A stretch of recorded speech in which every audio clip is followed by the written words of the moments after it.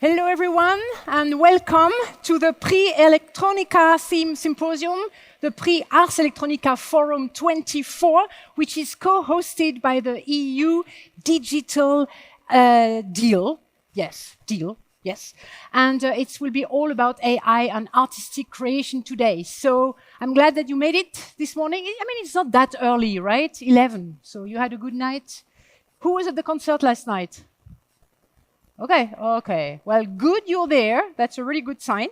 So I'm very glad to accompany you to this conference throughout the day. My name is AC Coppens. I will be your host. I'm the founder of The Catalyst. We are a little boutique agency working for players at the crossing of, guess what, technology and creative content like music, sound, film, design, and the arts, obviously. And this is why I'm here today.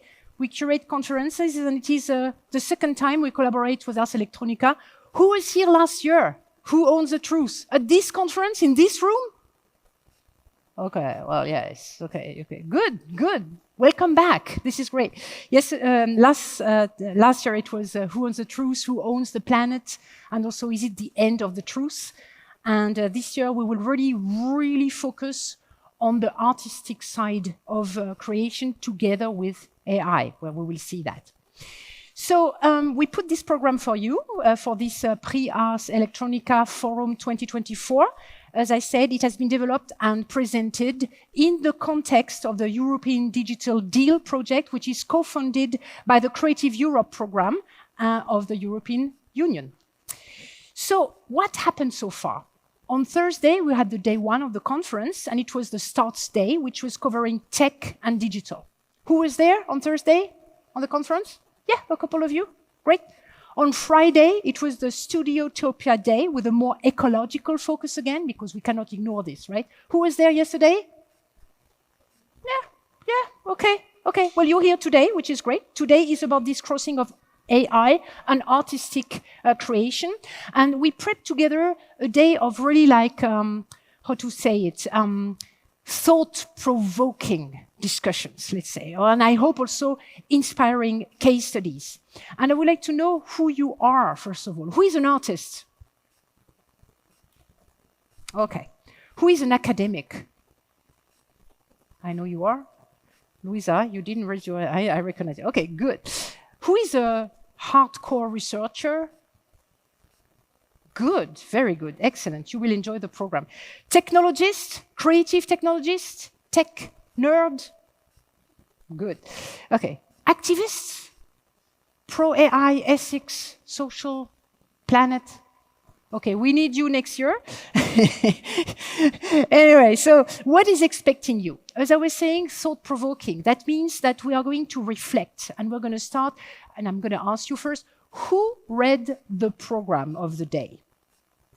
So you know, okay, well, I don't need to tell you, right?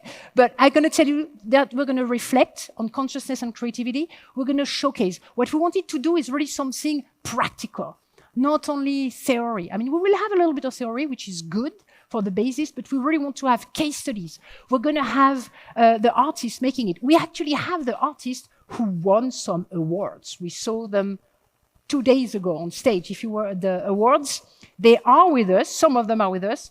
Golden Nika winner, yes, we do have them. They're going to share success, failure stories. So we wanted to have something very pragmatical, so to speak.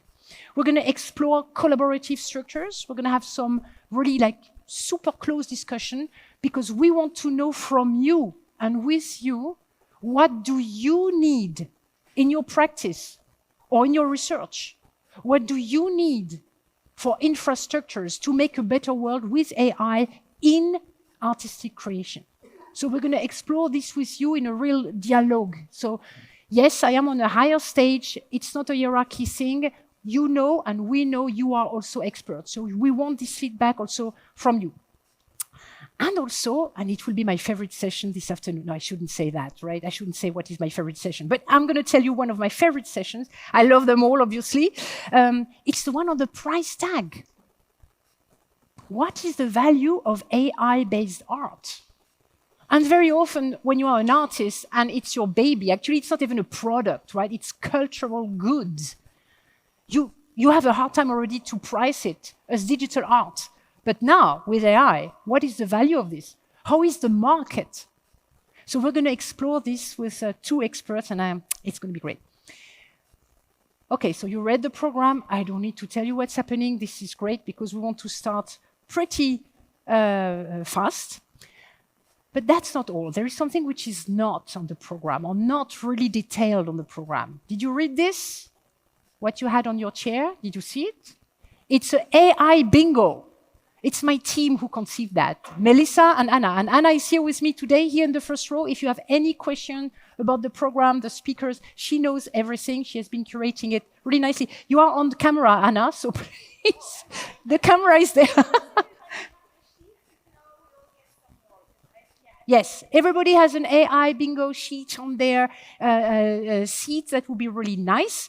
How does it work? So everybody has this bingo card on their seat. So if you hear something, not necessarily something that I say or a speaker say, if you hear something, what is on the paper, which is resonating with you, so something you hear and you feel like, oh, I don't trust this, tick, I don't trust this. If you feel something, if you hear something and you think it is amazing, then you go, oh, okay, let's tick, amazing. And when you have 4 in a row, bingo. And the great thing is there are some awards and prizes at the end of the day. And the 4 in a row can be, you know, horizontally, vertically, diagonally, anywhere, but it has to be a row, of course. And then there will be a raffle, and there will be like great stuff. There will be Ars Electronica books. There will be catalogs. There will be even a book of one of our speakers. There will be even tickets for next year's event. So, no? No? Yes? Yes, they will. Thank you very much. Okay, great. Thank you. Someone is following here. This is great. Okay, great. You get it for the bingo? I mean, it's easy, right? I think it's fun, and then, you know, it engages you throughout the day. So we want you to play with us. Okay, please take a seat because you are arriving the last possible second to start the program. Are you ready? Yes. Fasten your seatbelt because we fly high right at the beginning, and I'm very, very super happy to have somebody very special with me. I met him at TED in April in Vancouver this year, but I knew him before. As a curator, we had him on the radar for quite a while, obviously. He's the director of the Center for Consciousness Science and professor at the University of Sussex. His research is focusing on how consciousness science relates to technology, arts, and society. And he's the lead scientist on the collective immersive experience Dream Machine, which got an honorary mention, of the European Union Prize for Citizen Science at this year's Ars Electronica. So that's great. There is a great relationship here. And of course, he has also his recent book, Being You. I mean, normally I don't promote books, but in that case, we're going to have them as prize at the awards. And also, Being You is really the bestseller on the new science of consciousness, and book of the year for many publications. So this is really great to have him as an author. By the way, he belongs to the 0.1% of scientists in terms of publications, quality, quantity of publications, the most impactful scientist. He's a recurring TED speaker, as already said. So, Anil Seth, I can't believe you're here. I'm really super happy. Come on stage.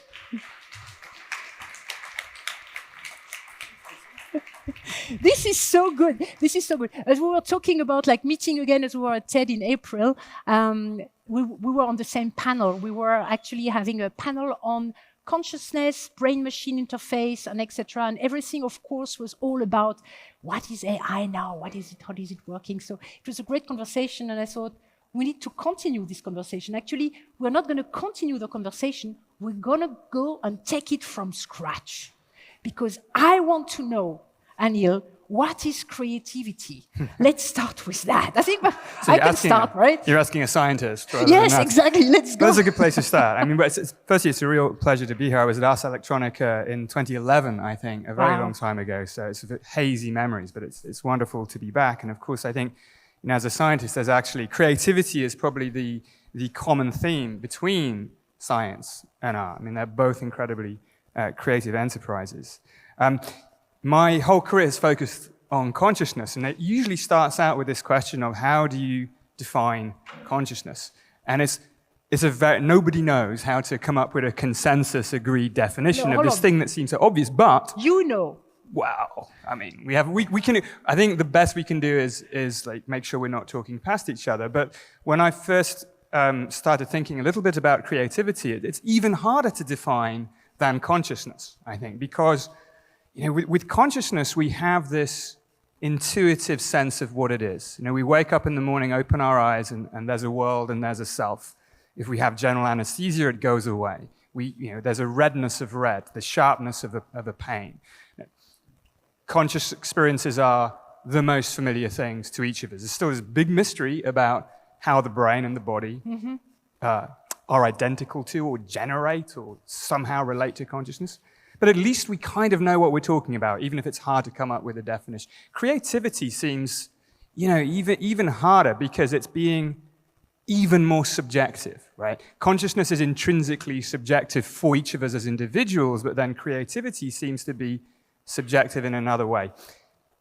And the best kind of intuitive definition as a starting point, I think, is something that I learned from one of my mentors, Maggie Bowden, who is a professor at University of Sussex, where I am, who was really one of the founders of the field of cognitive science, but also one of the first people to think seriously about computers, AI as it was from its very birth, and creativity.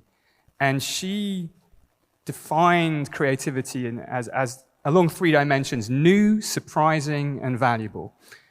And I like that kind of as an orientation. Of course, it depends what new is, what surprising is, and what valuable is. You mentioned in your introduction, there's a sort of financial sense of value, but there are other senses too, and I think we want to broaden the lens on what counts as valuable. Of course, it's in the eye of the beholder in a way that other things are not. So I think it's tricky. I think it is tricky, but I wanted to start with this actually, because there is a lot of, all the discussions I've been moderating on conferences in the last 2 years, and we started before about AI with the team, but since 2 years, everything is about like AI, friend or enemy, is AI creative? And I was thinking like, wait, before we can say is AI creative, knowing that AI is based on human data, that we gave this data, and also the algorithm, the code for this AI comes from humans. We did this code, we coded, we did this. So we are before the AI. So we are more creative than the AI, let's say. So these computers, can they really be creative at all? What about this analogy between brains and computers? Some people think that it is related, right?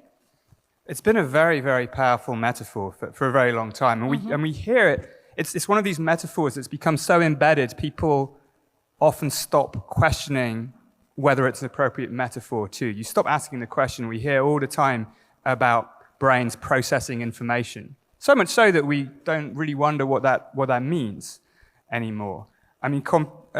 Computers do that. They are human-designed artifacts that manipulate variables according to rules. That's an algorithm. It's a recipe, right? It's all computer algorithms, including those that drive the AI systems that we're becoming familiar with, follow recipes. They may have a bit of randomness sprinkled in, but they follow recipes. Right. So there is a question about how similar that is to what brains do. And we as a human species, we've always tended to project the latest or dominant technology into what we think of as how our brains work. Brains were at one point telephone exchanges. They were networks of plumbing, of water and fluids moving around. Yeah, right. For a long time, they've been computers. Now it's like, is it something like the cloud? But when you look inside a brain, you really find very little that looks like a computer. Computers have a sharp definition between the software they run and the hardware they're made out of. In a brain, you find no such sharp distinction between the wetware and the mindware. And so it's just an open question whether the things that brains do can ever be fully captured by this notion of algorithm recipe. And we know there are hard limits on the kinds of things that algorithms and recipes can do. Alan Turing, who kind of founded computer science, Not, I mean, he's seeded so many things. We've seen some of them here. There's this wonderful Turing game just out across the way about, at what point do we say a computer is intelligent?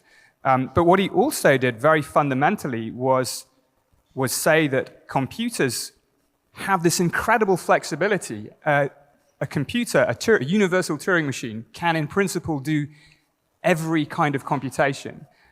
But he also set limits on what that really means. Computations are specific kinds of things, and there are many other ways in which inputs might manifest into outputs that are more open-ended, more, perhaps we might say, creative than what a computer, even in principle, is capable of. Mm-hmm. You were saying the word subjectivity before. So now we have Strawberry, the new coming update ChatGPT thing, which was announced and capable of being of a more subjective output. What's your take on that? Well, I don't know too much about it. I have the feeling that that's quite a reductive use of the term, that it means it's sort of tuned to you. Okay. It's predicting what would be a good response for you based on previous responses. And we're already familiar with this kind of tuning of search engine outputs and all sorts of things, which is both useful but also kind of dangerous, because of course if you think you're getting something that is not specifically for you, you may trust it more than if you know that what a search engine or language model is giving you has been deliberately chosen to appeal to you. But didn't you say that the brain was a prediction machine? So yeah, if the brain is not actually a computer, there is this question of what it is. And this is what a lot of my work is really about. How do we understand how brains work, how they relate to the experiences and abilities that we have? And by understanding that better, understanding ourselves better, I think it allows us to see more clearly our relationships to the technologies that we have, rather than just projecting ourselves into them. So one of I think the most compelling idea that I started working with a couple of decades ago is a very old idea. It goes back in philosophy to Plato probably, but then Immanuel Kant and many others. And it's this idea that the brain fundamentally operates, as you said, AC, a kind of prediction machine. Now, I think this is easiest to understand if we just think about how our experience of the world around us is right now. I mean, we open our eyes and it just seems as though the world is there. And our brains are just sort of soaking it up in this outside-in direction, reading out the world and presenting it to the self. But it really doesn't seem that that's what's happening. It seems much more likely, it makes sense in all sorts of ways, that what's happening in brains is that they are constantly making predictions about what's out there in the world or in here in the body, generating their own hypotheses, and then using sensory data from the world or the body to update these predictions, these hypotheses. And what we perceive is not a readout of the sensory data, but it is the brain's best guess of what's going on in the world. So our perceptual experiences come from the inside out rather than from the outside in, at least to a much greater degree than seems to be the case for us most of the time. And this sounds like, an algorithm, right? It sounds like the kind of thing a computer can do. And indeed, there are similarities with this way of thinking and how generative models in AI work. Generative models, at some level, do the same kind of thing. They encode a model of whatever world they're exposed to, the training data that you might feed them. And they're able to generate kind of new combinations, new predictions about that world. But the fact that we can, at some relatively abstract level, we can see a similarity does not mean that that's what brains are. We can make a computational model of the weather. It doesn't mean it gets wet or windy inside the computer. So the fact that we can describe things this way can be useful, but it doesn't necessarily exhaust what brains actually do. And they might not be following this kind of algorithmic recipe way of making predictions Yeah. and updating them. Yeah, they are emancipating themselves from that. I would like to go back to the biological point, but before that, I want to talk about this human-machine collaboration. As I was saying, I was moderating a lot of panels with friends of enemies and blah and co-worker and etc. At the end, it is always the end of the discussions very often is like, no, the machine is not creative, really, it's just a tool. But we heard 2 days ago on the award scene, I'm not sure if it's Paul Trillo, if Paul you're there somewhere, you will tell me this later, but I think he said, no, it's not just a tool. So if AI systems are not just a tool, are they colleagues? Are they collaborators? Are they muses? Are they the inspiration? I mean, we don't know. Are they just enhancing something? Like, what do you think this human-machine collaboration could be? I think part of the confusion here is actually just in the term. I mean, the term artificial intelligence is so pervasive now, and it's an incredibly successful exercise in branding, right? It's just a brilliant term. It's created so much market capitalization value. I wonder sometimes whether we'd be having the same discussions about what AI is to us if we called it machine learning or even more prosaically applied statistics. So my PhD was in AI in the late 1990s, and before you could make any money from having before it was remotely valuable in that sense. Yeah. But it really, it effectively what it is very clever statistical recipes. But when we call it AI, it carries all this baggage from cinema, from literature, from culture in general, that connotes an artificial mind, something that is similar to ourselves, something we project ourselves into. And so, yeah, we get confused. We think, is it a colleague? Is it another person, an alternative mind? Where I think it is best to think of it in terms of some kind of facilitator for human creativity. Mm-hmm. And of course, there's an incredibly rich middle ground between what we think of as a tool versus a colleague. We were having a conversation with Thor Magnusson, who's here as well, I think, going to speak later today. He's a colleague at Sussex. He has a brilliant installation just outside, one thing of which is the Haldorphone, I think. It's this feedback cello type thing. And I was really struck by that because there was a researcher from Santa Fe called David Krakauer who was talking a little bit about this, and he said, well, there are different kinds of tools. A fork is a tool, but a fork is kind of a boring tool. You use it to eat, and that's about it. Maybe you might try and bend it if you want to become a psychic, but basically you're not going to do very much with a fork. But a violin is a very different kind of tool. It allows human expressiveness in a way that a fork does not. So it was really beautiful to see an example of that just here at the conference.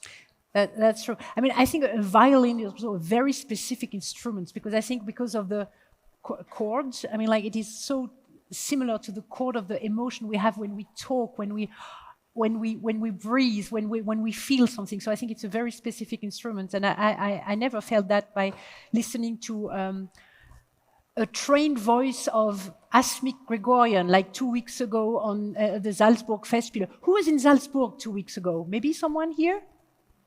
No? It was... But you mentioned another word there, just to jump in for a sec. I mean, you said it's an instrument, because yes. We have musical tools we tend to call instruments, right? That's true.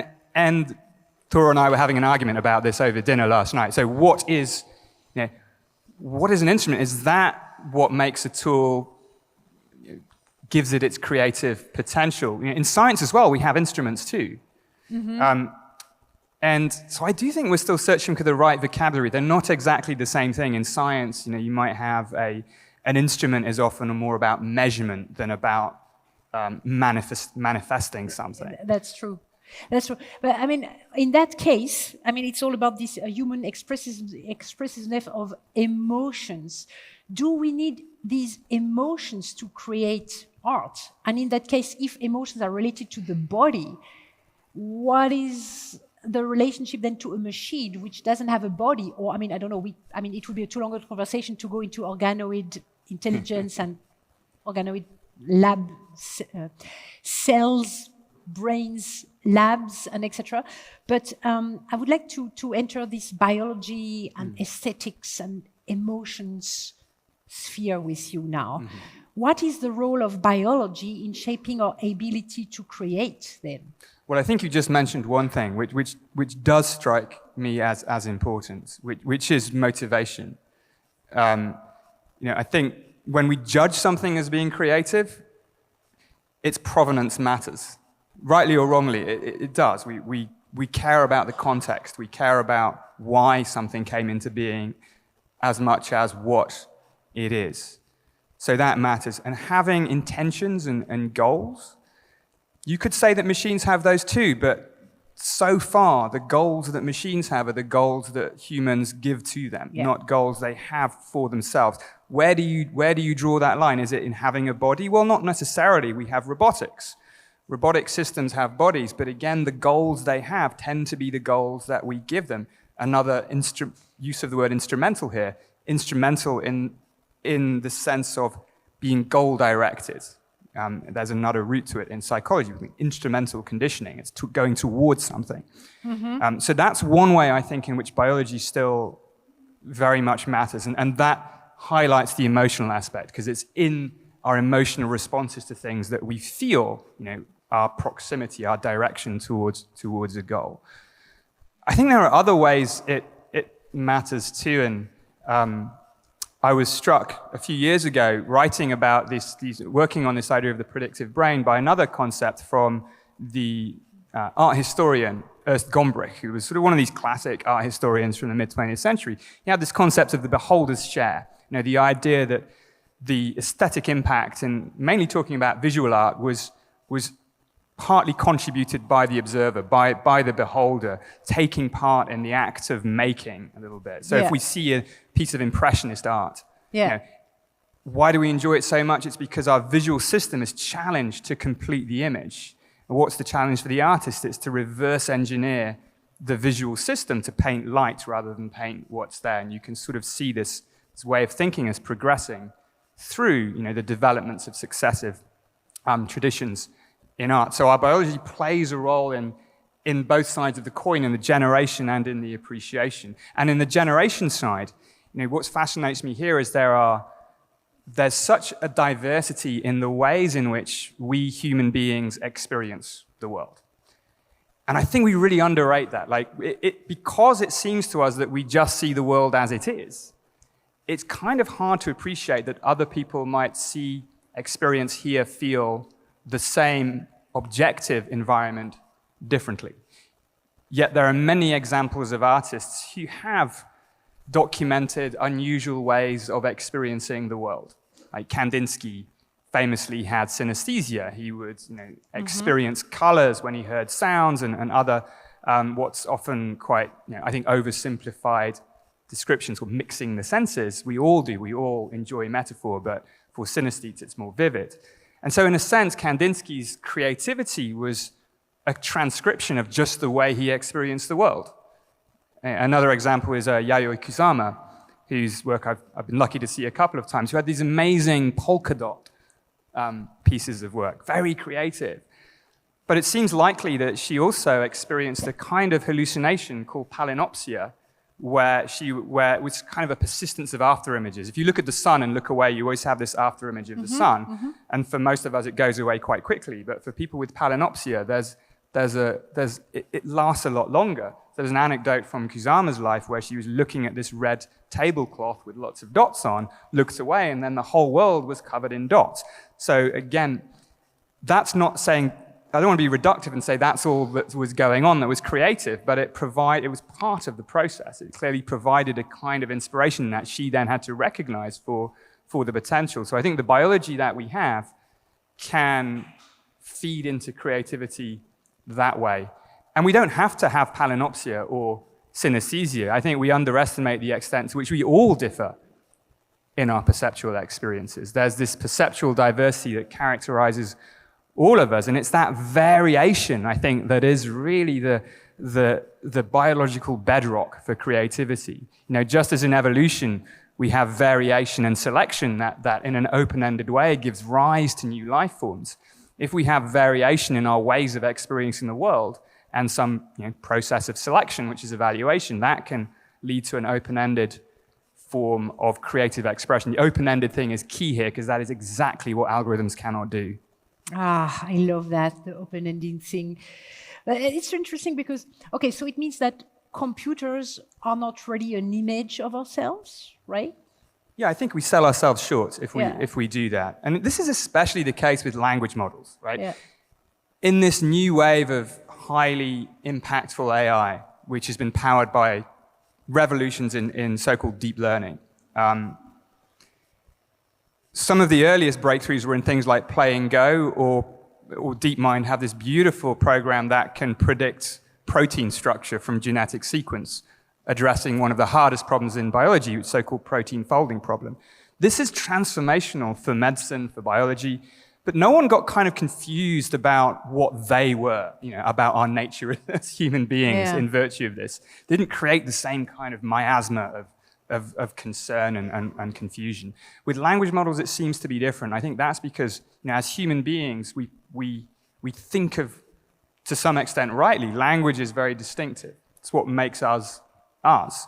And so when we see other systems with a linguistic capability, which language models really have, that really pulls on our psychological biases, both this anthropocentrism we have to see the world through a human lens, and our anthropomorphism, our tendency to project human qualities into other things on the basis of superficial or relatively superficial similarities. But it might challenge us. I mean, if I see the way ChatGPT and the likes, Mistral and whoever they are, Claudes and everything, the way they talk, they write, actually, sometimes they talk, but they write. I mean, it's like a specific, you recognize immediately something which is actually written by an AI, right? So I'm thinking like, will it challenge us? Will it challenge our brains? I'm thinking also, who was at the concert last night with the real-time generated images on the concert? Yeah, right? So you could see them also react with the music intensity, with the piano accords and everything, like the things were jumping and everything. So this new art of visuals, which are very strange, you can see immediately what is actually, I mean, not immediately all the time, but most of the time, with a couple of things, you can still see the machine behind it. Will it challenge our brains to do something new, something different, do you think? Well, maybe there's the potential there. I think this brings us back to where we started on how we define creativity. And what we didn't set out right at the beginning was within this idea of new, surprising, and valuable. There are at least three ways to think of what counts as new. There's new just as in the sense of being merely novel, generating combinations that haven't previously existed. Clearly, AI systems, language models, generative image networks, GANs, generative adversarial networks, they can do this. They can put pieces together in new ways, and we have that first sense of combinatorial novelty. But then, that is surprising? Well, it doesn't seem very surprising, does it? So to be surprising, it's got to do something better than that. And that then puts the onus back on us, to some extent, as the humans, about evaluating what kinds of novel combinations are surprising, against what criteria. You can, and I think a challenge there is to devolve some of that to computers. How much can you make into an algorithm that process of selecting from the merely novel to the surprising? And that's where I'm thinking of there are, I think, some beautiful examples of AI art do that, but they probably do it in a way that fundamentally relies on the artist, the human artist, in figuring out what's the output that meets that criteria. And in other domains too, I think DeepMind's work in protein folding and these other applications of AI do that. They find the combinations that are surprising and valuable, the new proteins that can potentially solve medical problems and so on. And then the third type of surprisingness, novelty, is transformational. And I think this may be still the secret sauce. this is when you go beyond the rules entirely. You're not just putting combinations with existing pieces. You transform the space in which you're working. You can think of maybe new artistic styles as transformation that way. It's like, how could people have had that thought? That thought did not seem possible within the previous framework. In science, you have Thomas Kuhn's kind of paradigm shifts from Newton to quantum and so on. How could people have thought that? That kind of transformational creativity, I mean, let's be honest, it doesn't happen very often even in the human domain. So it may be asking a little bit much that GPT can come up with. That's okay. We are at Ars Electronica. We can do that. Okay, no, that's great. Maybe we can inquire a little bit more into the future for the last couple of minutes that we have, and I could go on for hours otherwise. But actually, yesterday I was looking. I was on LinkedIn, and I was looking at a post by AI filmmaker, and you had this video of obviously a digital human, and saying like, "Hey, whatever." I mean, it was really difficult to say it was a digital human. I must say it becomes more and more difficult and perfectly sync and etc. And then he even wrote in the post like how to do this. So do this, do that, put the data, and then one of the practical tips was infuse the emotions. And I remember as we were doing a trade missions in New York a couple of years ago, there was someone was saying like they have a chip able to recognize in real time something like, I can't remember if it is 60 millions of nuance of different emotions, and the chip would react in real time with something crazy. You would love that. But anyway, so it was really something like about like the ability to feel something and to react as a machine because trained on the emotion. So it seems that more and more there is some fear of being faked, that we don't even know it's AI behind this, right? And there is a fear which is there. And I don't know if you remember at TED, I think it was Mustafa Suleyman who was saying, this is a new species coming. It's a new species because it's a digital species. We are now a digital species, which was immediately critiqued by the next speaker saying, bullshit, it's not a species at all. It's our data, it's our code, it's our algorithm, it's just us. It's a reflection of us.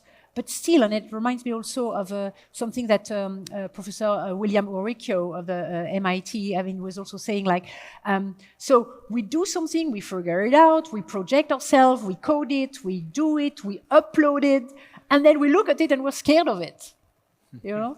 So that's the future about hybrid species. I mean, I don't know. I would love to know what's your take on this. How do you envision this future? The future is, obviously very easy to predict the future. One thing that I think we have to consider the fact that this rapid curve of progress that we seem to be on may really not continue that much longer. There's, I think, this tendency to extremify things. Like, you know, AI is brilliant or terrible, it's going to save the world or kill us all.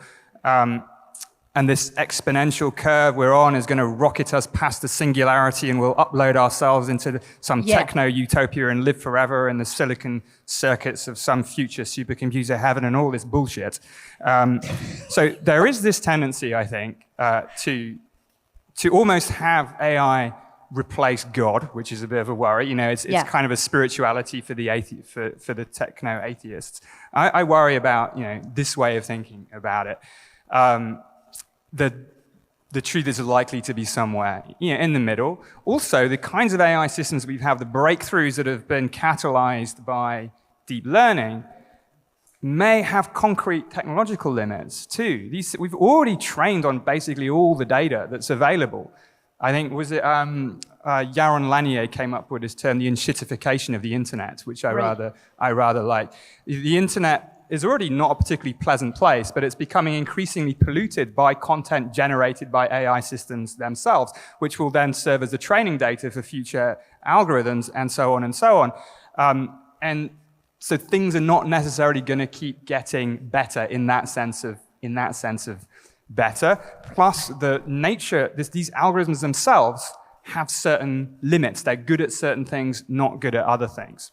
And we're also psychologically very, very bad at understanding exponential curves. Everyone says we're on an exponential curve. The problem with an exponential curve, and we saw this in the pandemic, is that wherever you are on it, the past looks irrelevantly flat and the future looks impossibly steep.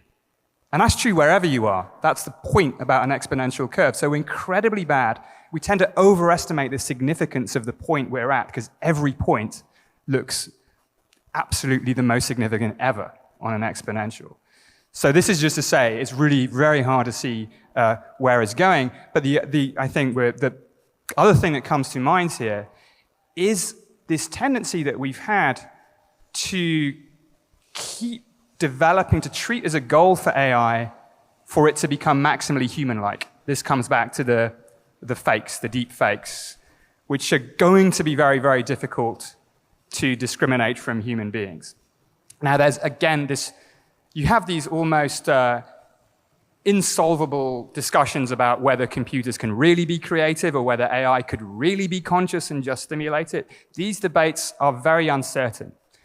And if we focus too much on those, we lose sight of the debates which matter in the here and now, which are machines that will, for all intents and purposes, appear creative, appear conscious, and we will not be able to tell the difference. However expert we are. There are lots of visual illusions that even when you know it's illusion, you still can't help seeing the illusion. Two lines look the same length. We know they're different lengths. They still look the same. We may well be entering a world where we have the same kind of cognitive illusion for AI systems. Even if we know that it's just the whirrings of an algorithm, we may not be able to resist the attribution of mental states, creativity, consciousness to these systems. What does this mean? It means, as one of my other mentors, Daniel Dennett, kept saying, it's not necessarily what we want to do to build AI systems to be like us, to replicate the competences, the capabilities we have. And in AI, this is the thing. General AI is this kind of goal, and it is explicitly the intelligent competences of a human being. We see, and this is what AI research is generally aiming at. Is it a good idea? I don't think it is. We should certainly be mindful of the consequences, and in my view, we should be recognizing that nothing is inevitable. The future technologies in AI don't yet exist. We can decide collectively what they ought to look like. And I think there are very good reasons why we should be wary of designing things that are increasingly similar to us, because they will play on our psychological biases in ways we may not be able to get around. So I think it's a call for more creativity to humans. I think it's a good point. To finish for now this discussion part together with you, I don't want to misuse the privilege I have here to be on stage together with the speakers. I would like to open it up to the audience. If you have any questions for Anil, I think we have a couple of microphones which are throughout the stage. I see already here one question, 2 questions, 3 questions.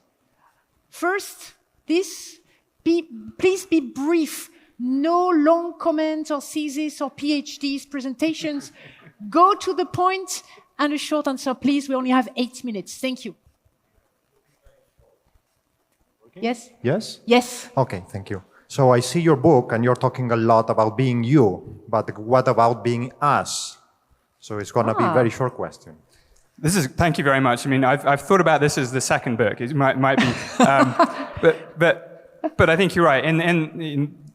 What I've done so far in my work is mainly focused on the individual brain. But of course, we're social species, and creativity, art is an expression of that for sure.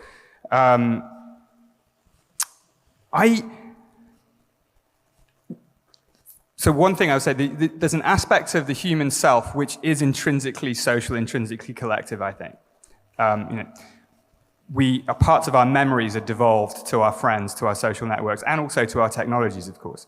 But what it is to be a self is, in part, a social construct. And there's also, I think it's a very interesting question about when we have a group of people,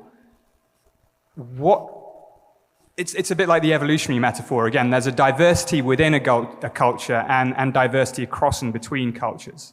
And that to me, again, is super important in providing this sort of seedbed of variation in ways of thinking and ways of perceiving that is necessary for innovation in whatever field. And here I think AI can play a powerful role in allowing interactions between other humans, but not in ways that force us to think in particular ways. And so here's another reason I worry about things like language models. And back to our TED conversation about brain-machine interfaces, you plug things. We become forced to think in particular ways in order to use these technologies. It's why there's a whole discipline of prompt engineering. I think that's dangerous. I think it's useful because the extent we can do that, we have fluent interactions. But it's also dangerous if it forces us into a kind of mental monoculture, which then undersells the variety that being us can deliver.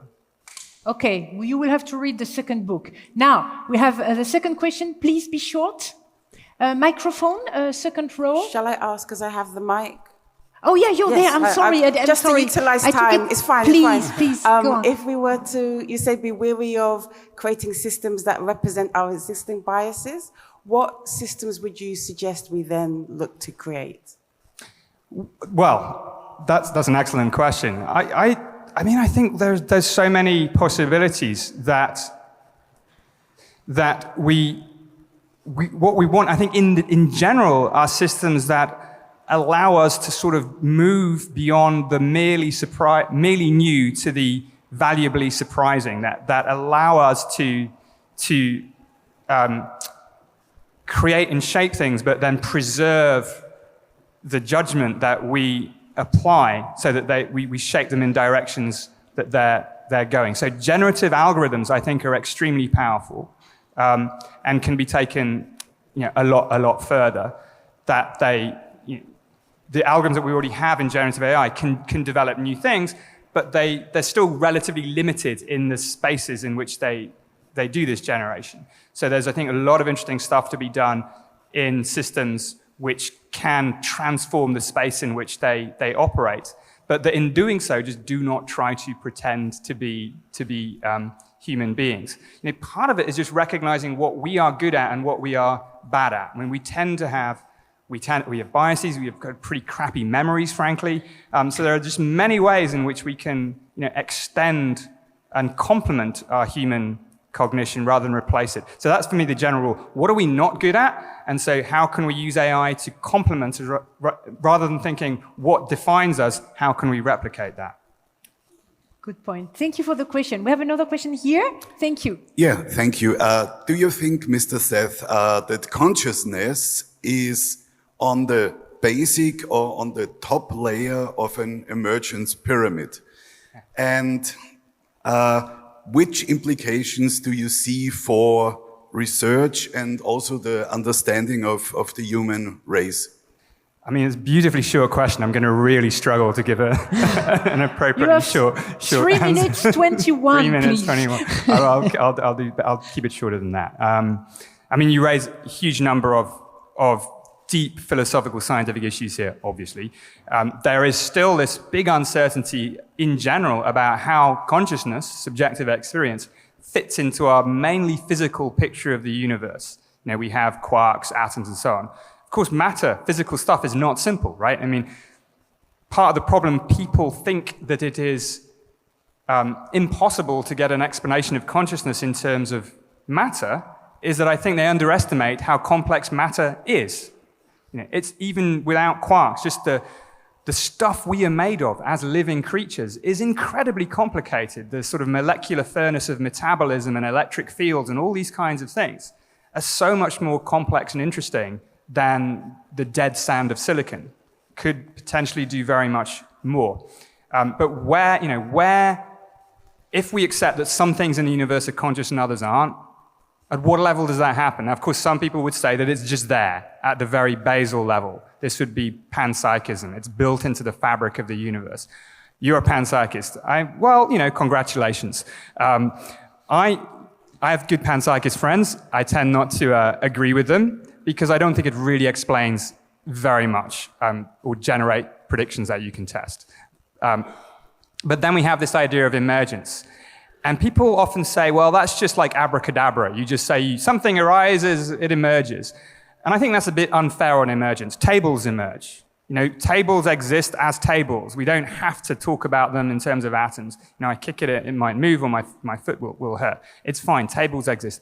Emergent properties can be real, I think.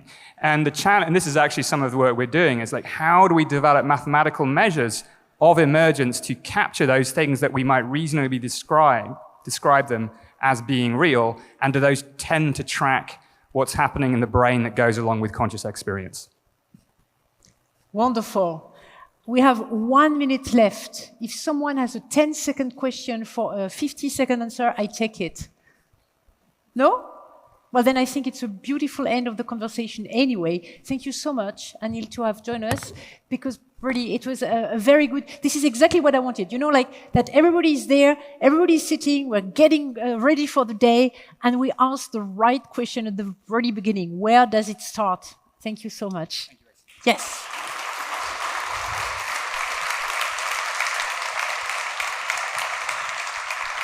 Woo!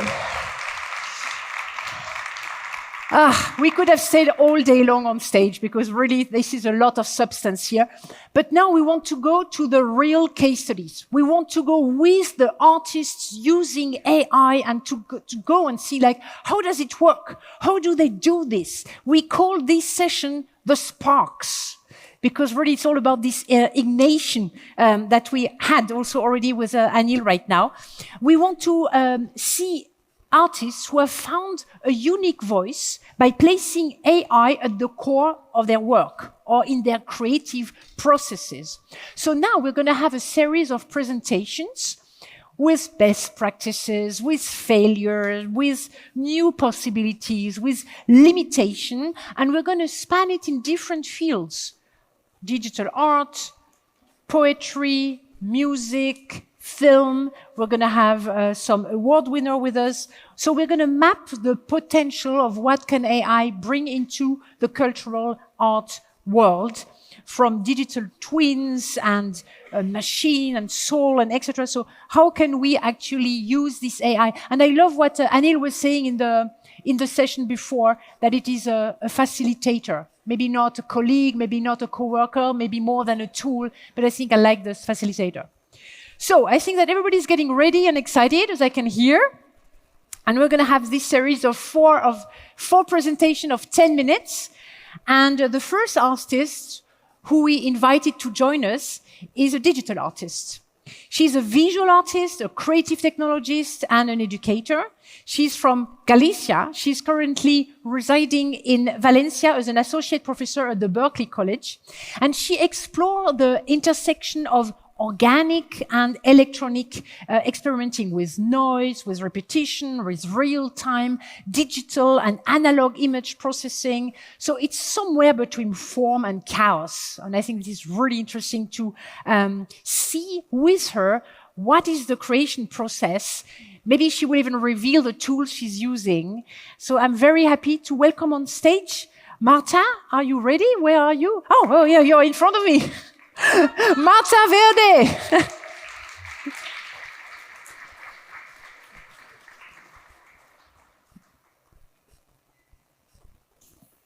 Well, I just lost 15 seconds. Well, I hope you're doing great. My name is Marta, as she introduced. So thank you all for being here, especially for the Ars Electronica team for having me. It's a big honor for me. Usually it's often too hard to explain to people what I do for a living, but here I'm surrounded by people like me, so I feel like a safe space. So clearly something common in all my artwork is the use of glitch, distortion, textures, repetition, and craziness. And as an artist and creative technologist, I deeply enjoy working with technology, especially when it leads to unexpected outcomes and randomness. So for me, tools are just a way to achieve a result that resonates in my artistic vision or in my head, because I had a crazy idea and I want to really develop it. So I really find an immense joy in the process itself, and that's why I'm kind of fearless in my approach, regardless of tools or platforms that I will use. And I'm here to talk a little bit about AI and the unexpected. And usually when it comes to AI, I often feel overwhelmed because as the rapid pace of change makes it nearly impossible to keep up with all the developments, so I try to do my best. If anyone knows how to keep up with all the news, please let me know. I would love to be able to. However, whenever I have worked with AI, especially for generating content, it has always been with a clear purpose. So for giving you some context, I was part of a team from my region in Spain for participating in this AI song contest, both in 2022 and 2023. We secured the second place the first year with Ayla Lelo, and we won the second vote for the audience with Flores Piña, who was the second project we did. And both projects aimed to use really AI to preserve our cultural heritage, our language, music, instruments, and other cultural elements that really resonates with our own culture. But I've noticed that many commercial AI platforms for both image and audio often capture only the surface of different cultures, much like a tourist who goes around the world and just checking the outer shell of the place that they visit. So as an example, when I try to generate or receive some kind of an image of a woman playing one of our traditional bagpipes played in the peninsula, the AI consistently produced images of women in Irish traditional clothing playing Irish traditional bagpipes, and was nearly impossible to get what I wanted. So I really believe that as creators, and especially for communities, we should start keeping track of our own cultural heritage and using those tools to try to preserve them, to avoid this kind of massive global ends that you are just surrounded right now. And even at some point, because 2 years ago, we even had to use a Portuguese corpus for the language because there was no Galician corpus available at the time. But now the government started to really develop that part. So, but always governments, they arrive late to these kind of things, you know. But this year, I was invited to speak at Sonar Plus D with a focus on AI, and initially I was really afraid because I wasn't sure what to talk about because I don't consider myself an expert in AI at all. And additionally, I was really concerned that discussing specific technologies might be futile as they could become outdated really quick because things are going super fast. But someday I came across an interesting debate with some friends and looking things on the internet. And some researchers, they're suggesting that those AI models, they require such vast amounts of data that at some point we will run out of human-created content. And if those AI systems, they start to be fed with content generated by other AI systems, it could lead into some kind of system collapse where all the outputs become less rich or varied or more flat with less variety. So I found that idea fascinating. So I decided to use it as a starting point for an experiment that will now present as a YIP. It's just a work in progress that I started developing. So I could not continue working at all on that, but I will continue. But suddenly, this idea of a closed system that is feeding with itself over and over again is exactly a feedback loop. And I frequently use feedback loops when creating my visuals in real time, especially with analog gear. For those who are unaware of what visual feedback is, mainly if you get like a camera and you point it to what is really recording, you will get this massive feedback loop. And I really love to use this system. Well, for audio, it's not that cool because it's really destroying your ears. It's the Larsen effect when you get the mic close to the speaker. But I really like to use these kind of techniques because of it's recursive. I can get some ton of fractals, patterns, spirals, symmetry and mirroring, dynamic and free transformations, and especially I don't have full control over what is happening on the screen. And that for me is endless fun. Other people, we might feel kind of unaware of that, but it's really fun. I mean, the use of feedback as an artistic technique is nothing new. In fact, has been explored for decades by pioneering artists, that the ones I'm showing here on the screen.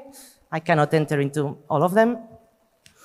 But I thought, what if I create a system using AI to emulate and iterate within a feedback loop?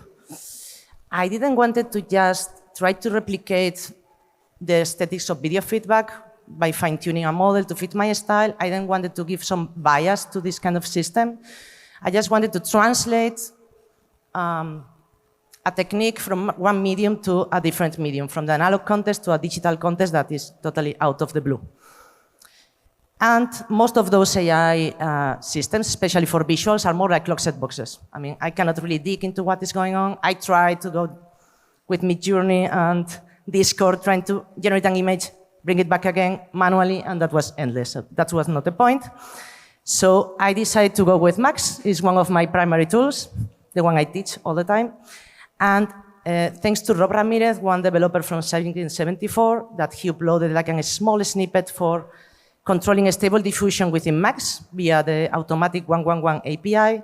So Max gave me the flexibility to really iterate and create an endless feedback loop with the tools I exactly need and with the timings and all the pace. So because this was an experiment, I wanted to really start always with the same kind of images, because my idea was to use image to image by using an image as a resource, getting another image, and then feedbacking it endlessly. So I started with the same kind of shapes, but most of those diffusion models, they start with this kind of distributed noise. And the more steps we ask, the more detailed the image will be. So I thought about using just the first step of the generating process. And we can really tell how those AI algorithms are trained, because this is really, we can see some kind of rule of thirds. We can see like the different, some sort of landscapes, reminds me to the first layer of an oil painting. So we can really tell about this first point, what's going on. So just to be fast, after, I didn't know that it was about to happen, but after 200 generations, the feedback started to appear, just by feeding itself with the same exact image and tweaking the parameters a little bit to just follow the prompt or not, how different will be the image from the previous one. And I'm running out of time. So there's some small demo videos. I also used Max to compile all the frames and then generate the final video for me and organize all the files in a nice way with Node.js. And for example, like a nice thing is that, for example, the one in the right, it started with a transparent PNG with nothing at all inside of it. It's a file with no info, but something is inside of a file because the result is quite different from the previous ones. But then, what about the sound? I'm not a sound artist, I'm not a musician, and usually as visual artists, we really start working with audio coming from a different source, but here I started from the roof, so I started doing the visuals, so I decided to do the opposite way. So I ended using Rave, that is a Timbic transfer model. So I decided to train a model just with unpleasant sound noises. Instead of violins or drums or a real instrument, I just fed the system with terrible noises to see what could happen. So this is an original drum loop, a basic. And this is the exact same drum loop after the Timbic transfer. I cannot hear it. Is there? Here it is.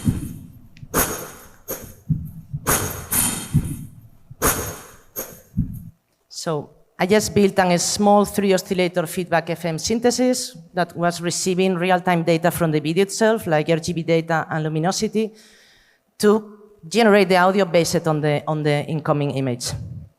I will play just a small demo of what happened. Just 30 seconds.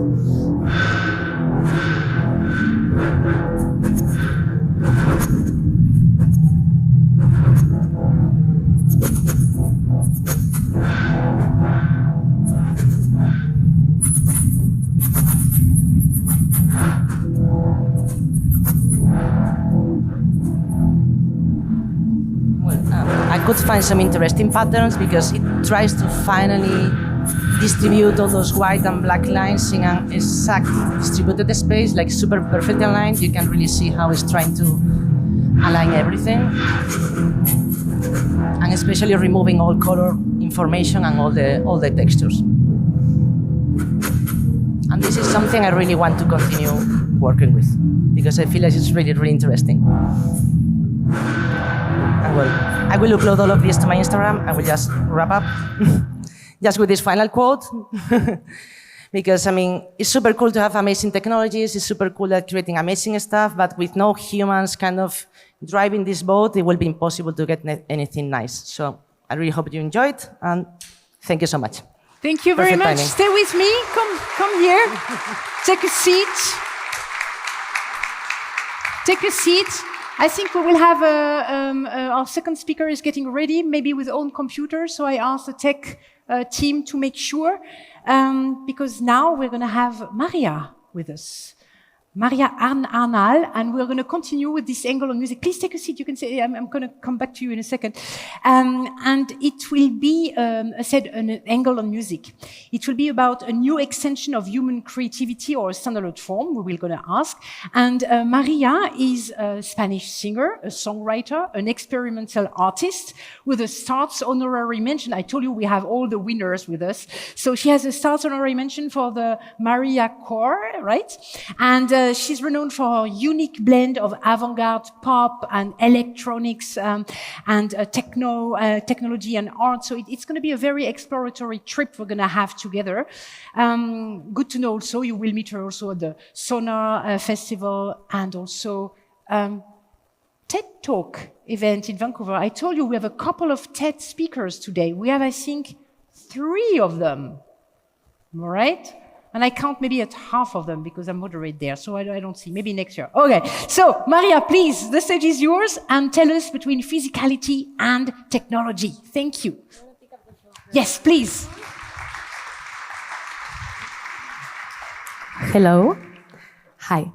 So thank you so much for inviting me. I'm so happy to be here, and thanks also for to Ars Electronica and everybody. Thanks for the amazing introduction. And I'm going to start with this project.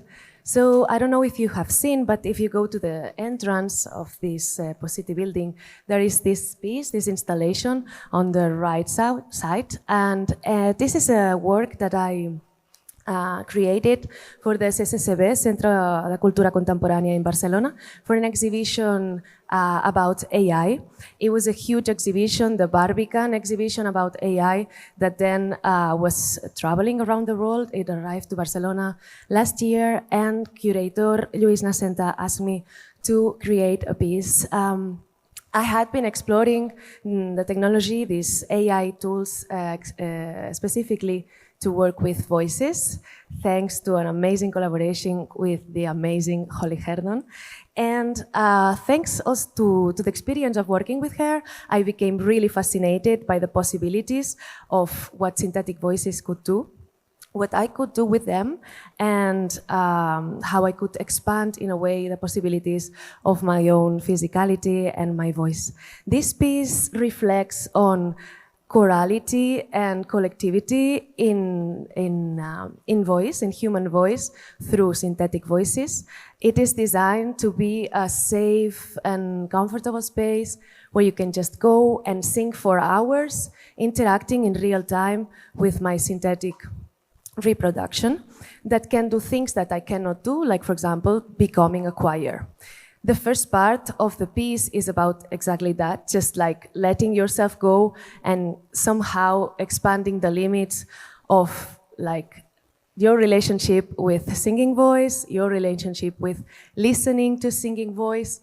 And it's amazing to see these days how people interact with it, because one of the nice things of Barcelona that was in the concept of the project is that there I'm kind of known, my music is known, you know, so when you listen to a voice as a singer, you know, as an audience, no, when you listen to a singer's voice that you like and you really, really connect with it, it kind of feels yours.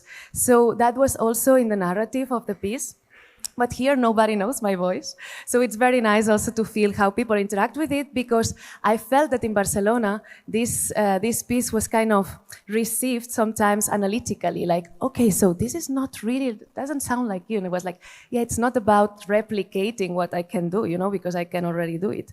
So it's very nice to see how people experiment with their voices here.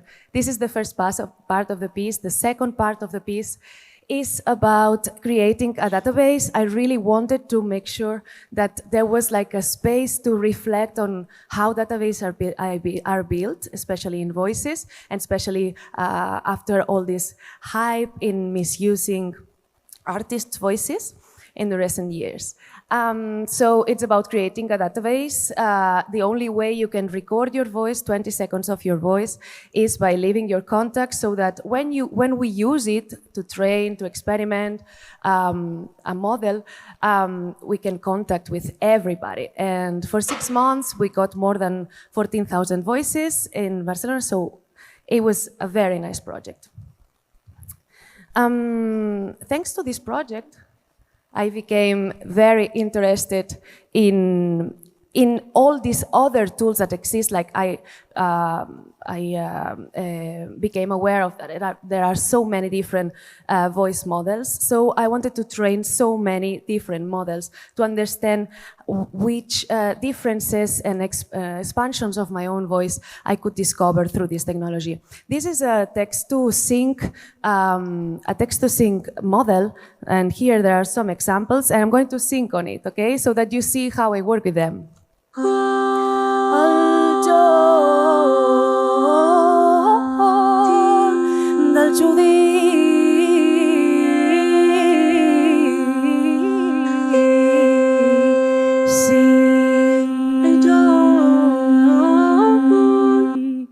Or, for example, so here, what is nice about that is that it is text-driven composition. Really, like I work with every phoneme. Every phoneme is a syllable.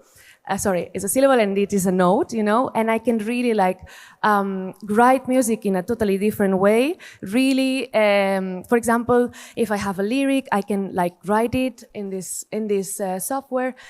I was joking here with Ars Electronica, you know, and so then I can listen back to this kind of mirror of my voice with the articulation of sound differently as I have thought it. So it gives me something that truly resonates with me, obviously, but with an alienation that I find really inspiring. This is another kind of example. El meu capell té tres puntes del meu capell. Si no tingués les tres puntes, no seria el meu capell. So here I can go lower, okay? So for example, this trained model is really bad at lower voice. Why? Because the database I trained it with lacked a lot of this lower part of myself, so I know that. I also love how databases of my own voice become an archive of my own voice, okay? This is something that was developed through this, thanks to a startgrant that I'm now being supported with, and in collaboration with the amazing team of the Supercomputing Center, Barcelona Supercomputing Center, that are here, the database group, and we have been exploring all this and doing a lot of research on another approach that is about physicality. Okay, the video doesn't work, okay.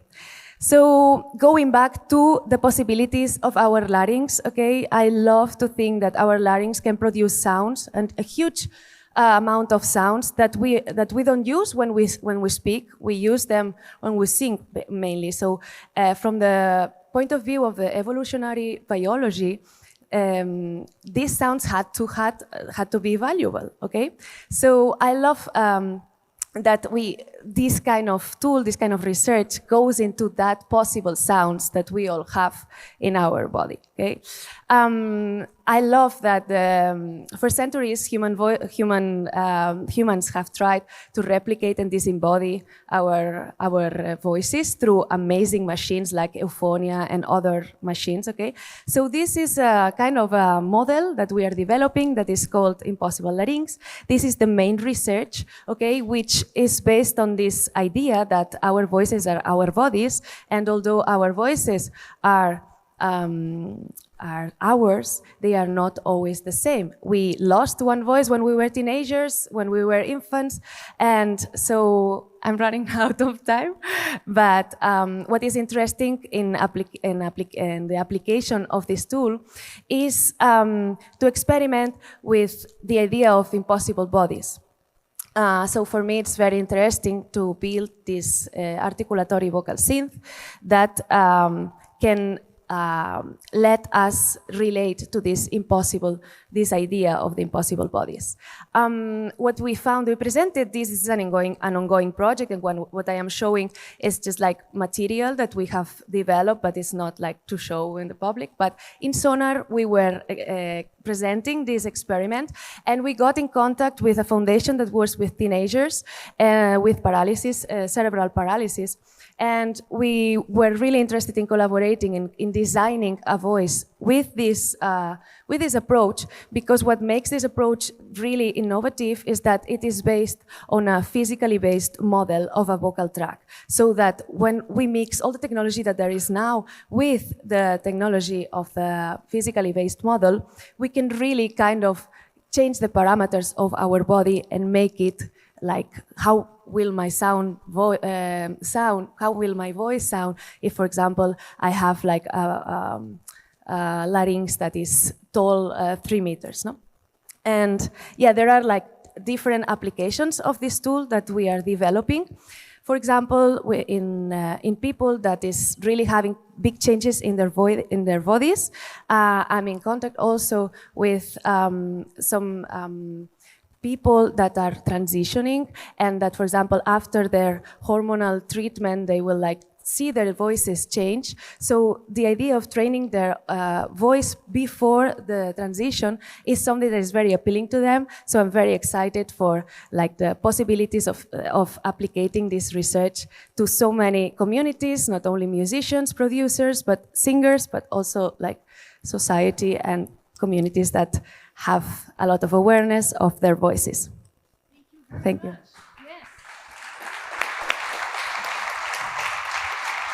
Please come and join us on stage.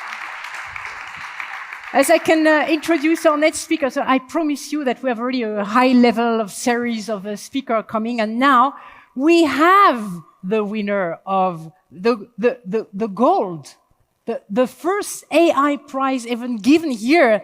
I mean, you saw him already on stage 2 days ago, I guess. And it is Paul Trillo. And Paul Trillo is the winner of the Golden Nika for Washed Out, the hardest part, which is a fantastic music video. He's an American director, a video artist. And the interesting thing is that he's really challenging his own curiosity, his own illusion of the visually concept, and he's really much into different technologies to make some films with one shots, long shots. So it's pretty interesting. So his work is spanning from different formats, different genres also, but there is always something experimental with the tech. So of course he had to experiment with AI, creating like in-camera illusions, exploring the latest technology. So I think that you are all set to tell us a little bit more on, are you going to show us the film or a bit of the film? Yeah, I can show.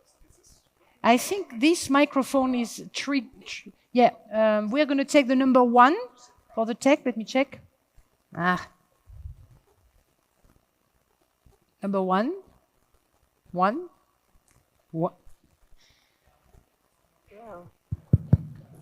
Yeah. Thank you very much. Thank you for having me. Hi, everybody. Thanks Ars Electronica for having me, and AC this has been amazing so far. I guess I could start with a clip from the video. Wasn't expecting to, but just, I guess, for some context, and this is playing, the full video is playing at the Linz Museum. Let's see.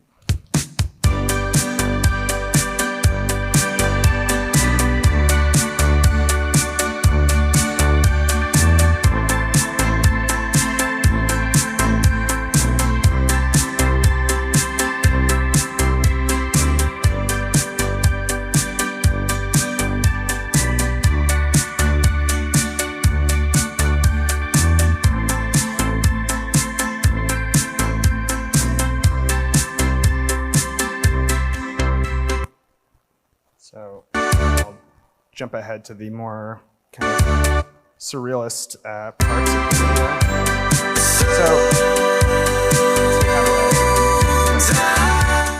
There we go. Thank you. So this was created with OpenAI's Sora, and I was given early access to it back at the end of February as part of their kind of artist alpha testing group.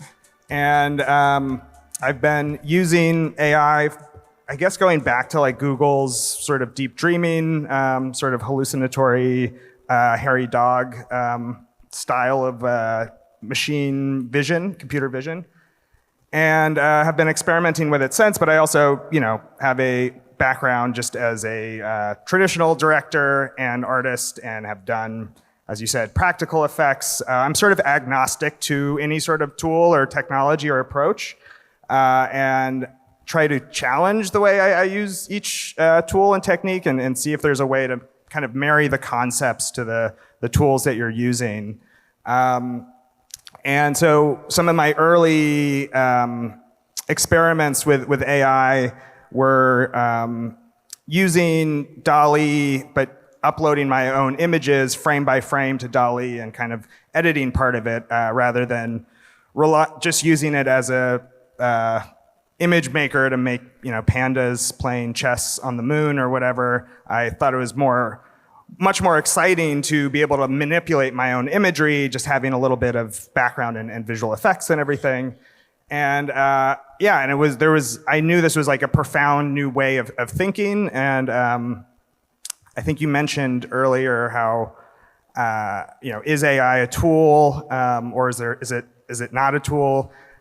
Obviously, it is a tool. It's used as a tool for a lot of things, but I think there is something much more deeper than it just being a tool, because it sort of rewires your brain, and it's sort of like saying a collaborator, your writing partner or someone is a tool, or your therapist is a tool. I suppose they help you like work through your ideas, but I think it's a really reductive way of thinking of these things. And so a lot of the work I do is sort of pushing the limits of what the tool does and also seeing how it kind of rewires my brain to kind of pursue larger, bigger concepts that I would have never pursued before.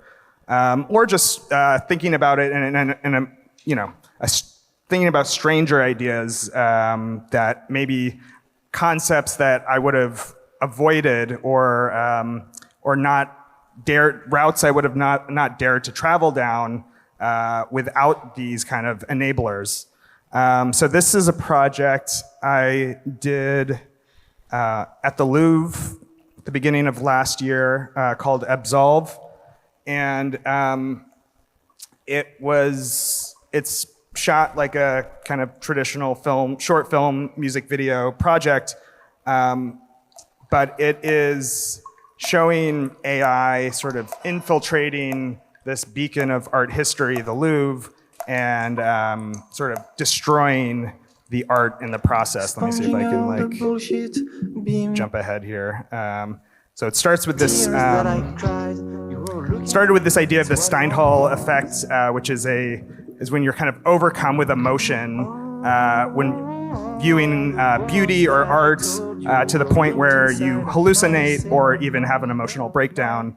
And I thought it was like a fun starting place to talk about AI and within the context of traditional art and where this is going, and can we, transcend just like the beauty aspect of AI and sort of use it as a way to like peel back the layers of what art is and the kind of agony that goes into art. And now AI seems to be removing some of the painful process of art making, and now people are sort of asking the questions like, well, is that cheating? Is that lazy?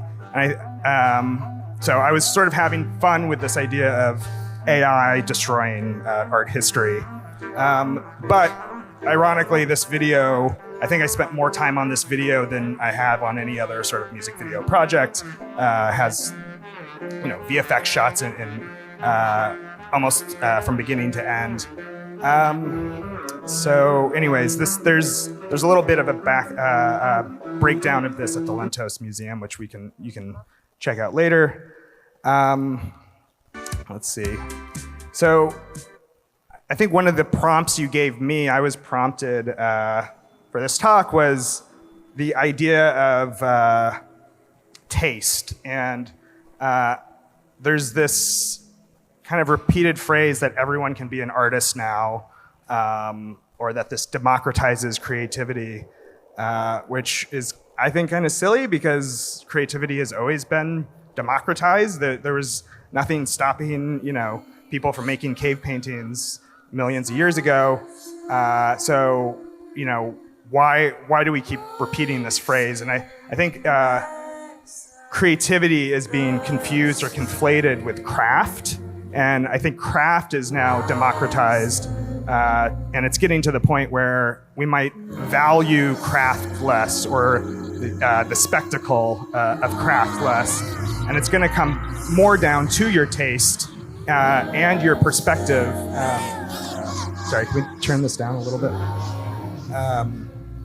So this is a film I'm kind of still in progress on called Ephemera. And it's with two dance friends. So this is actual choreography that we worked on and then kind of transferred it. Technically, this would have been very difficult to do in 3D.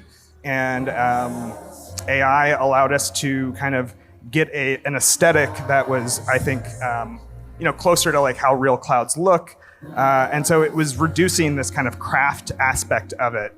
But there's still a lot of like intentionality put into like every shot in the film.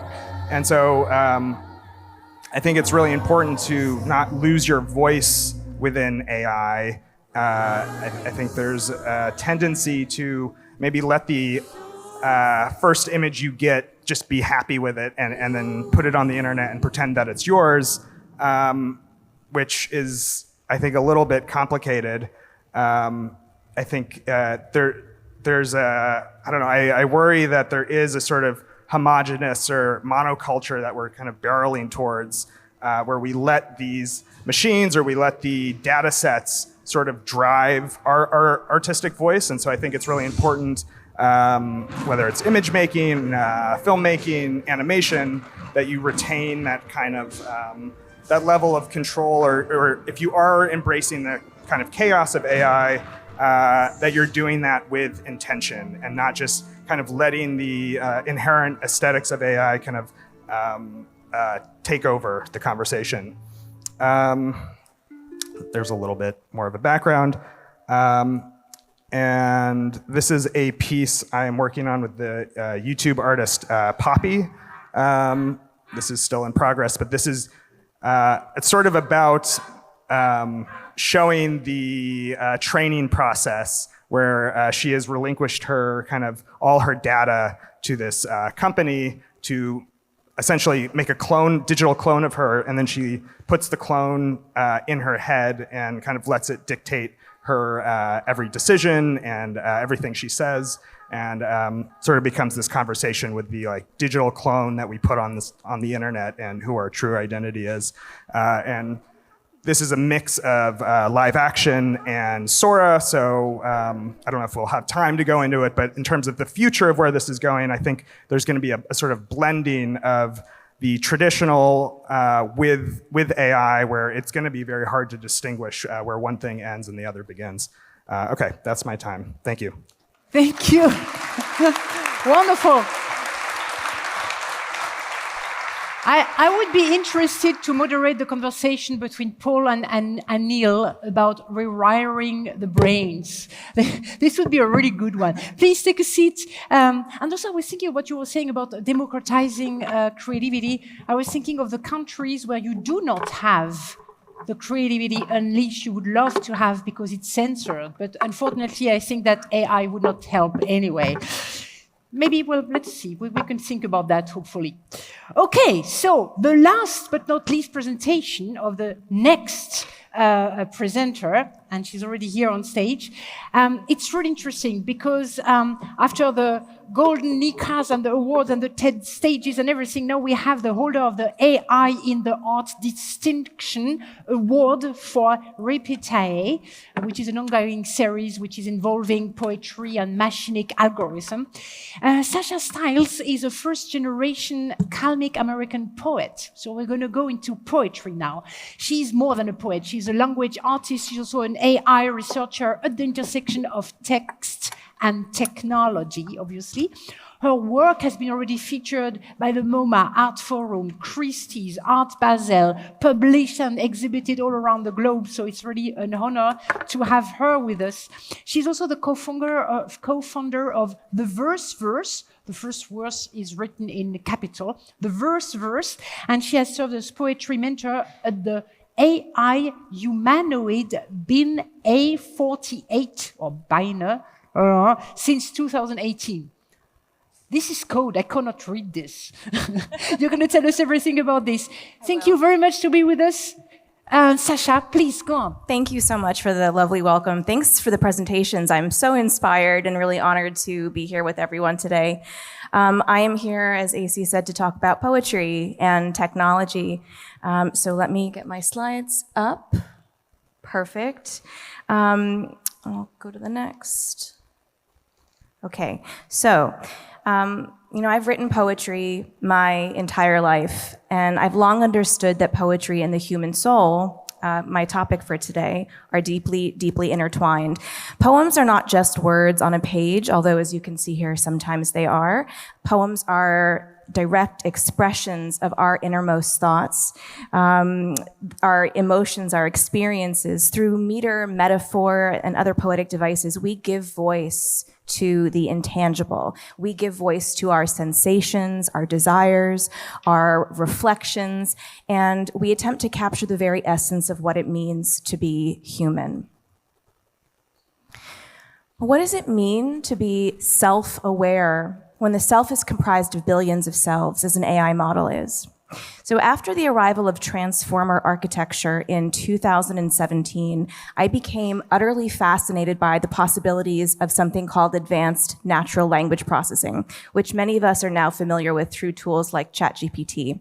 And I began to wonder, could AI produce text challenge and expand traditional poetic forms, carrying the torch for movements like surrealism and Dada and Oulipo? Could generative models do more than just echo our own creativity? Could they actually empower new kinds of expression? Could they synthesize and express the otherwise unspeakable? So what I began to do is started pouring my human soul, my poems, which you just saw on the previous slide, into this corpus of training data, or a version of this corpus, and I began composing verse with a personalized language model. What emerged wasn't always good by the standards of my poetry peers, but it was rather astonishing to me. Many of these early AI-generated poems stopped me in my tracks, forcing me to rethink images and ideas. Some of the outputs were unmistakably influenced by my own voice, but others really shocked me with their unfamiliarity. For example, I remember when my co-author wrote the words, "Like robots, humans have human-like emotions," and that sort of stuck with me. Or the phrase, "My brain has crawled halfway to my heart." These are really beautiful, poetic phrases that I don't think I would have come up with on my own, but once they were out there on the screen, they really, really struck me. Eventually, this collaboration that I'm discussing became a book, which you can see on screen, which is a series of AI-generated poems nestled in their own training data, co-written with what I've come to think of as my AI-powered alter ego, a series of bespoke large language models and AI-powered approaches. And I've come to think of this AI alter ego as a creature called technology. And The term technology is a fusion, a portmanteau of the words technology and elegy, nodding to the poetic elegy, and really kind of gets down to the tension between what I feel is the exhilaration and the creative revelation of these high-tech adventures and the potential fate of my own human voice and my own human artistry and craft. Over the past 6 years, reactions to my work, my poetic work with AI, including my poetry mentorship of Bina48, a humanoid android whose name I'll decipher for you now. Bina48 stands for Breakthrough Intelligence via Neural Architecture, 48 exaflops per second. But the reactions to my work with Bina and others have really ranged from curiosity, sometimes awe, and sometimes outright hostility. I've heard people say that machine-generated poetry is inauthentic, that it's hollow, that it's lazy, that it's soulless. I've been told that an electronic mind can only imitate us and is incapable of real imagination or real creativity. And I've been reminded more than once that poetry is art, but it's not technology. But in my humble opinion, poetry is technology. If you consider poetry's roots and uses, it is an ancient and enduring data storage system, a way of preserving and transmitting human stories, human memories, and emotions. Before the arrival of technologies like oral language or written alphabets or the printing press, we invented poetic devices like meter and rhythm and rhyme. We developed orality, we developed oral storytelling to help us encode feelings and to share them, transmit them through space and time and from generation to generation. Oops.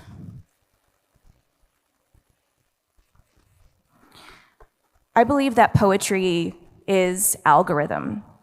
I believe that poets, contrary to popular opinion, don't just pour our raw emotion out onto the page. We actually use tools and rules to process sensation, to perform linguistic calculations, to translate inchoate feelings into something that's tangible and speakable. And this is the crux of my Repeti series, which, as AC mentioned, won this year's AI Award of Distinction. Through code-based visuals and iterative performances of generative verse, this series, Repeti, explores how poetic language is architected via repetition and pattern making, and how poems gain and deliver their value through memorization and recitation over time. Poems are not just streams of consciousness. They're actually meticulously engineered, finely wrought machines for making meaning. And we wouldn't be the sentient, soulful humans that we are without this technology of poetry. If a poem machine, to borrow a term from Paul Valéry, is an expression of our human soul, then is AI-produced verse the expression of a post-human soul, perhaps, or maybe a more than human soul? A corpus composed of the sum total of human literature, driven by the vision of a human author, doesn't have a single soul. It actually has many souls.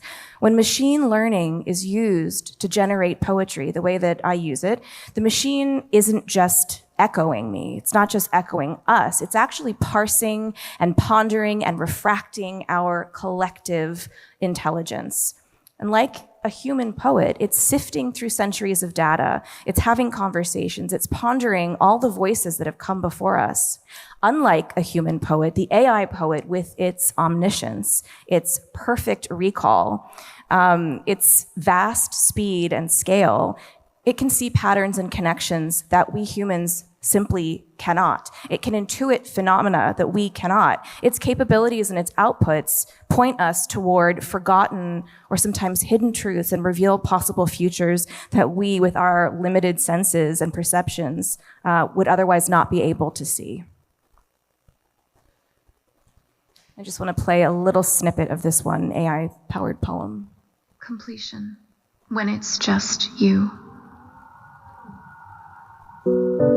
When it's just you, will you be lonely? How lonely? Just how lonely will you be? Lonely. When the lights go out for the night, and it's just you. alone being you,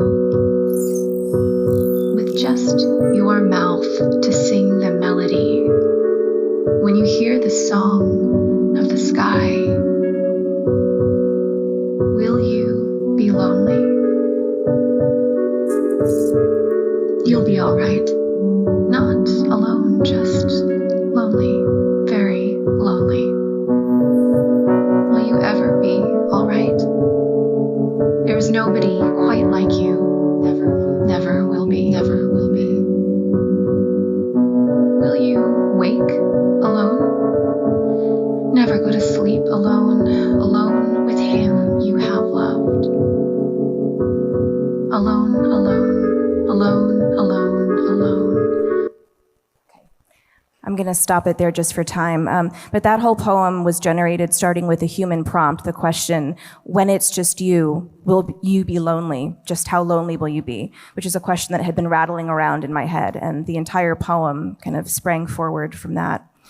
When we engage with poetry in the realm of AI, we're not dealing with something sterile, something other, something inhuman. We're exploring the code of human language, the hyperhuman data of our collective stories. We're extending our individual souls into new dimensions, reimagining and re-articulating our innermost thoughts and feelings in ways that we might never have conceived on our own. We are students learning that we can sense and express via this new universal language, the language of code, of binary ones and zeros, of high-dimensional space and collaborative creativity. And I'd like to leave you with this last thought, which is really preoccupying me quite a lot these days, that maybe AI is not here to help to replace us with its soulless verse or its soulless art, but rather to help us write the poems that we don't yet know how to write, the poems that grapple with the anxieties and the longings of a world on the brink of profound change and transformation, poems that grieve for what we've lost, what we're losing, and the poems that dream of what's to come, the voice and soul of the next phase of our humanity. Thank you so much. Thank you. Wonderful. This is great. Please take a seat with us. We have a very, very short round because it's wonderful to have you all together. And a beautiful poem. And when it's just you, I was thinking, so like, I have the answer with Anil's book again, Being You, because it's just you when you're all alone. Before we have the Being Us, it's really fun to connect the dots. And I wanted to connect the dots with you too. I wanted to ask you all one question. First of all, very, very short. We have seen a lot of roles that we are attributing to AI. We heard the facilitator, we heard tool, we heard co-worker, we heard inspiration, etc. I would like to hear from each of you the role that you give to AI, which is the most resonating and the most representative on the way you work with AI. Would you do that for me, please? Please, you may start. Yes, you need a mic, definitely. It's the 3, and I'm sure it will be working. Now, let me have a look. Yeah. Hold on. Yes. It's the minus sign you have to. Okay, it's the opposite. For me, I consider AI as a toy to play with. Oh, Yes. I like that. I like that very much. That's a very good one. What about you? I would sum up to that, you know. Yes. So a toy that is kind of a colleague and a sister. Wow, okay, you go far. Okay, okay, what about you, Paul? I liked it referred to as an instrument earlier. I think it's much closer to an instrument than a tool, but I said up there, enabler. I think it enables people to, see the world in a new way. Okay. And you, Sasha? Well, I think of it as my alter ego in a way, because mostly when I use AI, I'm using a personalized version of an AI that I've spent a lot of time mentoring, training, teaching. So I like to think of it that way. But also, when I think of AI, I think of it as a third voice that's not me, not the AI itself, but is this third entity that kind of exists in the space between the two of those things. So it's really, to me, a third voice. I would have asked you for the alter ego anyway, because I really noted it like, oh, alter ego, okay, interesting. So I'm noting all the roles of AI I can find on every possible conferences. I have quite a collection now, so I'm always very interested to hear. I would like to know, it's a different, I mean, you are all artists in different disciplines, poetry, music, digital art, new media art, or whatever you call it, media art, but also a music, sound, singing, and etc. So it's really great. I would like to know, what is your take? Do you need new places to exhibit your work, you think? Is it all there, the museum, the galleries, the internet? Is it enough? Or would you need something else? I would be curious. Who wants to take this? No one. Okay, great. Any questions from the audience? This one is not the word. Very quickly, because we have very few works? minutes. I'll Yes. just jump in. Yeah. Is this still working? Okay. I mean, for me, I'm trying to not make a sort of distinction or draw a line in the sand, specifically with filmmaking and animation, to put an asterisk next to AI as something other than how we've been doing it before. We've been using computer-generated imagery for 40 years now. I hope that this, at some point, we will just accept it as another kind of part of the process rather than the other. Okay, anyone else? You don't have to take the word. Please, Sasha. Well, to your question about place, I think one of the most interesting things about being a poet in these arenas is being able to take an art form that is often considered very stuffy and old-fashioned and actually quite irrelevant, and to be able to bring it into conferences, to put it, on billboards in Times Square in New York, to take it into places where it might not otherwise be available and accessible is, to me, really, really important. And that's possible because we're translating it into media art forms that can exist in a variety of ways. So it can exist as a projection on the facade of a building, exist as a sound piece, all these different things. So I think, to me, that's one of the most exciting, pieces of it for me. Okay, so I would like to maybe ask if there is one question from the audience to any of the artists. I would take one or two questions, not more, but please, we have here one in the second row. And I know the timer is giving me the minus, but I know that we are a little bit in advance, so I'm good in math. Thank you. Short question, please. Yeah, short. One question to maybe any or all of you. When you work with AI, some of the stuff that you previously did without AI, you were considering as being creative work. Now that piece of creative work has been taken over by AI. Other pieces are your creativity. What is the difference between the two kinds of creativity from your perspective? Okay, all of you, I give you really just a couple of words, please. React directly and spontaneously to the question. Well, I have the mic here. Well, for me, I don't see it as a different kind of creativity. It's just I'm using a different tool to achieve a goal I have in my brain. So it's just, for me, it's not a big difference. Different toy. Yeah, Okay. for me it's like a vocal prosthetics, just like a telescope is an ocular prosthetic. So it's really like about the process and it's about playing and not like the output. Paul? I'll take both. I think it's about remaining true to your voice and keeping the same intention. I think if a lot of artists can carry sort of themes across their work, across their lifetime, and I think it's about staying true to that and your intuition. So I wouldn't draw a line in the sand there. I agree. I think for me, the process working with AI is actually incredibly involved and sometimes more time consuming than without. It just draws me deeper and deeper into the possibilities of wordplay and experimenting with language, which is why I became a poet in the first place. And the last thing I would say very quickly is that I think it's a fallacy to think that any artist working in an analog way is doing something on their own without a collaborator, without this kind of help, because we're all using tools that have been created by other people. I, as a writer, when I use an alphabet, when I use language, when I use the form of a sonnet, I'm using technologies that were created by other people, and I'm in conversation with other writers. So I'm always using other people's work and thoughts and ideas, and that's the beauty, I think, of creativity. It's conversation and collaboration. That's great. And I just want a yes or a no. Can you imagine to work further without AI? Yes or no? Sorry, what's the question? Can you imagine to work creatively further without AI? No. No. Imagine working without it? Yeah. Yes, Okay. I'm agnostic. Me too. Yes? Yes.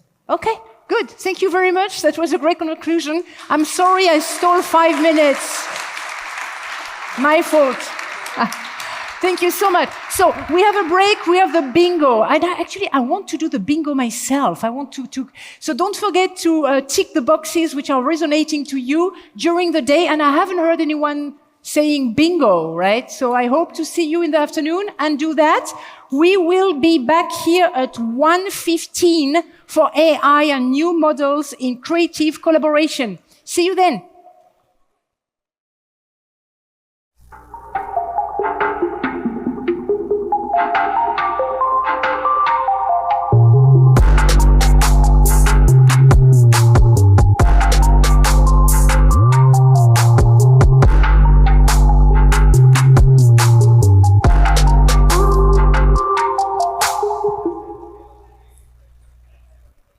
Okay, and welcome back on this stage. Were you here this morning? Yes? You're coming back, right? Yes, I recognize you. I recognize a couple of you. Yes, that's good. Thank you. Great you are following, and I hope you had a nice but short lunch break. Next year, we're going to say 45 minutes, right? Okay.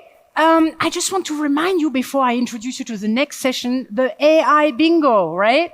So the AI bingo is meant that after every session, I didn't think I would have to prompt you, but after every session, you cross something how you feel. So the first session was with Anil Seth, you remember, about consciousness, creativity in the age of AI. And I was thinking that maybe you could actually think about more existential question there, right? So you can say like, I don't know, anxiety or whatever, you know? So, and then we had all these different case studies of sparks, as we call them, for the different artists who are on stage. And maybe you can also react like more, you know, like, oh, I see, this is a very, great value of using AI or whatever that is. So, please react between the different formats, because as we were saying, there will be some couple of awards. I made a mistake. I promised you a ticket for next year, but I made a mistake. It was my wish, but still, we have some books, very nice catalogs, and we have the books of Being You, which is a great one. So stay tuned. Okay, so I did my mea culpa. Can we go on? Are you ready for the rest now? Oh, yes, they were on your seats. If they're not, you will have some bingo cards at the entrance on the table. So pick them up. And I have 2 left from the stage. Who wants one now? Anyone?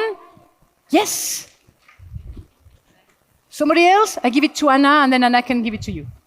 Okay, good. This said, sorry, I have to organize this stage. This said, we want to go on. And we decided, as we were curating this, we decided to put an additional layer of complexity. So we started with our brain, then we had our artist case studies, and now we want to go to collaboration. So we add this layer on top of things, because very often artists are collaborating between each other, but also interdisciplinary, transdisciplinary, across the creative systems, and it really creates frameworks. So now, what is the impact of AI on these frameworks, on these collaborations? We want to invite artists from various fields, music, games, performative arts, and they will share how they collaborate within collectives, how they include protagonists, and what also the impact of AI will be on these kinds of collaborations. And we will see how it transforms it. We will do this very pragmatically, and for this, I asked a colleague, and no less than Bettina, the director of the ALS Art Foundation. She will moderate the session. I just want to introduce you briefly. Actually, it's Dr. Bettina Kames. I mean, I told you we have professors, doctors, awardees, and everything. Bettina is the director and the co-founder of the Berlin-based LAS Art Foundation, which is bringing together arts, technology, and science. So actually perfect for Ars Electronica and also for the collaborative aspect that we want to enhance. She's herself an art historian. She studied in different countries. She did her PhD on radical painting and the end of painting at the FU in Berlin. But she also worked in New York. She curated several exhibitions. I think it would take too long to tell all the exhibitions you curated, but I think I have a huge admiration for Bettina. And after She conceived various private collections also. She developed also strategies as well as educational programs for museums. So I think she's really the right person to animate this session. So Bettina, I would say this stage is yours. I'm going to leave it to you completely, and I will be back at 2:05. Yeah? Okay, 2:05, and also in between, think of it, react with the AI bingo if you like. Thank you very much. Thank you so much.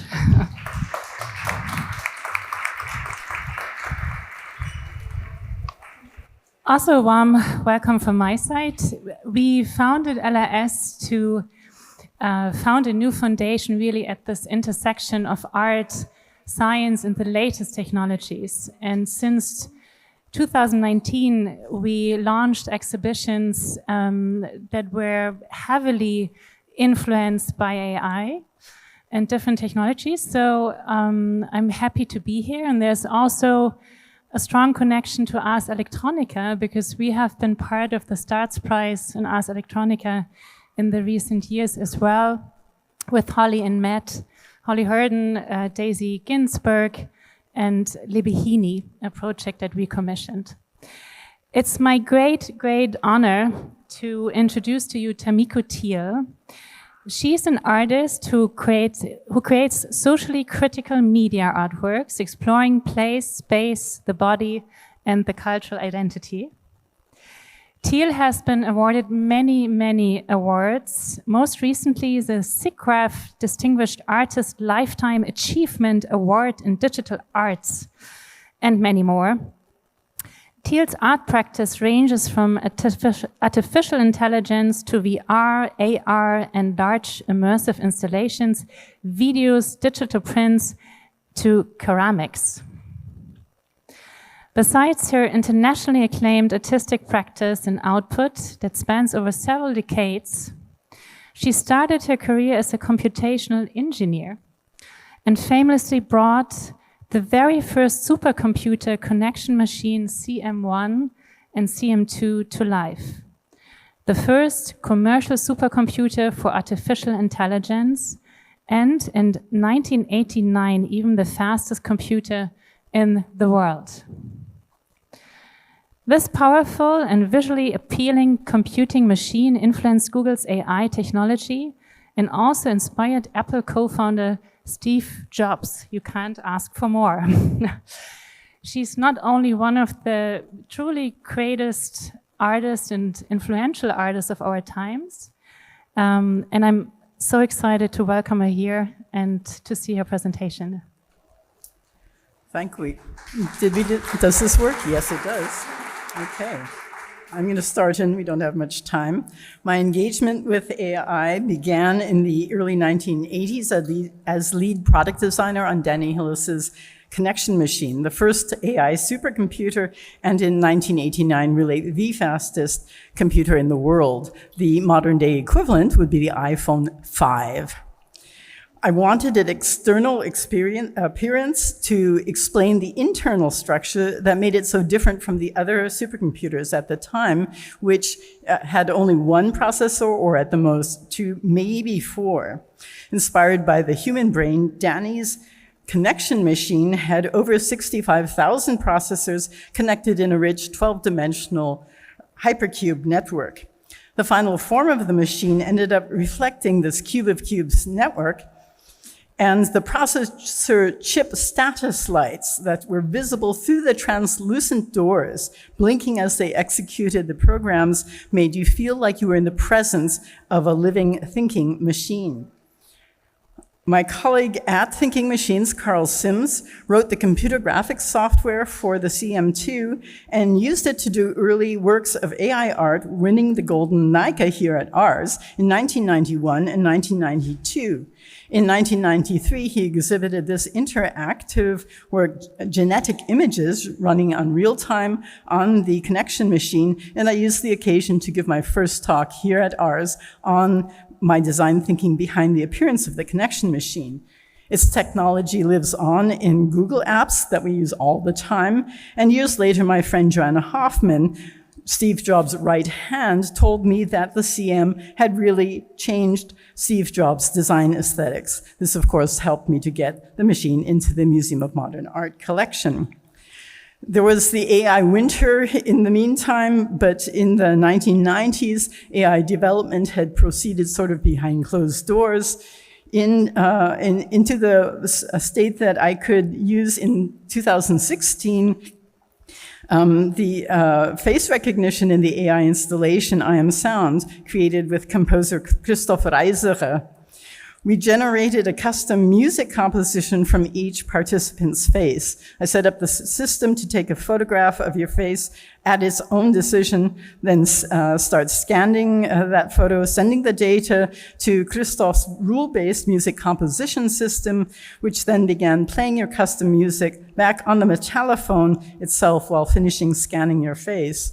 In 2020, then, with my collaborator /P here in the audience, deepfake video technology had progressed to the point that our installation, Lend Me Your Face, needed only a single photo of each participant's face in order to create a deepfake video. We use driving videos from public figures of all sides of the political spectrum to animate your face, and as in real life, of course, you did not get to choose who animated your face. The videos are very glitchy by today's standards, but this actually gives the participants much more insight into how the technology is working and distorting their face to animate it. The framework is also very energy efficient. We weren't using the cloud. The framework was loaded on a single PC running here underneath the desk in the room. I want to also emphasize how AI technology has really permeated digital media today. For instance, augmented reality technology and virtual reality would not be possible in its current incarnations without computer vision spatial mapping technologies. Just within the last year, AI has been able to also do occlusion, recognizing and tracking humans in real space, and then correctly rendering them in the space of the virtual objects, all of which really enhances the dialogue between the participant and the artwork. I want to finish with a current series of works I'm doing in VR and mixed reality. Atmosphäre, on the changing nature of Earth's atmospheres, uses the Lewis structures you see and you might know from high school chemistry to reveal the invisible structures of gases like CO2 and O2, both equally imperceptible and both equally vital in very different ways. But I want to break away from the isolation of VR helmets and show works in immersive spaces. Here, my first test at the Onyx studio and at the Onassis Foundation in New York. To wrap up, this is a passive experience, but a space I'm working on now, Elemental Spaces, is mixed reality, which I also hope to transform when it's finished into a multi-user immersive experience, dealing with the elements necessary for evolution of life on Earth. When you touch a bowl containing one of the elements, it is released into the virtual world. It's linear right now, that's all I can really program, but I hope I can collaborate with a scientist using AI to explore the reactions that potentially lead to life, and use generative AI also to create the 3D object spaces on the fly to give the participant an amazing engagement in world building and the creation of life. Thank you. Thank you so much.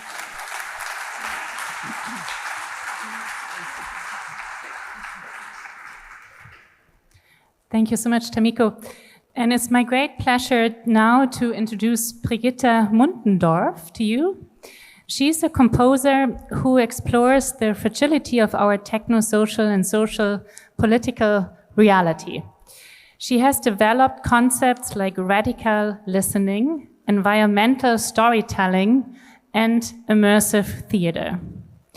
She's working in artistic scientific collaborations, including with D&B Audio and Starts Resilience, and is professor for composition at the Cologne University of Music and Dance.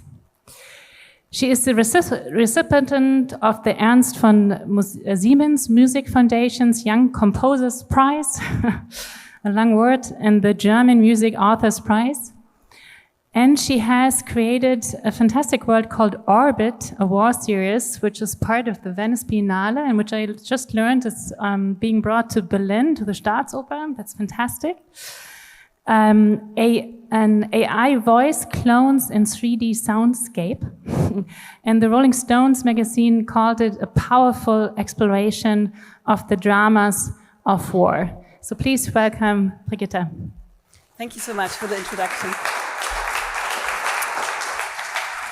So, in recent years, I have focused on larger stage productions, such as Archipel for 40 performer, 3D audio choir, and a sound sculpture by Japanese architect Su Fujimoto. And after this, I composed and directed Melancholia, an opera in which AI voice clones are interacting with their physical present bodies on stage, the musicians of Ensemble Moderne. Exploring the potential of AI voice clones and 3D audio, I felt actually the great need to empty the space and to move in a kind of an inner theater. So that's why I developed Orbit, a war series.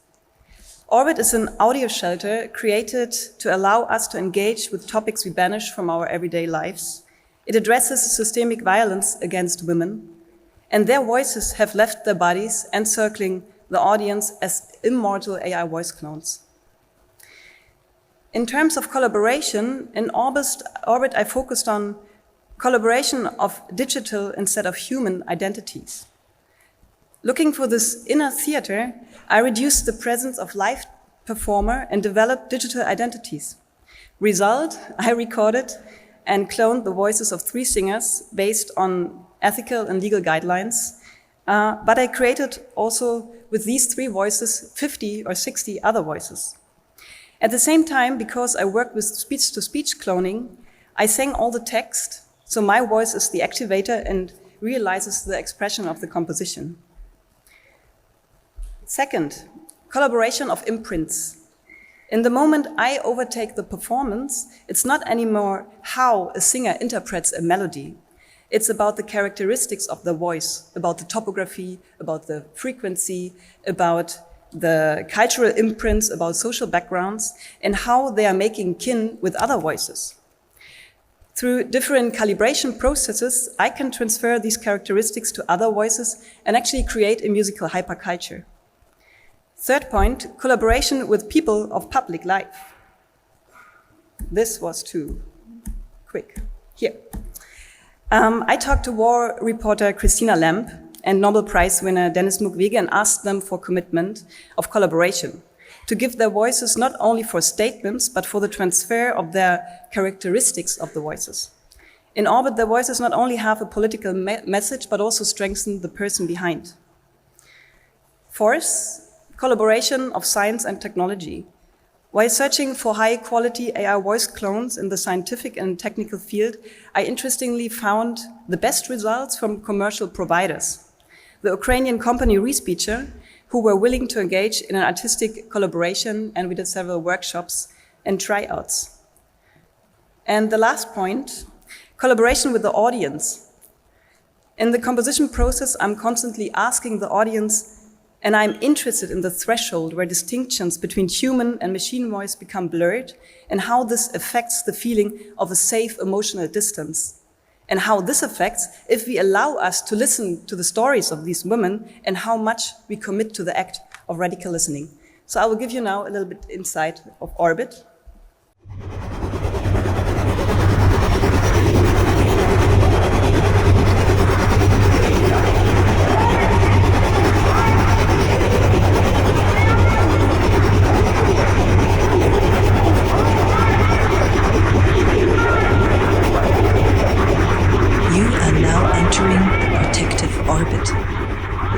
A shelter in space, a place of power creation, a tribute to birth, to self-empowerment and the unborn life. Shelter on.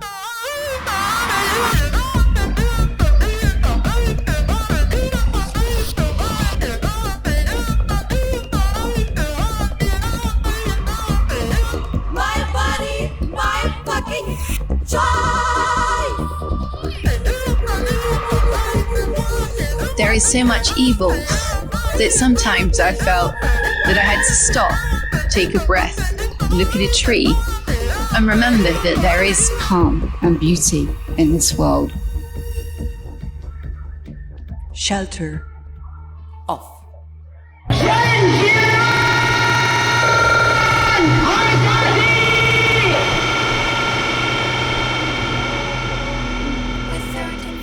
Arts film and no chance to escape. The 17, 19, give me morphine. My body a snapshot, my mind a crackpot. Drag me, soldier, glistening light. 2 or 26, 6, my voice infinity per night.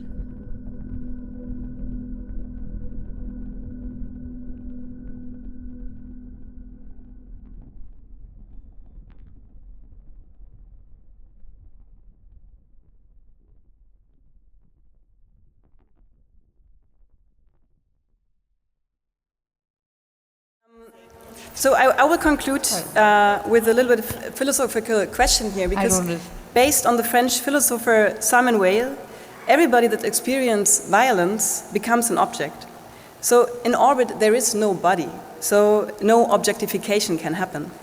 Instead, our minds are oscillating in between memories, in between experiences, images, and also in between the reactions of other people.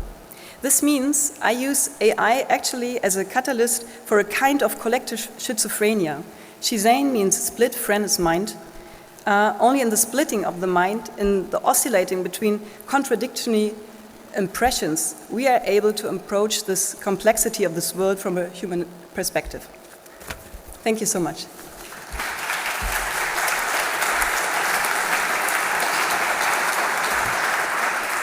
Thank you so much, Brigitta. And I did understand it correctly. There's more to find on your website of what you just wanted to show.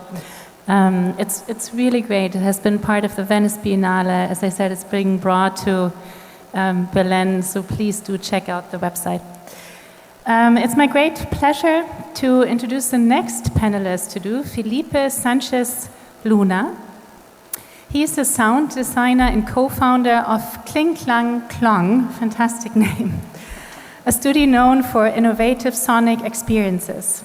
His creations often use generative music and intelligent audio engines, transforming complex data into poetic auditory experiences. Luna shares insights at conferences like TED all over the world, and more. He is dedicated to innovation and inspiring critical thinking, striving to foster a deeper understanding of the world through sound. He has published a book, let's say, a book about art installations generated by AI that were never made, and worked on an AI opera chasing waterfalls for some examples. In one of your TED Talks, where you talked about one of your very first projects related to your home country, Colombia, you said, "I want to create sound to create a new emotional understanding of our surroundings." So please welcome Felipe. Thank you very much, Bettina. Thank you very much to everyone to be here. Thank you for having me here. I wanted to start with a little story. Some weeks ago, I wanted to reapproach a project that I have done some years ago, where we have created a system that could analyze the sentimental and emotional context of a text in any given website and create with it a musical score.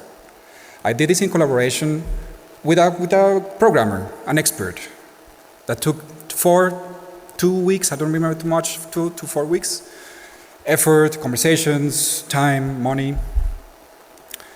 And I wanted to run this program again, and although I know my way around programming and know my way around code, I am not a programmer. I can do a little bit of MaxMSP, or good MaxMSP, pure data, but I'm not a programmer. I could not bring that program to run. So I thought, perfect, this is a perfect opportunity to test the Copilot on GitHub. I've heard about it, and since I saw Thomas Dönke presented in the test stage this year, I thought, perfect opportunity, I'm going to do this.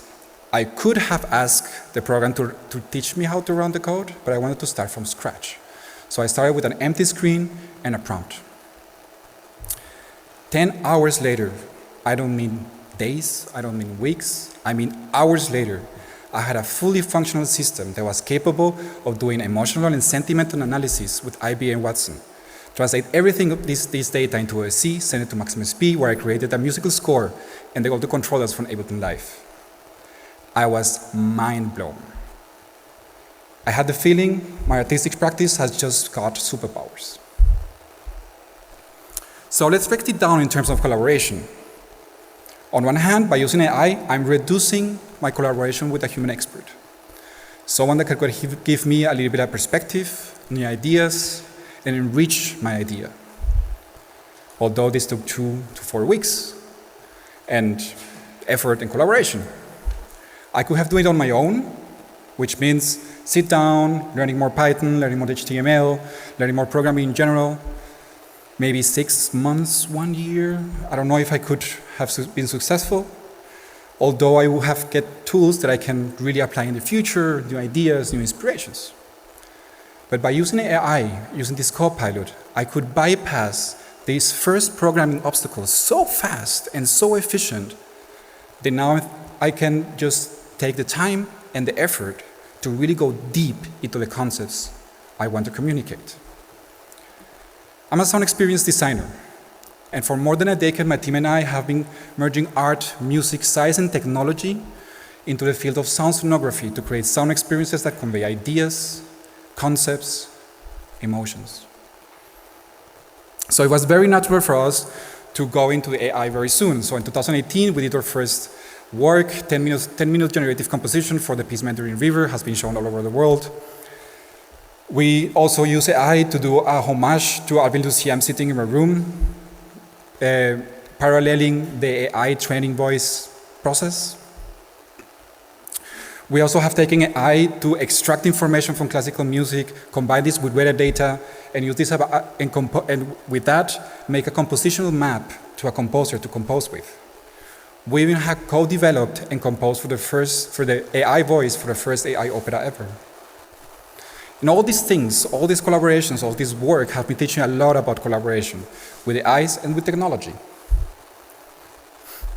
So, although sometimes we think this is going to replace us, this is going to go everywhere. Sometimes we think not happening.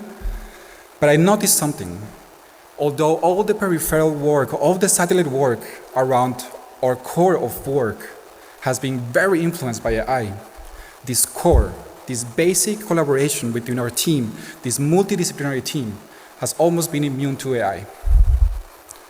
Largely because there's still no AI that can do what we do in this professional level, but mostly because of the value, something that we have heard before today, the value that we see in the collaboration of this multidisciplinary team, the value that we see in the conversations that when we're drinking a coffee in the coffee break, the value that we see in these long-term, 8 years, 9 years of collaboration with people, learn how to give feedback, is the value that we see in each individual, with their quirkiness, with their geniality, with their problems and their vision in the world.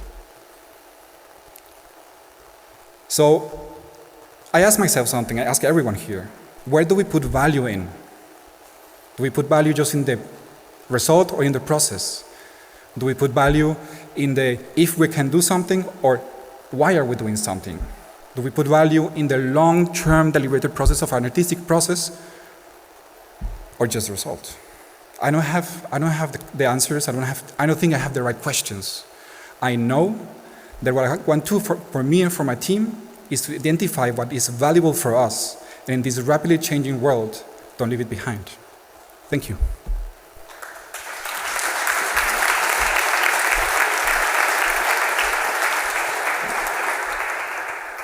Good question. we take that to the panel afterwards. Our last panelist is Thor Magnusson. He's a professor in future music at the University of Sussex and a research professor at the University of Iceland. His work focuses on the impact of new digital technologies on musical creativity and practice, exploring issues of embodiment, artificial intelligence, and compositional constraints in digital musical systems. He has developed audio software, systems of generative music composition, written computer music tutorials, and published books on sonic writing and live coding, and much more. He runs the Intelligent Instruments Lab in Iceland, which investigates our relationship with AI through real-time musical performances, and talked in one of your latest online sessions about the agency of musical instruments, which I really liked. So please welcome Thor Magnusson. Thank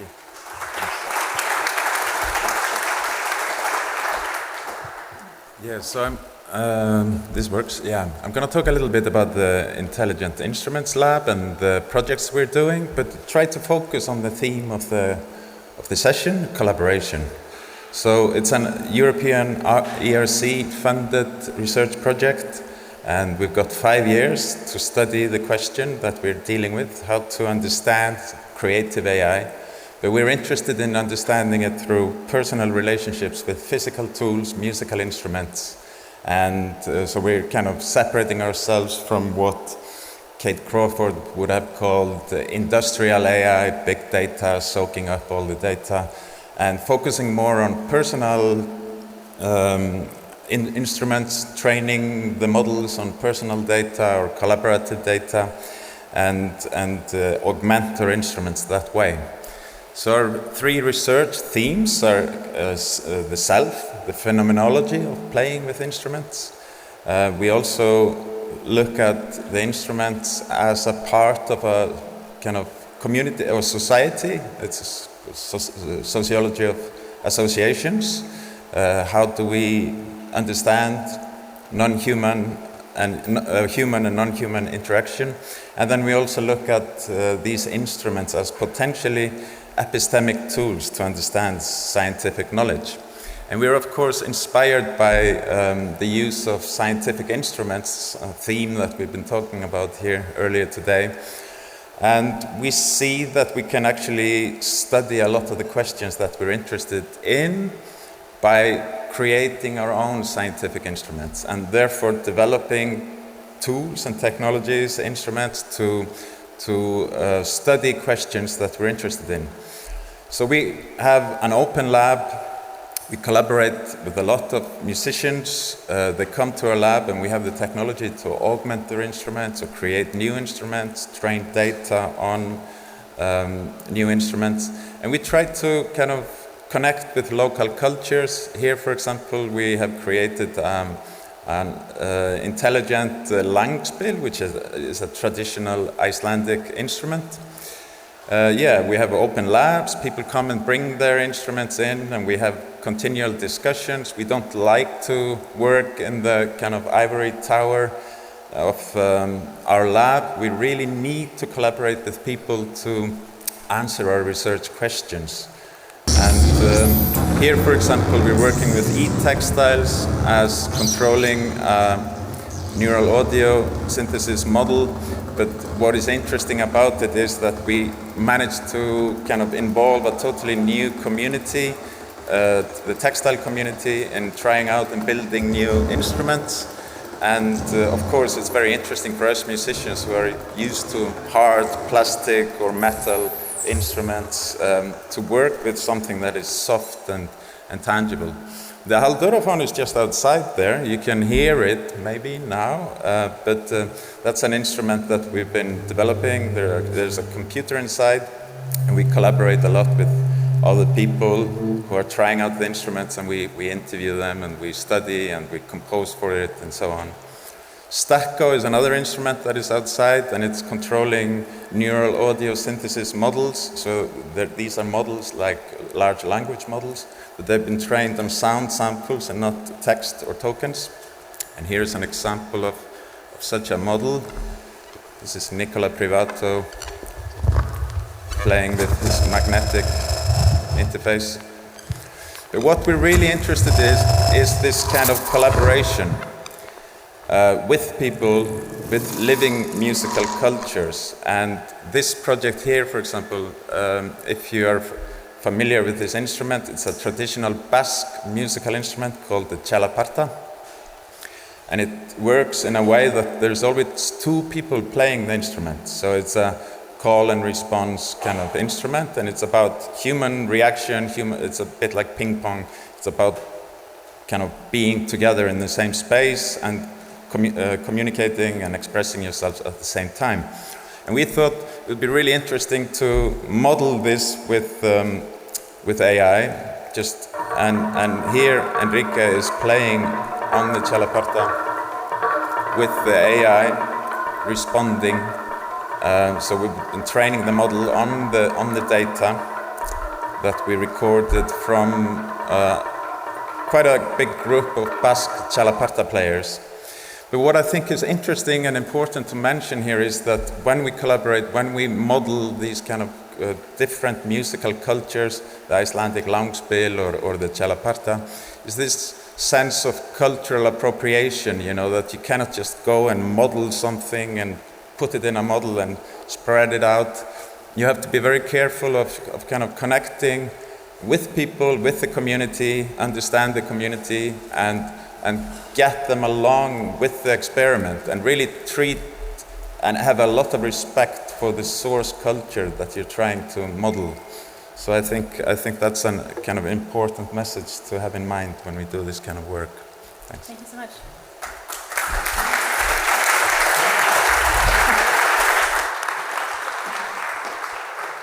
Thank you, Thor. So we start the panel.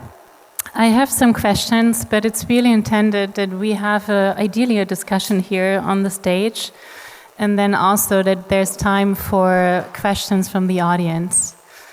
So I start with Tamiko as the godmother of AI. I feel it's necessary. And I want to ask you the obvious entry question, because you have been there from the beginning and part of the journey. If you take the topic of this panel, and if you consider the beginnings until now, what is your take on this? And maybe you can combine that with a kind of second question, because I know that the dialogue to the audience is very important for you, and maybe you can connect these two. Yeah, let's see. Or take this one. Okay. I really need to start by saying I've never studied AI. I don't have a computer science degree. I started out as a product designer and became a media artist. So I've been more of I've been an outside orbiter. But you know, starting at the beginnings, I've always seen the Turing test as not saying, you know, okay, if it passes the Turing test, this machine is intelligent, but that he said, well, I can't tell if you're real or not. I can't tell if you're intelligent or not. I have to make my judgment depending on my interactions with you, and that the same is true of a computer. We're not saying it's intelligent, we're just saying we can't tell the difference. So I've always had, as a product designer, also this focus on how is this system or product affecting the user or the participant or the viewer. And I think a lot of people have also made that distinction in various talks we've had, that at some level it's not about, well, is this thing intelligent, but we are creating these systems. We as a society are trying to control or steer the development of these systems so that it becomes something that's helpful to us as human beings, and not for, and it's only like the tech bros who really want to basically take our attention away from what their companies are doing to the world and to the people in the world, who are saying, oh my God, maybe we're going to have intelligent machines that will destroy us all. So maybe a question would be, for you all, we talked about this actually, about, you know, do you see it as a threat to you personally as a creative, or is it a helper and a tool?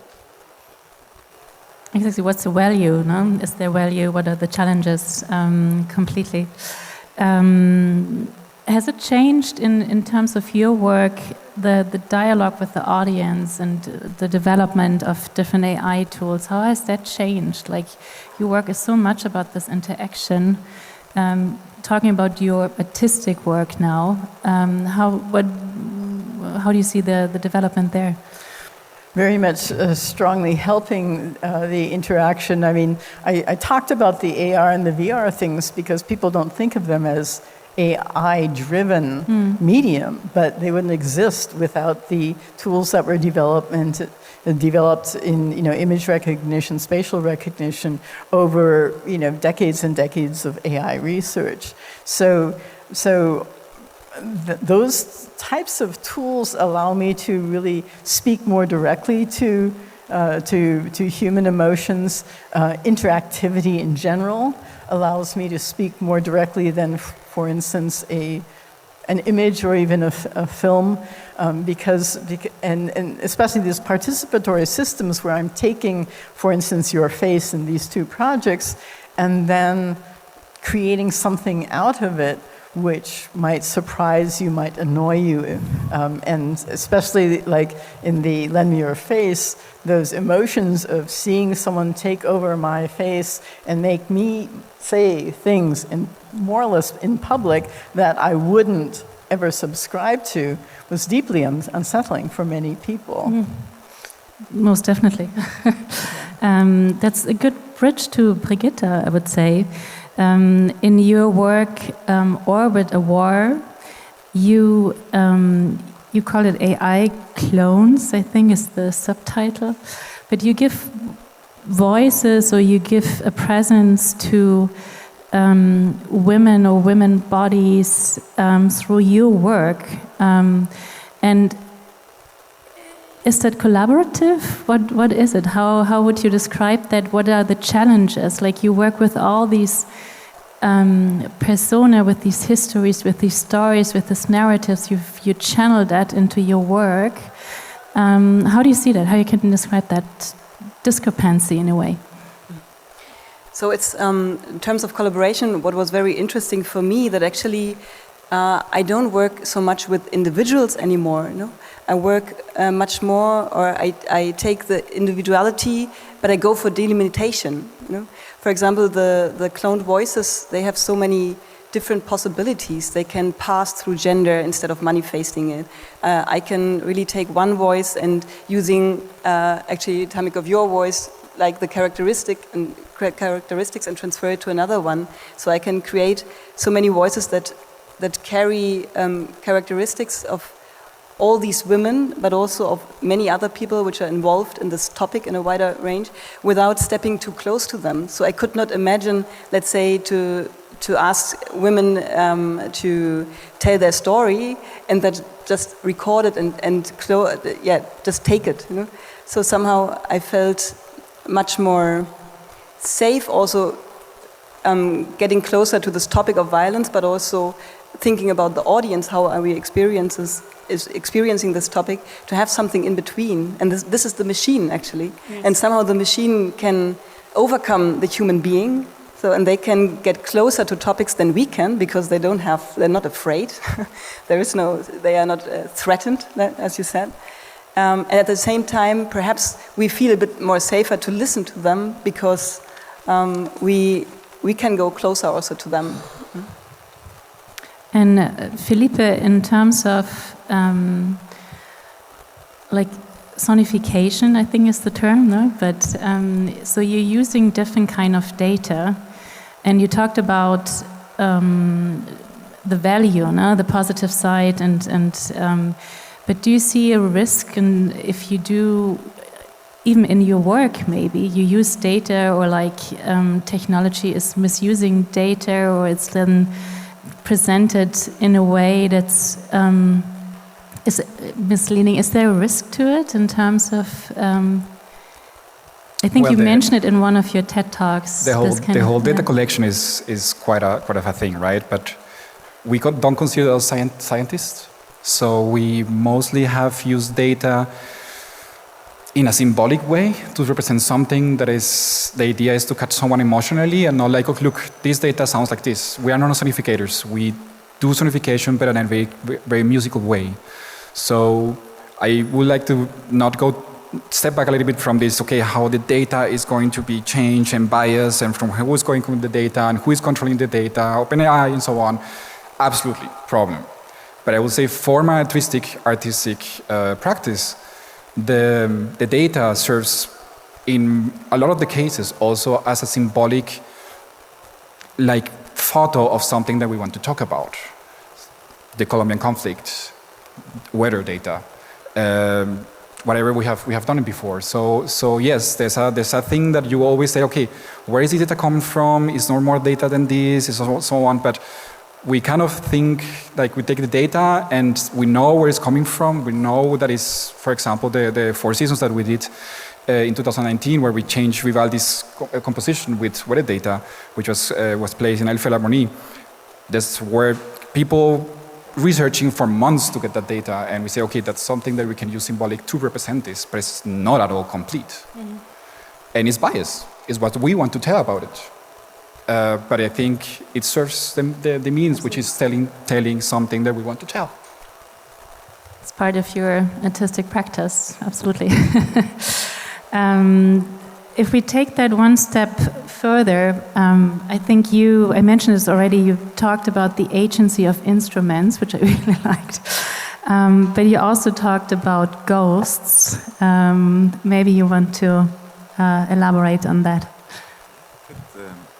So earlier I mentioned that we're not interested in big data. We're kind of interested in working with models that are trained on personal artistic kind of expressions. So musicians can train models on their own playing or their own kind of, whether it's symbolic data like MIDI notes or whether it's signal data like audio. And we train the models, and people find it very, very interesting to have this kind of extension of themselves. So it's almost like half of the brain is inside the instrument now, half of your vocal cords or your fingers or your embouchure in the saxophone has become manifested in some kind of a neural audio synthesis model. And it's really, really interesting for people to experience that.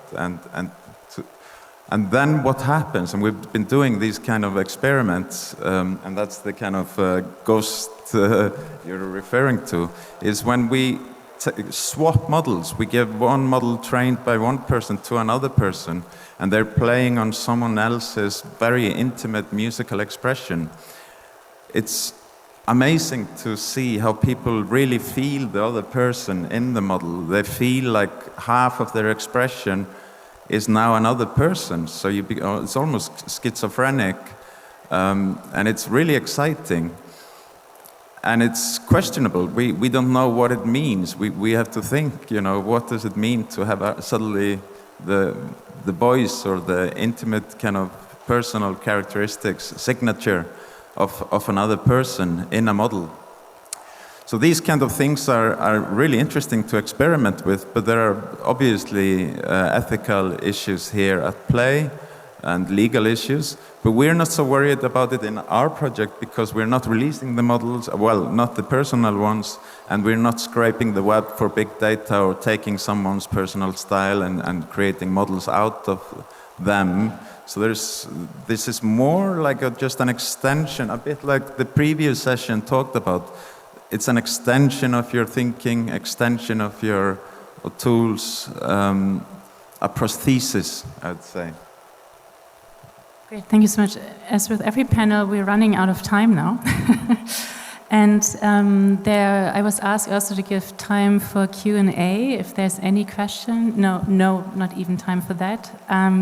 So that only leaves me time to thank you all. It's always too short, and I would love to continue the conversation for another hour, but unfortunately we can't. And thank you. Thank you all.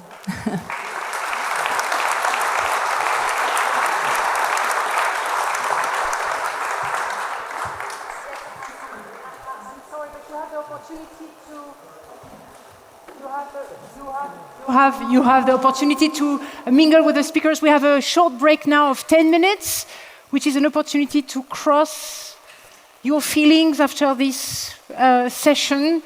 how you feel about AI and the hype and global inequalities or whatever you feel like, and you can cross this, and you can put this if you don't come back. If you have a row of 4, you can put it in the thing before the raffle tonight. We will be back here at 2:15 for the infrastructures and talking with you about what you need in terms of infrastructures. Hope to see you there. Thank you.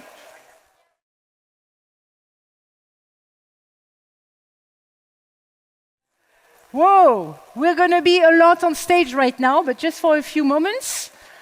Please take a seat back in case you want to attend this session, because we're really going to communicate together and dialogue together.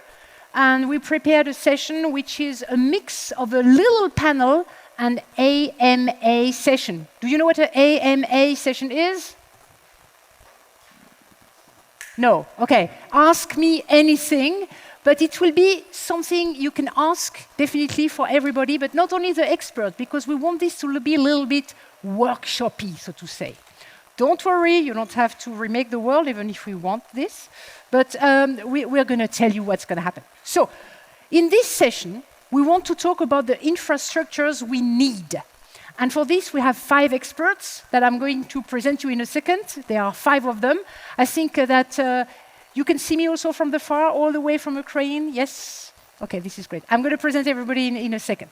So, what is it about? In this session, we want to see, because AI impact is growing on the artistic sector, we saw this until now, and we want to examine the infrastructures, the frameworks we actually need to make it in a good way, for a good future, for a good usage, for a good feeling about this. And I think there are quite a couple of challenges, so to speak. So we want to engage in a dialogue with artists, with educators, with institutions, with technologists, with policymakers also probably, and to decide what constitutes AI infrastructures for digital arts. So for this, I'm going to have a small discussion to introduce you to our experts and to identify with them what are the key questions they see, the challenges. And then after these 20 minutes, we're going to go to these workshop tables there, and we're going to work together in these 4 groups for those who are here offline, and 1 group will be here online together with our online speaker, right? So that we will have 5 groups. So you will have 5 different topics to engage with, depending on what you're interested in the most. So for this, first of all, I'm going to introduce you to the speakers and the topics so that you can pick the ones you want to go to. And when you are finished with the 20 minutes, 25 minutes of really like fast-forward, igniting solutions, I will go back with the microphone and I will say, okay, what is the solution? What did you discuss? Okay? Ready? Good? So, let me join now the panel and introduce you to the speakers, or to the experts, I would say, because they're going to speak, but with you. So first of all, on my right, I have here Ingrid Kopp, the co-director of Electric South, all the way from Cape Town. We met in April, and we were saying like, oh, this would be so nice. Are you going to Ars Electronica? Back then, we didn't know that we would do this session, but I'm very glad that Ingrid is with us. She is really the co-founder, co-director of Electric South, which is a non-profit organization working with transdisciplinary artists, creative technologists across all of Africa. And they produce immersive work, they conduct research, they establish also networks and etc. Also interesting to know is that Ingrid is the co-chair of the World Economic Forum Global Future Council about the metaverse. And also until 2020, she has been curating the Tribeca Storyscapes. And many of us will know her and remember that she was the director of the interactive department at the Tribeca Film Institute. That's how we met back in 2015. Back then, it was not AI, it was VR. It was all about VR. Anyway, thank you so much to be here. And Ingrid is going to discuss with you the role of cultural institutions. What should they do now in the age of AI, from financing to networking? And I'm going to ask you first, and I will do this in this order, what is the biggest challenge that you see for cultural institutions today in the age of AI with the impact of AI? Maybe you want to give me a couple of challenges, and for those who are interested to work in the group of cultural organizations, maybe you are a cultural organization and you want to discuss this, that would be the thing. And here, yes, and it should be, it is on. Okay, okay. Shall I go? Yes. Okay, this is a big question. It's a lot of pressure. So the first thing I want to say is, I think the way I look at this question is a little bit from the position of working in South Africa and working across the whole continent, because recently I was invited to be part of a conversation around AI, and I couldn't even get on the Zoom call because my internet was so terrible. So, I think one of the things I keep reminding myself is, I work on a continent where the vast majority of people do not have meaningful connectivity to the internet and often don't even have electricity. So I think that is just something that is just at the forefront of my mind. The other thing I wanted to say is when we were talking recently, we had this big convening around AI and what it means for Africa. And we were talking about the possible threat to jobs, and someone said, what jobs? And actually in the region where I was living, there is a 95% unemployment rate. So 95% of the people where I was living had no jobs. So I think just those specific contexts are really important to bear in mind. But back to the bigger question, I think one of the things that I am constantly thinking about in these, as the leader of an organization, is I'm not a lawyer and I'm not a computer scientist, and sometimes I feel like I shouldn't even be in the room. So it's like fighting to remember why it's really important that we are in those spaces, that we get to talk to rooms like this about what it means for artists, what it means, like what we value as an organization, and how we think about AI based on what we value. That we value the process, not just the product. We really want artists to be able to make a living, but we're also excited about the affordances of AI. At the same time, we don't want to be swept away with the hype. It's interesting that you were saying I used to do a lot of VR, and then I'm on the council of the metaverse, and now I'm doing AI, and I do sometimes feel like I'm riding those hype cycles, but I also know that it's really important to address these issues. So I think my big question is, how do we as organizations and as individuals, not get swept away with the hype, but really think about the policies that we need to implement, the rooms we need to be in, the research we need to do so that we are actually creating an environment where good things can happen. And for me right now, that's really thinking about what does it look like to have AI artists thinking about AI when usually those rooms will only have government CSOs, maybe some computer scientists, but the artists are often just not even in those conversations in Africa. So that's my big question, is how do we balance all of those issues so that we're really thinking about how do we operate as organizations to do to actually think about the future we want, not just the AI current debate that's right in front of us. Very good. I think it's great because your experience, really from Tribeca to Electric South and to all the functions you have, make you aware of the different levels and contexts that there can be depending on the zone you are actually working from. So I think it is very engaging for a lot of different arts organizations here because we have international visitors here. So that's great. Thank you so much, Ingrid. So this will be group one. Note this. How to operate an art organization, how do we actually elaborate on the policies, the research, the things we need behind the hype as an art organization. Group two, and I would love to introduce you to LaJuné McMillian from the Black Movement Library. She's a new media artist, or they are new media artists, and creative technologists. We are there, both of us, so this is great. Creating arts that are really integrating performances, extended reality, physical computing. So this is really great to really question the different form of communication that we have today. And it's really interesting because they have been really showing their work at Pioneer Works, National Sodas, Leaders in Software and Art, Creative Tech Week, etc., etc. And also you were the director of skating. I saw that also at figure skating in Harlem when they're integrating STEAM and figure skating to teach girls of color specifically about movement and technology. So I think it's really great to have also this aspect, how you actually taught them and all the education that you are bringing here to groups who might have also a more difficult access. And I think the analogy that we have here today with AI is actually totally valid. So I'm glad to say also that you are continuing your research on blackness, movement, and technology today. Yes, so it's great to have you there, LaJuné. So you have group 2. So the group 2 will concentrate on this education. And I want to ask you now, so which is the angle that you see is the most challenging? What's happening today with technology meant today more with AI entering the field to educate the ones who need to be having access also to this technology? Yeah, so thanks for having me. I am very lucky and blessed to be able to have taught and to teach at various different levels. So I've taught from K through 12 and then also through universities. And I think there are a few issues, but one thing, and actually like it's really funny because at different institutions, there are often different issues, and then they have the other part of the issue solved, which is really weird. So like I'll teach at one university and they'll have the actual like technology that's needed. So they'll have the physical resources.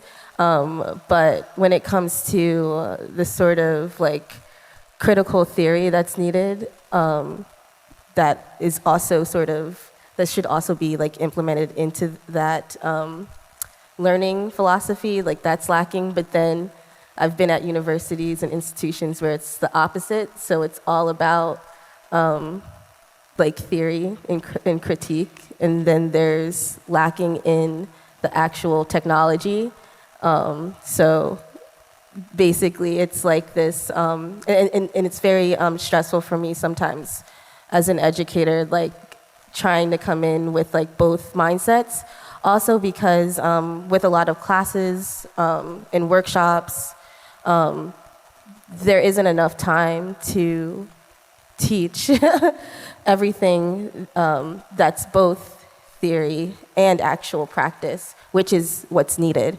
And then the second thing is, I guess like the third thing would be I have more than 3 things already. Yeah. Well, then I guess like the next thing is just like the intimidation around learning technology. When I went to school, like I had an intimidation around learning different digital tools, different digital technologies. And so one of the things that I like to do when I'm learning a new tool is I actually go through and I try to like mark out all of the ways of why I feel this way around this tool.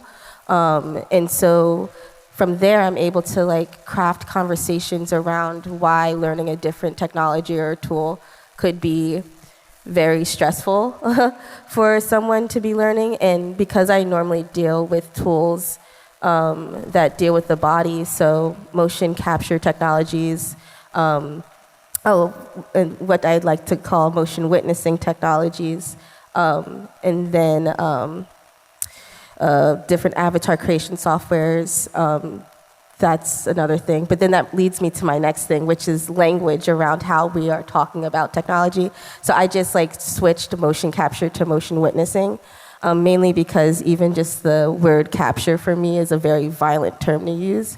And we have all of these terms of violence that are integrated into how we speak about technology and how we work with these different tools. So how do we replace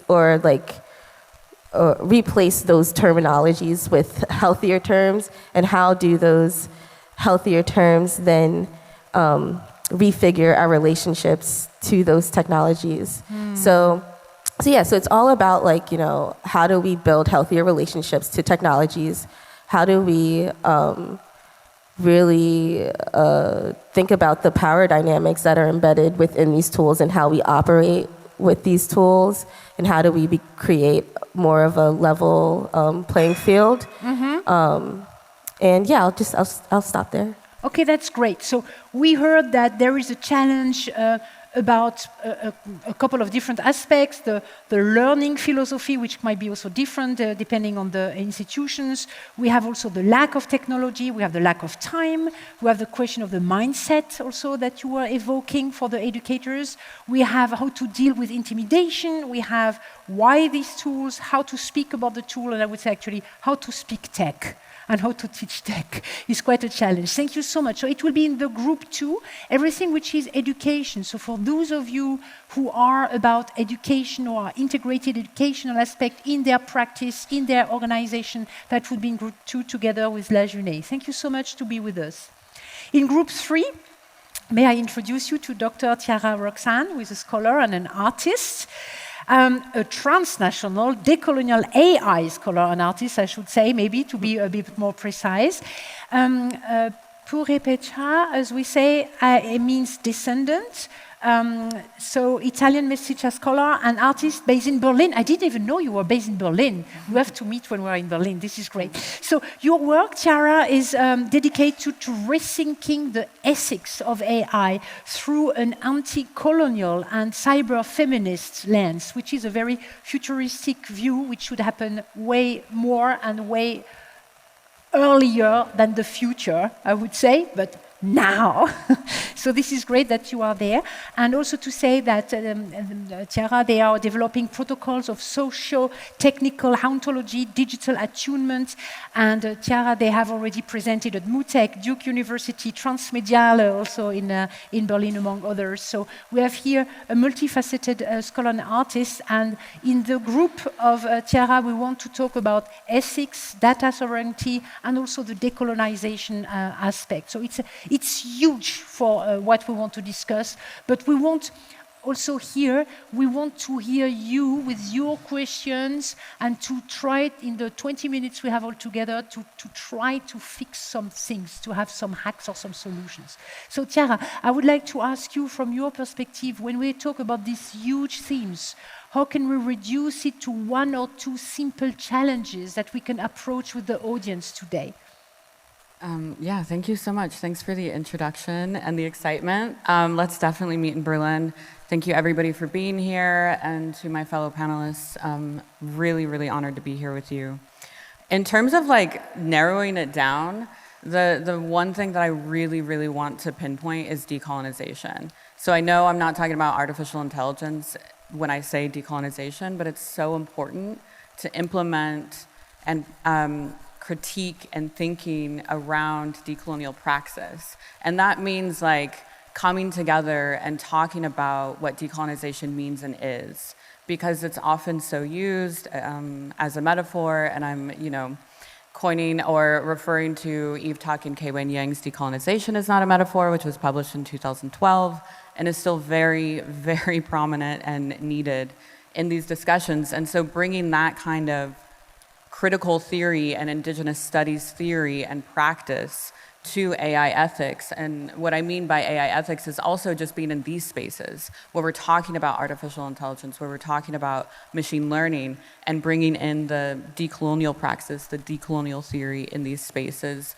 is part of that ethics. So full circle, going back, I know we're running out of time. I don't want to take up too much space up here. I'm looking forward to the dialogue later, is pinpointing decolonization and creating meaning together and thinking together, because it's often overlooked and again used as a metaphor, and I would say like washed into institutions for means of I would say appropriation and oppression, but I'll leave it at that, and I look forward to the discussion later. Yeah.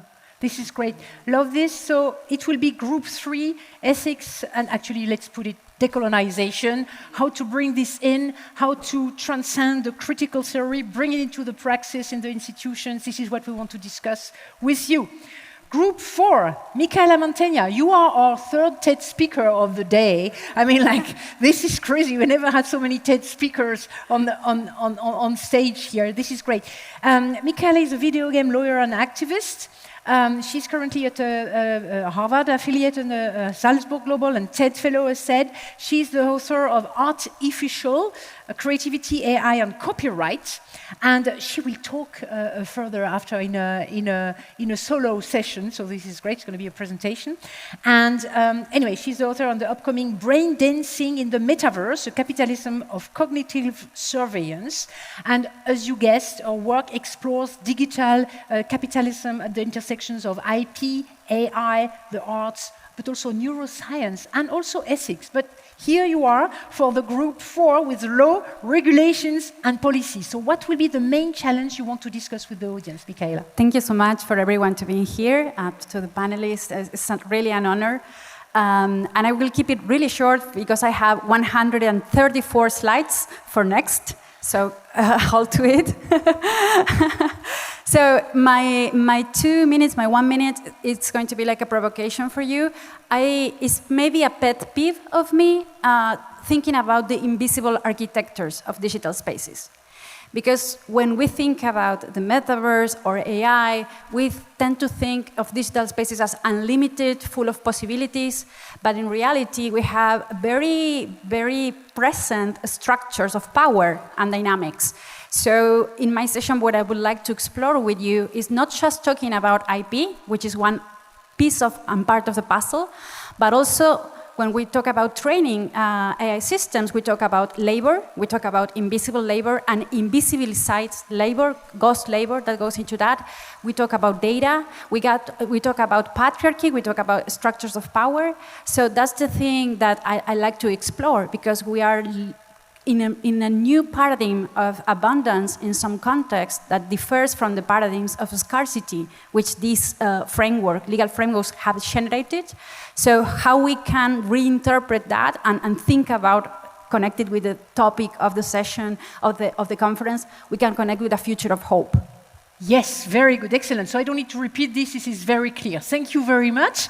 And then that will be group 4. And then in group 5, I am very happy now to welcome, not on stage, but nearly on stage, Margarita Grubina from Respeecher. I'm sure you know this platform. It is really used widely, way beyond Europe. But we wanted to have, and I consider that Ukraine is belonging to the European space we have here. We wanted to have a platform which is not from the States, which is not from Asia, but really a platform which is actually working with all possible stakeholders throughout the world. This is why we have Margarita, who is driving the growth of Respeecher through the strategic market analysis. She's in charge for the business development, so she combines her industry expertise with a forward-thinking approach to ensure that the offerings of Respeechers are aligned with the market needs. And I thought it was the right person for us to see, like, how do you develop a platform and a tool as an infrastructure? So we have here a product which is actually also a platform offering different services. So Margarita, thank you so much to have the time to be with us here. And I would like to ask you, how do you want to approach this with the audience before we go straight into the workshops? With you, it will be on stage here. So tell us, what is the main challenge do you see to develop a platform or a tool and then say it is part of an infrastructure? Yeah, so first of all, thank you so much for having me here in this a bit different setup, not like all the panelists there on stage. I want to say that the digital likeness market is just evolving right now. It never happened before, and this is the main challenge for everyone involved, because we all have to learn how to navigate it, how to make it work. We have to set some rules. And also what's important is that since the market is evolving rapidly, there are so many tools and platforms that are around. And it's very important to understand how to pick the best partner for you, how to pick the right partner for you, how to use the tools that will be not only helpful for you, but also which will be kind of on a good side of things, not breaking any rules, how to use these AI tools safely and ethically and responsible in your work. So I think this is what we're going to talk to a bit later. Thank you. Okay, thank you so much. So you saw we have really like huge themes, and we have 15 to 20 minutes each. So what we don't want to hear from you is problems. We want you to go to a group and engage in a totally normal discussion. No worries, you don't need to leave the room running. It's just like an authentic dialogue with the group leaders and say, what are the solutions? Do you have any ideas? How can you bring your idea into this little group? So as you see, no time to write a PhD, go to the point, give your ideas, okay? Are you ready for that? So follow me together with the speaker to this group. So here will be group 5. Everyone has to pick one group. You cannot change groups. Yes, and let's try to dispatch this equally. So the ones who want to talk with Rest Pitcher, Margarita, product and platforms will be here on stage. You can sit on the floor, you can sit on the sofa, etc., etc. That's the group number 5. Here, follow me. Here we will have the group 1 with Ingrid about art institutions. This will be the role of cultural institutions. It will be on the table 1 together with Ingrid. And then here we have the group 2. LaJuné, you can come here, and it will be all about the education and also, as we were saying, on the different aspects you have been evolving. So go there for the educational aspects. Here on group 3, focus on decolonization. You are perfect for this table. Let's go. I know you. This is great to see you. This is wonderful. And then we have here the group 4. I don't even know if the camera can follow me, but anyway, this will be here with Micaela and the invisible architectures of the spaces. Great, I mean, yes, pretty good. So I will see you in 20 minutes sharp to ask you for the results. You go and you work on solutions. Thank you. Okay, so what I want to do is can I have your attention, please? Can I please have the attention of everybody? Can I please have the attention of everybody? Thank you very much, because this is the moment. This is the moment you can hear from everybody all the solutions, and this is what we want to have. So please make a little bit of space here for the camera following us, and then I can ask Micaela. You have been speaking here about different aspects of, yes, like the filigrane infrastructure within the different spaces. And of course, you are a lawyer, so you have a very specific view on this. So what did you discuss in the group, and which kind of solutions did they want to apply or did they suggest? Okay, first, I want to clarify that I don't identify as a lawyer. Okay. So that's where I'm coming from. But I think we cheated because we discussed more problems than solutions. Unfortunately, we tried. We tried to come back to solutions, but we were talking about economic incentives and uncertainty of using content in the context of copyright. We were talking about the commons. We were talking about how this framework maybe, and this is my personal opinion, is exhausted and is not going to be able to provide a solution, and how do we kind of like rethink that for the future? But then we go back to the thinking like the nitty-gritty problems. I'm very sorry. Okay, well, it's okay. We are in an experimental mode as Ars Electronica, so we definitely want to see the experimentation. Maybe it makes you on the way to think of solutions, because we can reverse all of them and say, like, okay, we have copyrights problem, how do we fix the copyright? So I hope it was an invitation for you to really think about it for the next step and maybe for next year. Thank you so much to have animated this group. So now we will go to group 3. Oh, you have already a microphone. No, I just wanted to check in because I don't think Christopher has a microphone. Hi, I just wanted to check in whether you can hear each other within the groups. Did you manage to hear the presentation? Yeah, so that's... Okay, so maybe you want to join us a little bit more behind me so that the camera can see us here. But so that it we has can to ask... also about the amplification of the room, right? So we Yes, I know. We're not going to fix the acoustic problem of the room right now, so we're going to do the best we can on what we have. Exactly. I see that you have solutions, definitely. I'm giving you the microphone. So what did you discuss? It was all about decolonization. And yes, what did you discuss? We had great discussion. I just want to first say that I'm no solutionist. I'm not a techno-solutionist. But we did think about, I would say, maybe hopeful ways that are decolonial or that are practicing decolonization. Okay. and I wrote them out here, so I'm just going to list them. You can photograph this afterwards. If you would like to.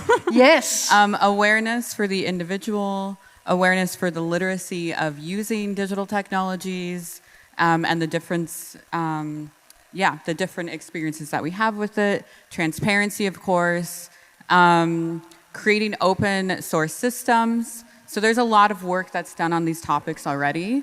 Activating the agency and creating community. So activating... Sorry. Giving the agency back to the user, giving the agency back to the person using the digital technology, and creating more community through that agency. And reclaiming knowledges. And so I would add to that kind of like reclaiming knowledges through storytelling, community, gathering together, just like we did here today and are still doing. And creating tools together, such as policy making, thinking about tools that amplify anti-colonial experiences. But yeah, I would just leave it at that then. Yes, but that's great already. I mean, that's really like clear directions, and I like the tool thing to create tools collectively. This is something we can also address with Margarita on the tools and platform group. So we're going to go there. I'm going to take the microphone back. Thank you so much, Tiara. So I'm going to go. So I go backwards. So it's group 2. Where is group 2? No, here, sorry. Yes, I'm lost. I hope that the camera will be able to see us, so maybe we make a little bit of a room here. This is great, the crowd is following us. See, this is working. We are experimenting ourselves, this format here. So we want to know here, you have been talking about education. So what are the key solutions they have developed? I think we just talked about this idea of slowing down, you know? I like that. I feel like everything's so rushed all the time, and sometimes we just need to slow down and also implement an embodied practice into how we're learning and working with these digital tools. So essentially, like I was talking a bit about my dream workshop, where basically it would have elements of theory and practice. But in practice and working and learning technology, you would also have an embodied element, mainly because a lot of these different technologies are just basically automated processes of the body. For instance, like one example is, I'll go back to motion capture, where a technology is basically recording your movements. Essentially, an embodied way of doing that practice is by doing a mirroring exercise with someone and basically learning and taking in and recording somebody's movements and witnessing them. So basically, through doing all of these body-to-body or embodied activities, you're able to better understand and, I guess, learn these digital tools in a different way.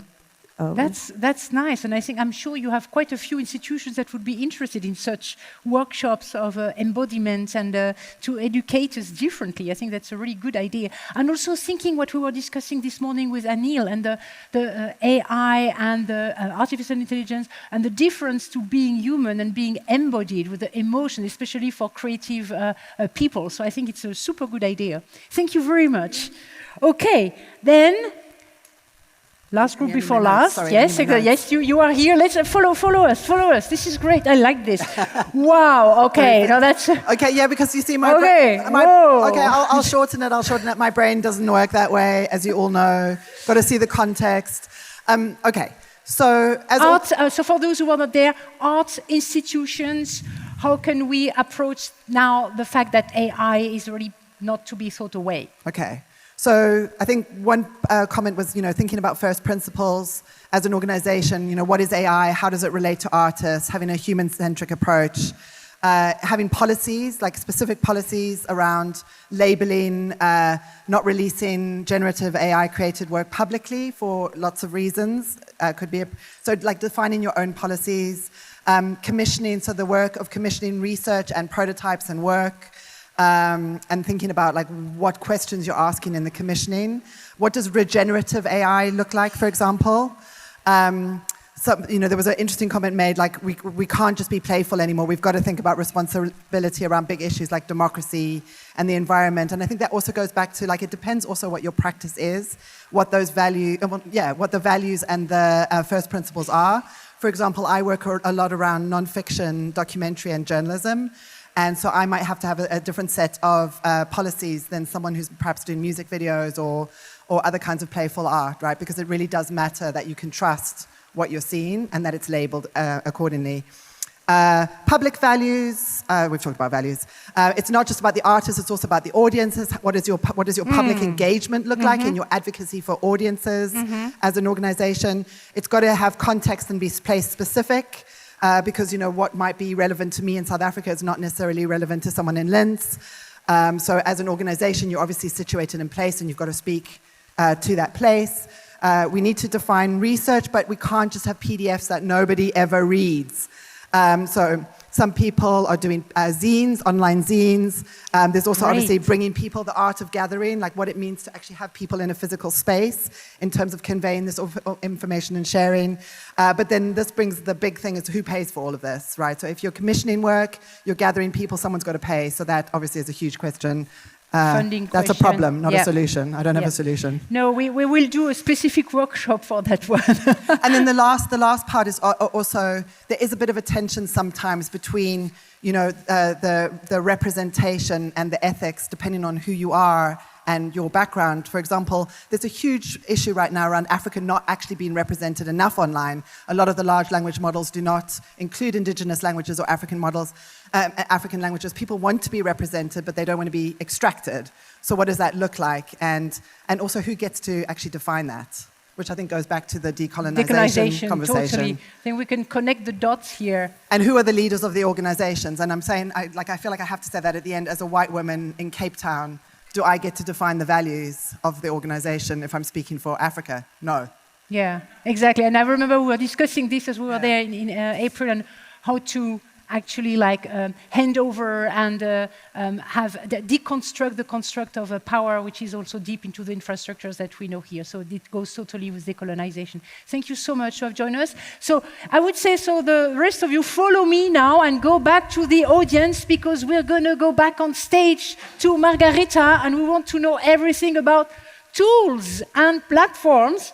So we're going to finish with you. And where is the leader of this group? Oh, yes, you are here. Right. No, nobody wrote anything. Okay. So, Margarita, you're going to wrap it up for me. We wanted to know a little bit better how we work with platforms and tools. And you were saying, actually, the good thing is how does it work with the digital license market? How to set the rules and navigate the market with all the platforms around that we have, right? So what did you discuss to make it safely, responsibly? What were the key findings? Thank you so much. So we actually discussed how platforms and tools should build their long-term strategy rather than focusing on short-term money earning, basically, about considering the impact of the use of AI tools for both for the platforms and for the people who are using those. And of course,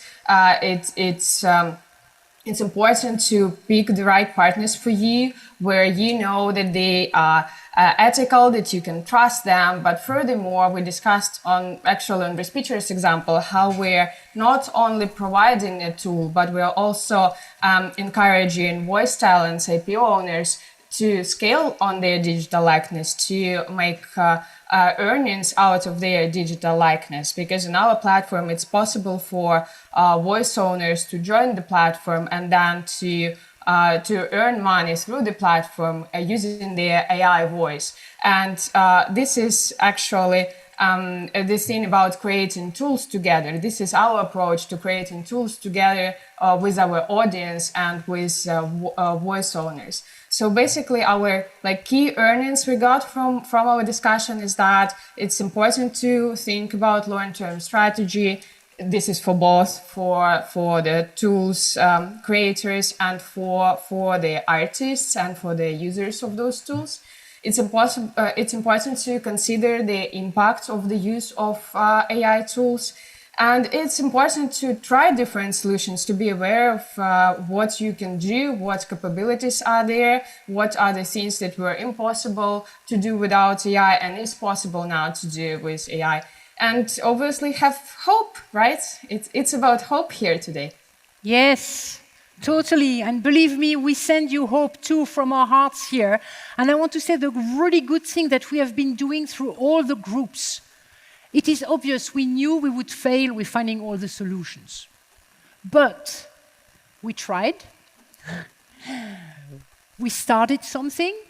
And I hope that the only fact that you had some conversations with others within these groups and to, dissecate the different aspects of problems that we have today, make you think for the next step in other discussions, in other groups, in other countries, in other constellations. So I really hope that it brings you also on the way to better hope all over the world. And specifically to you, Margareta, thank you, and all our best wishes. And we are with you, and take care of yourself. So we're going to disconnect probably the online participation now, but I'm going to go back now here with you together to announce you the rest of the program. Thank you, Margareta. Thank you to all the participants for this experimental little project, to have a discussion with you and to hear you also. As said, we are not the only ones to be experts on this stage. We are all experts here in these circles. So we will make some notes about these little solutions for ourselves. Maybe we will continue the conversation next year. And I heard that money was important, and we will elaborate certainly on these structures. I think it was something that for Veronica, for Crystal, the main people in charge here at Ars Electronica, it was a format which was really of specific importance to include you in the kind of reflection. So now I announce you exactly on time, well, nearly, that we have a 10-minute bio break, and we are going to start after that a conversation where we will have Micaela back on stage. And if she wants or not, she's a lawyer, but she's going to do... No, I know. But it's going to be great because we are going to integrate legality, ethics, and aesthetics of generative AI in the talk. I know it will be about memes, so it will be super interesting. It will be super fun also. So don't miss it. After that, we will have the price tag, the value of art involving AI and how the market is developing. And then we will have also, then at the end, also the talk with Hito Steyerl. So this is really going to be great. So for now, I'm going to leave it to you for the break. In case you want to cross something on the bingo, I would love to know how you feel now. I mean, if it resonates for you, do you think this is all a hype and the institutions won't need it later on? Do you think, well, okay, that was all good, but what do we do practically now? Maybe do you think you don't trust the whole thing? And maybe you hope that it's not over-regulated. So I hope that you can resonate with the solutions we have been doing here. And then you can put, if you have 4 in a row, you can put it in the box. Okay? See you later. Okay, yes, I am on. This is fantastic. And thanks again to the tech team to make this happen. Really, wow. This is great. Okay. So we had this experiment. I think it was very interesting. And now we want to move on. And as promised, we will have a beautiful presentation because I think it has to do also with aesthetics. So for those of you who don't know her, it is Micaela Montagna, very super wonderful TED speaker, 1.5 million views, or actually more now probably, right? Okay.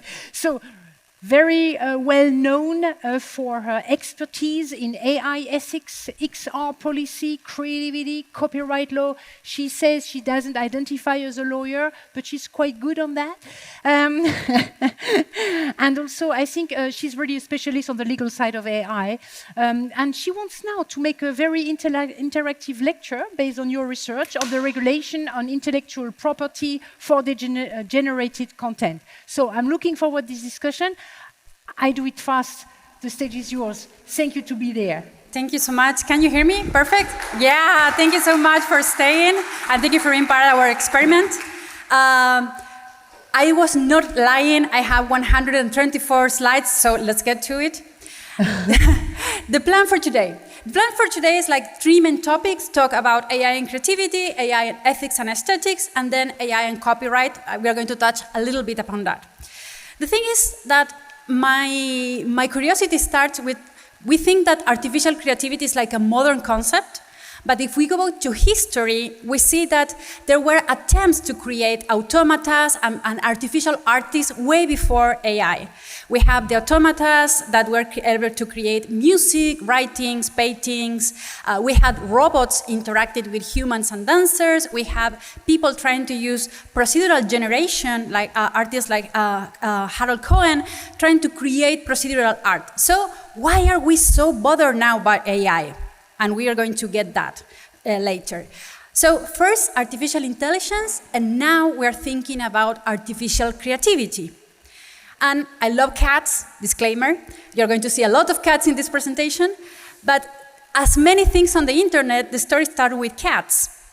If you remember, we started with adversarial generation with these models like this person do not exist, these cats do not exist, and the idea of generative adversarial networks used to create content. And from that, we moved to different models of transformers. I had on a slide that is not going to load, sorry for that.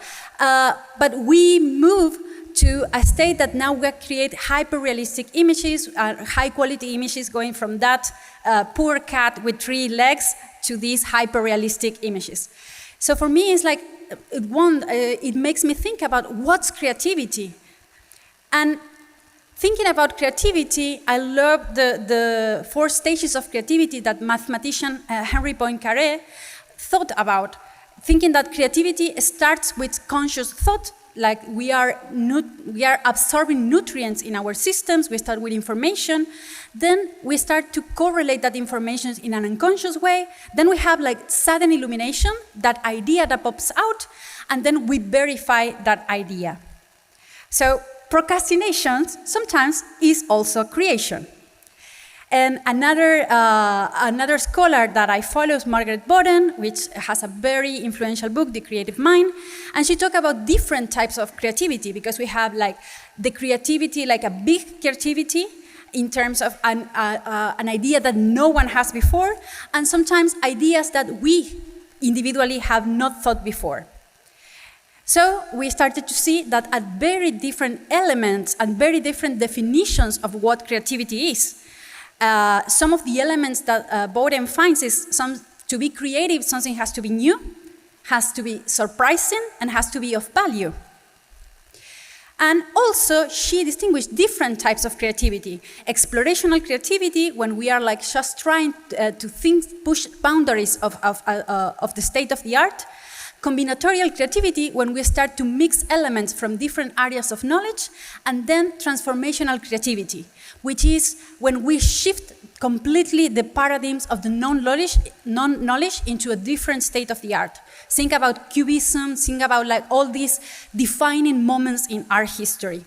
And why do we need to think about that or talk about that? Because when we're talking about AI and creativity, and if AI creativity is going to be covered under copyright law, we need to define what creativity is. And if machines can be creative, can a machine be creative? And we have been talking a lot about during today about if the machine is a tool, or if the machine is a collaborator, a sister. I heard a really nice definition about that.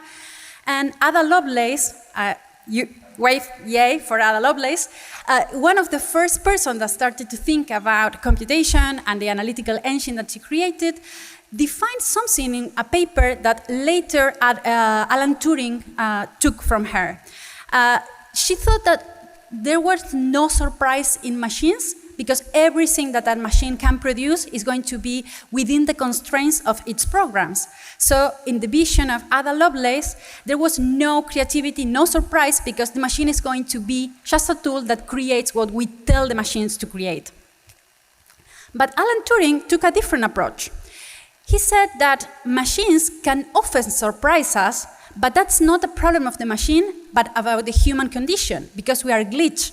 We don't know, it's not that when we are presented with the information, we can elaborate on the whole possibilities of that information. So when the machine surprises, it's just because we as humans were not able to forecast that result. And you know, because the universe loves coincidences, Doctor Strange, this magician from the Marvel universe that can see all the possibilities, like in a quantum state of possibilities at the same time, was portrayed by the same actor that Alan Turing, because the universe loves symmetry. So, AI, we have like two big bands, big camps. AI as a tool, and we have this category of AI-assisted works, or some people that think that AI can be autonomously creative, and we have AI-generated works. This difference that we were debating all the time, maybe in more philosophical terms, has legal real consequences. Another person that I follow, another scholar that I follow, is Simon Colton. We have been talking about computational creativity and thinking about how we should evaluate the creativity coming from a machine as unbiased observers. So he's a proponent of machine creativity. The Painting Fool, probably a lot of you know it. Sorry, I'm going to rush through some of the slides. But for me, the question is not about if AI can be creative, because we are attributing some human qualities to AI, but if the products created by AI can be considered creative. And that's a very different question. My research started like doing experiments. I was an external red teamer for DALL-E 2. And I started to do little experiments about creativity and seeing what the system gave back when I only did like very limited parameters, just like saying Mona Lisa in the style of. From that come this project, Mona Lisa in the style of DALL-E, which my input as a user was just suggesting a style or a condition or a thing or something, and see what the system came back from that result. And this was a breaking moment for me, the moment that I felt really surprised by the result of the machine. I was working at the moment with Midjourney, the version 3, and my prompt was the search for the G-spot. And I really was surprised to see that combination of elements, you know, the Google marker on top, like the female body. And that's one of the first images that for me is like, as some other people were saying, like, I think we're talking about poetry, she said about how the machine gave back something that I can identify with, but I didn't think of when I was asking the prompt. So, rather than asking whether machines can be creative, the question should be, can we appreciate art we know has been made by a machine? Sorry, I'm trying to be fast and I'm making mistakes. My question for that is, creative for whom? Who is going to appreciate, as Simon Colton said, like this unbiased observer? Are we going to think about creativity coming from creators? Are we thinking about the intention of the artist? And are we going to go the route of intentionalism? Are we going to think about the reception of creativity from the audience? So we are going to focus on reception theory. Are we putting this test in the hands of a person, an expert, individuals, a collective? Who is going to define what or why something is creative? And it has legal consequences, because where does the creativity value lie for the law? The law, particularly in the US, which I focus, took a very kind of like hands-off approach, creating what is called the aesthetic neutrality doctrine, meaning that, and this is a very known precedent, that it was a very dangerous undertaking for a judge to try to evaluate creativity, because the judge was not an expert, the judge was not there to judge creativity of other people, so they should be more neutral about that. So the aesthetic neutrality doctrine means like if a judge should be aesthetically neutral, should not appreciate the aesthetic value of a work, that also should mean that it shouldn't care who or whom or what created the work. So we shouldn't introduce a difference between machines and AI. So what is creativity for copyright law? To be afforded copyright protection, a work needs to be original. And the definition, the legal definition of originality is having a modicum of creativity. So it's like a circle back definition. Something is creative when it's original, and it's original because it has a modicum of creativity, and we also shouldn't be talking about the aesthetic value of the work.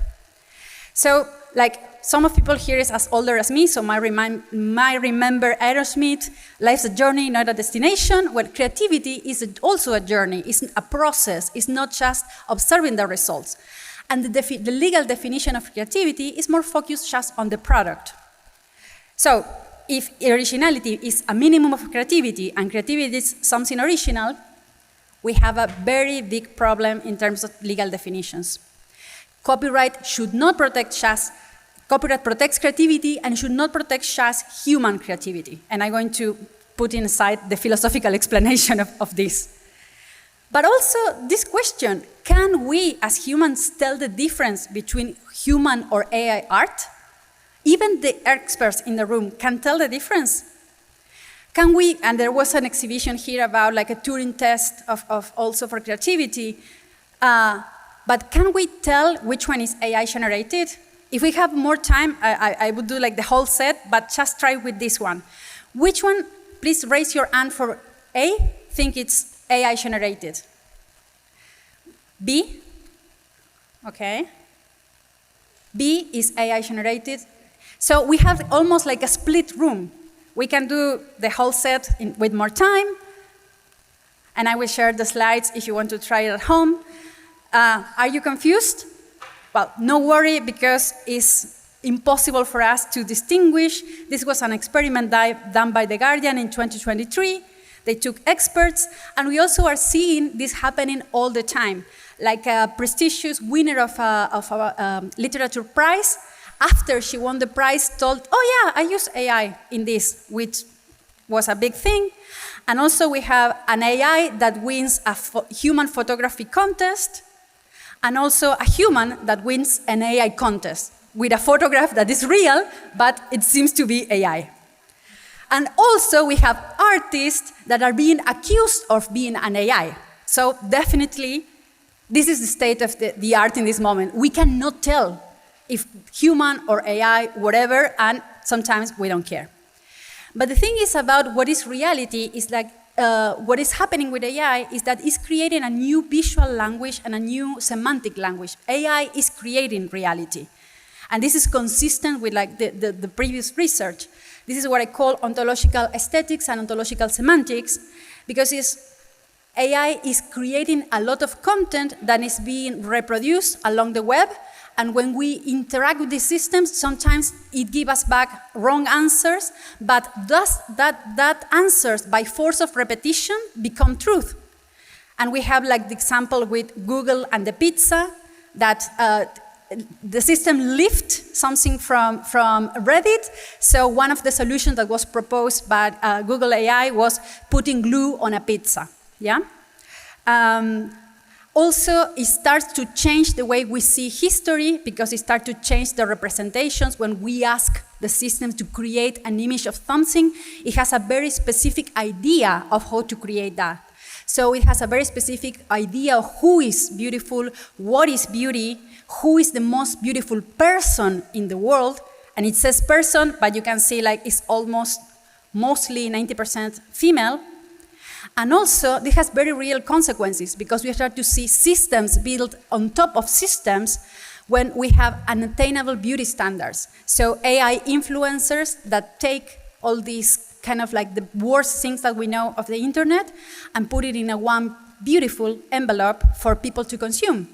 And that has a huge impact in teenagers and how we see in our self-perception. So this thing about like what is digital does not have an impact in reality, it was not true in the 90s, but today is even more not true. So AI is a broken mirror, because it's reflecting our society and defining these conditions: who is beautiful, who and what is successful. And this is an exhibition that probably most of you might remember, Excavating AI, how machines sees us. And the thing is that how machines sees ourselves is starting to define ourselves. and we're starting to create emotional relationships with machines. And this is a big problem because we're starting to create attachment as a service. My question to big tech, as always, is like, do you guys think about ethics at some point? And ethics does not need to be something like truly complicated. It's like thinking about the right and wrong choices, the risk and opportunities. And with generative AI, we have a lot of opportunities that you as an artistic community can take to explore new mediums. But also what we are seeing is like the industries are taking this technology to replace labor and to make people train their replacements. We are seeing a lot of people in creative industries being already replaced by AI.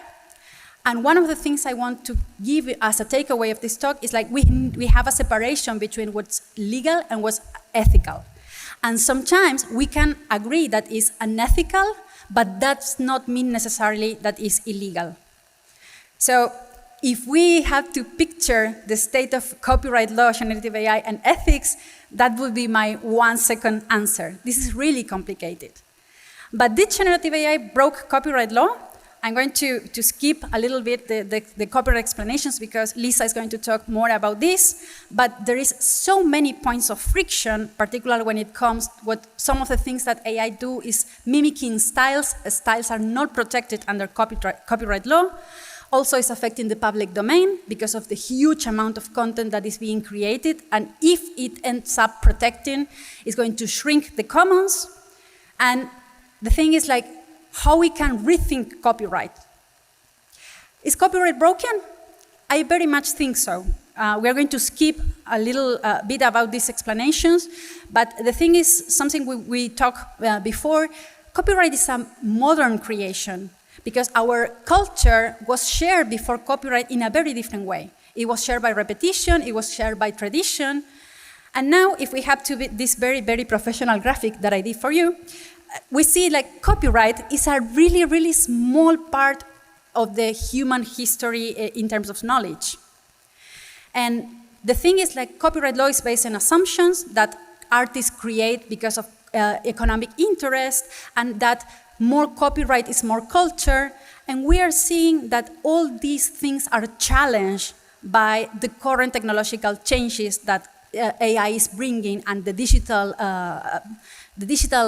technologies are bringing to our culture. I would love to have more time to talk about copyright negative spaces, but the thing is, like, there is a lot of industries like tattoo, like fashion, that sometimes ditch the traditional copyright rules in favor of rules that are auto-imposed or self-imposed, and there's still innovation in these industries, and motivations for creativity that doesn't have anything to do with economic incentives. We can talk about how Gen Z is jarring culture. We can talk about how gamings are creating different industries by sharing content and not restricting content, and this is what I love to call that the Star Trek paradox. Because we are living now in a time where we have digital abundance and all these frameworks were created with a mindset of scarcity. So it's interesting that we have the chances of this technology to create abundance, but at the same time we create NFTs to recreate artificially the scarcity that we could overcome. So why are we doing this? Of course, it has to do about the monetization, some of the takeaways that we have in our previous conversation. And the problem for me is not technology per se, but the problem is redistribution. Who is taking the money that big tech is creating with these systems? And the solution probably is not going to be copyright. And I will leave this article for you to share. I have like a very extensive reasoning about why copyright cannot solve these problems and why copyright litigation is going to fail. But, and I'm going to skip this to the end because we are 36 seconds over. But the thing is that more copyright is not going to help us because we already have creative industries that are protected under copyright, and we are seeing unfair distribution of income in this industry. We have maybe one rich musician, and the rest is getting cents or peanuts from that. And also, if we are thinking about protecting the intellectual work that goes into training data sets, why are we taking away from other types of labor that goes into training the systems? There is also other types of intellectual labor, like classifying, like looking at the content and sanitizing the systems for our Occidental societies. So all of this is that we are leaving out workers that are being exploited if we look at this problem just from the copyright framework. Also, it's going to affect other areas of innovation and the development of technical AI, because it's going to incentivize, if we put copyright into licensing data sets, we are going to incentivize data substitution, because we know how the market works and who is going to pay for a data set if we can get a cheaper data set. And that ends up getting really bad AI in terms of ethical AI, because we're going to have subpar results. So, hope or dystopia, the top of our conference. We can talk about a capitalism cognitive surveillance. We can talk of how, if you remember the 90s, how artists were being used to fight this narrative of piracy. And I feel like we are repeating this moment with artists fighting against AI, but on behalf of the interests of creative corporations and intermediaries.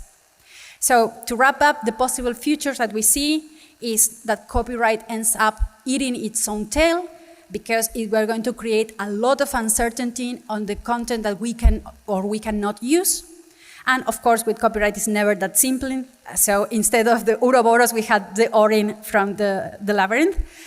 And many, many future scenarios where we have extreme litigation, difficulties to create. So where is the hope? For me, the hope is like maybe it's time to reimagine copyright as a post-scarcity framework. Maybe it's time to ditch these solutions and rethink how IP should work in a digital world that has very different facts and situations from the one that we had. So I will leave, this is my quote for hope, that the acquisition of wealth is no longer the driving forces in our life. This is Captain Picard from Star Trek. And maybe we can imagine a future when everything our needs are covered and we can create, and the money getting from the system is being redistributed to us. Thank you very much.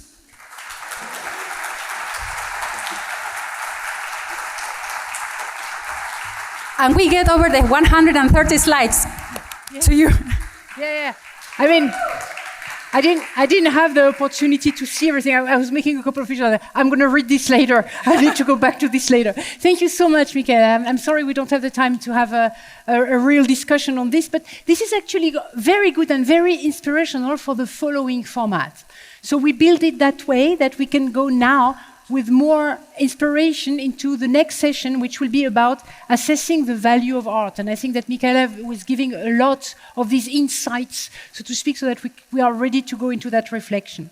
So now we will have a talk, a session with two parts. In the first part, we're going to have a presentation on how does copyright, we're going to dig into copyright and see, does it still serve artists today? How does it work actually? And we will have a lawyer who is identifying as a lawyer, I hope. Where is she? Oh, there you are. Okay, that's Dr. Lida Keder. She's a lawyer. She's working at the Kanzlei JBB in Berlin, and her legal practice is really focusing on issues in the field of machine learning, artificial intelligence, open source software. So she's really specialized on this, and she also researched copyright-related questions regarding AI and approaches in computational creativity. So she has this background between AI and the law, so she's really perfect to tell us a little bit more about legal structures. And you will see the next talk is very focused and very practical. So I hope it will set us for the second part of the discussion, and I will present you the next speaker after that. So please, Lisa, the stage is yours. I know we are totally over time, so we need to nail it, but I trust you on this. Thank you. Thank you. Thank you very much, and I will really give my best to stay within the time slot. So thank you very much for having me, and I will use the next few minutes to give an overview of the status quo regarding AI, art, and the law, and especially copyright law. I will probably not be able to provide you with a lot of answers, and instead leave you with quite some questions to discuss afterwards. After all, there's hardly any case law yet on the matter, and there is also not a lot of new law going on regarding AI. So the answer to most questions you might probably have about copyright and AI still is, it depends. After all, the new creator is still about to climb out of the machine, and it is the time for us now to decide whether we want to help it on its way. So one of the questions I get asked most is whether AI art or AI generated or assisted works in general are even copyrightable. And after answering this question, the next question usually is, what are the consequences, for example, for licensing? I will try to provide some answers now, and when we're talking about art generated by copyright, one of the central questions we always have to ask is whether the result we are looking at, the output we are looking at, is actually the result, the incorporation of a human personal intellectual creation, at least when we're looking at it from a European, or I'm talking from a German copyright law perspective. Of course, there is no singular AI art. As we have seen today, there are lots and lots of many different AI art types, such as music, videos. There can be text for a movie script or text for a book, and of course, image generation. And for sake of simplicity for now, I will just focus on image generation and want you to consider one example.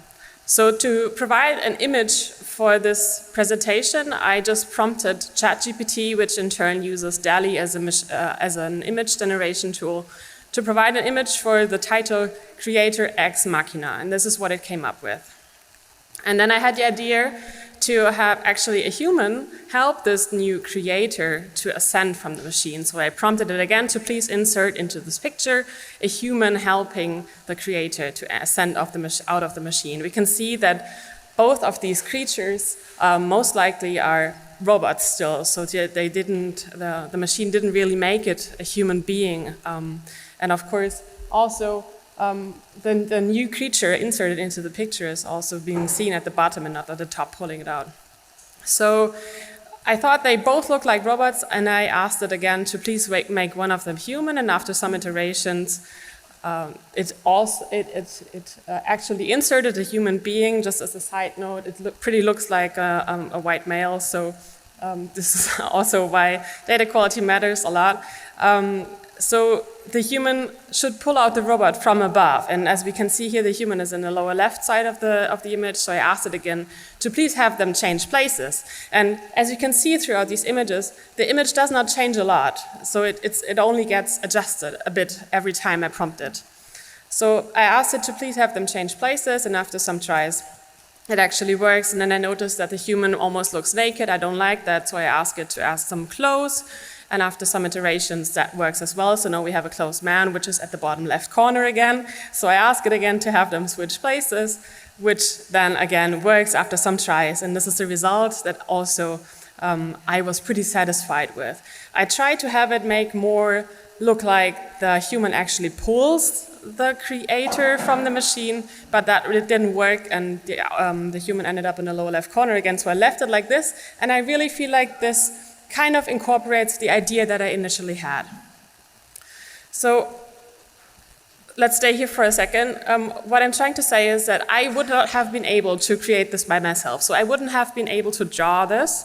I wouldn't have been able to use like an image editing tool to actually create this picture. I'm not an artist myself.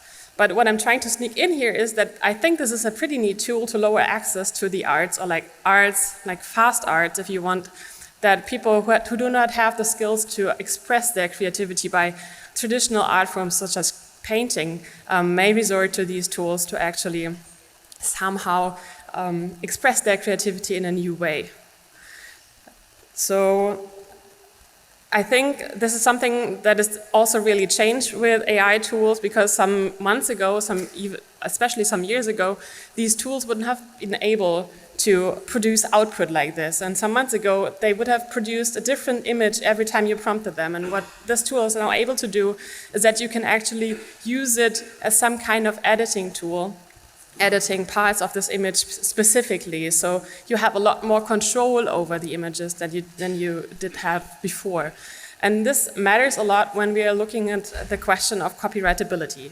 So the question here remains, when we are looking at these two images, compare what about copyright protection? So the first image is the one that I initially prompted. The prompt was very abstract, and I think we can probably all agree that this simple abstract prompt, creator ex machina, does not even describe the picture. And I was surprised by the outcome, and I just accepted it, and there is no copyrightability here.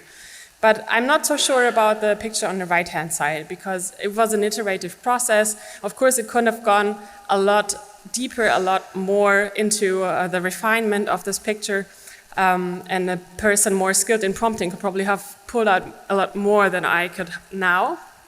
But I think you're getting the idea that this comes a lot more closer to the copyright requirement of a personal intellectual creation being incorporated in a picture or in a result of a creative process. So this is why there might go some copyright protection actually into some creative artwork produced using AI machines. But, however, there is no certain answer yet. There's, as I said, barely any case law. There are lots of cases going on, for example, in the US at the moment. But there is nothing so far regarding AI output. And this is why this is one of those cases where it always depends. You always have to look at the specific case you want to get an answer for. So, unfortunately, not a real answer for you here. But what are the consequences for licensing? So there is no copyright in all cases. So if you are an artist creating for like a contract situation, you would have to check out that if you are creating an artwork using an AI tool and you are not doing a lot of like post-editing, there might be a situation where your artwork is not copyright protected, so you do not have exclusive rights over your artwork, and you cannot assign those rights via a license, for example, to the person who tasked you with creating this artwork.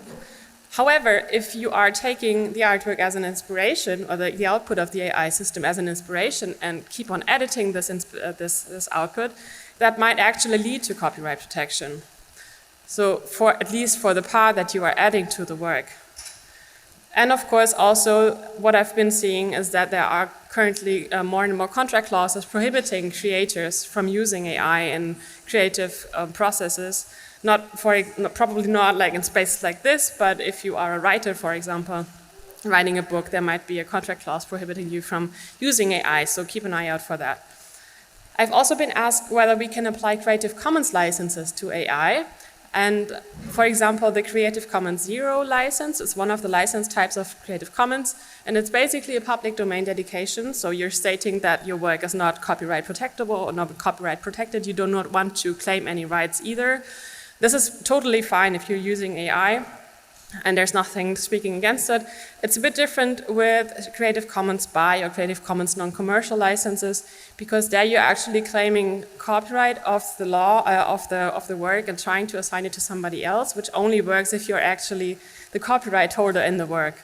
So watch out if you are using these licenses. It will probably work pretty well when you're editing a work, but if you're just like me, like providing a very abstract prompt, it's not very likely that you can fulfill your obligations from the license, which is assigning copyright to somebody else.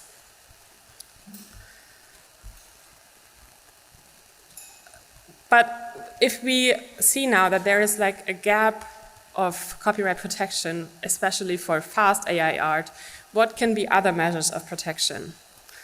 I listed some of them on the slide here. Trademarks might be one of them. So especially if you're like creating a logo for your brand using an AI system, the logo itself might not be copyrightable, but it might be protectable as a trademark. So if you're going for an image registration with a trademark office, that might actually provide some degree of the protection, though it would not be the same as copyright, of course. The others, patents, trade secrets, and competition, are probably not really that relevant for artworks, so I'm going to skip them for now. And another one that you might think of is contracts, but remember that when you're closing a contract over, for example, the use of a work that you think might not be copyrightable, it would only be binding to the parties of the contract. It would not have like this universal effect that copyright does, so it's not as effective, and it should not be used as a surrogate for copyright law.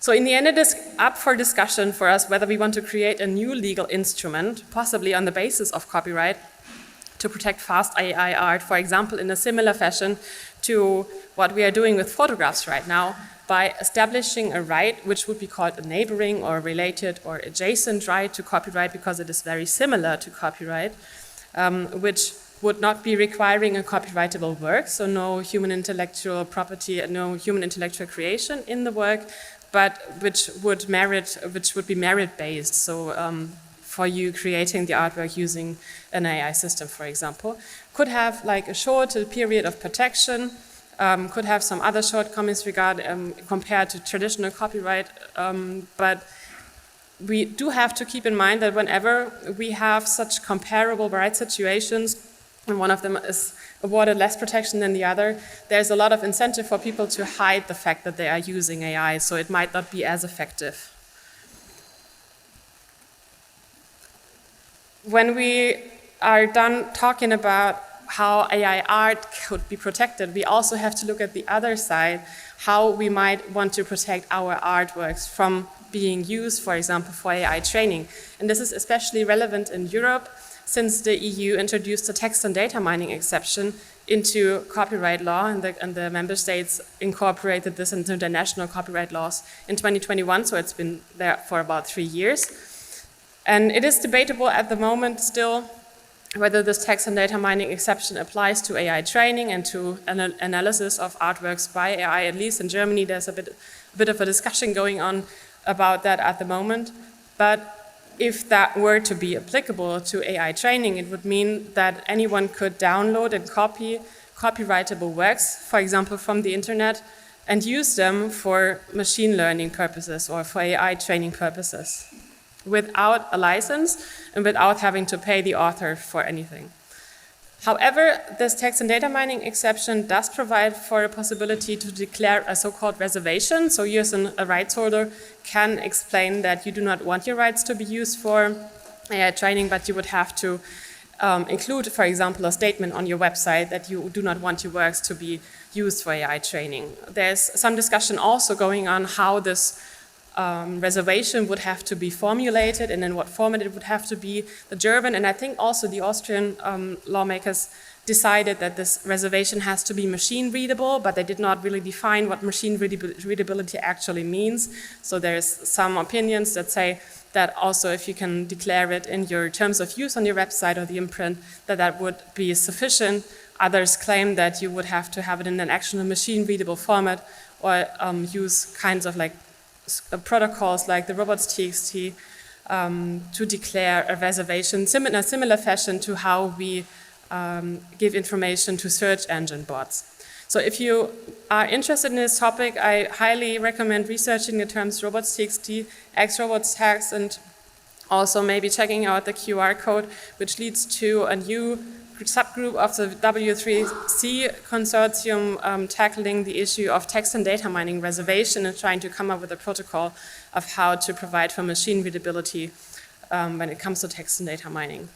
There also is actually a current court case in Germany going on regarding text and data mining, which is quite fascinating because a photo producer uploaded a picture to a website, and then a dataset provider, Lion, which is a non-profit organization, took the image and included it in their dataset, and now the photograph producer wants to prevent the non-profit organization from using the picture in their dataset. So in this case, the courts, for the first time, I think in Germany, and I think also for the first time in Europe, have to deal with A, the question of whether the text and data mining exception is applicable to AI training, and B, what machine readability actually means. And the decision is to be expected to be published at the end of September, so it's quite soon. So if you're interested in this, watch out for the Lion court case going on in Germany at the moment. So, but of course, the discussion around AI cannot stay within Europe. There are a lot of court cases, as I mentioned in the beginning, going on in the US, where big AI companies are being sued by copyright holders, such as the New York Times, or artists for using their copyrighted material in AI training. And even more, many AI tools are available today, which are being hosted in the US or elsewhere outside Europe.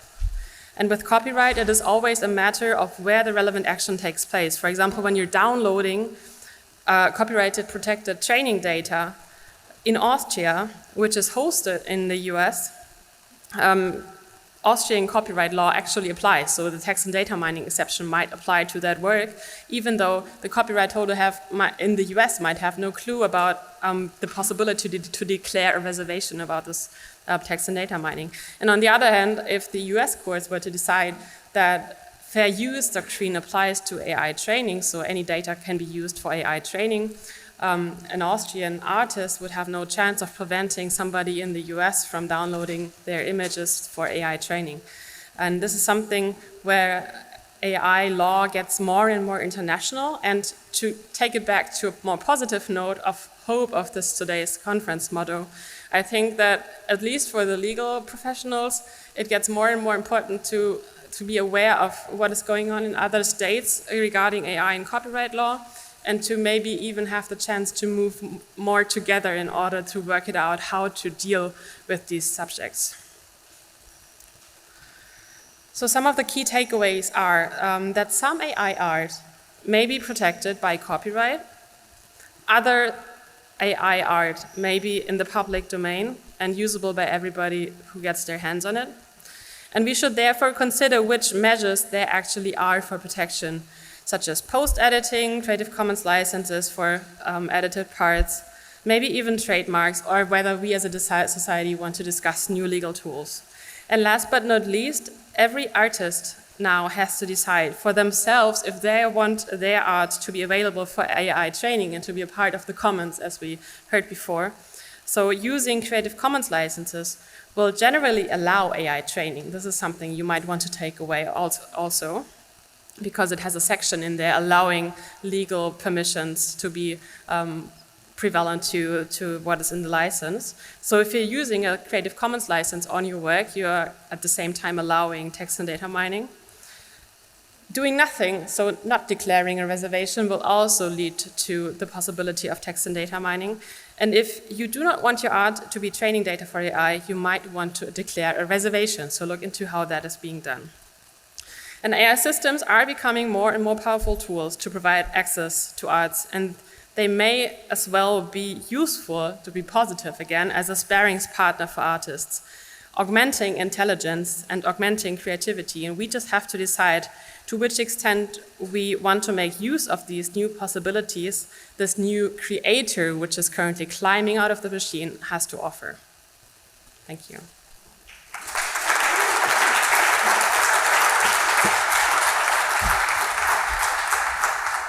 Wonderful. Stay with me, please. Come here. Actually, yes, come here. This is wonderful. And then, not here, because here I want to have Joe with me for the fireside chat. Where is Joe? I'm going to first to, please sit down. You can sit down, sorry. We can cut this part of the film, please. That was really, yes, thank you. This is Joe Lawson-Tancred, the European news reporter for ArtNet News.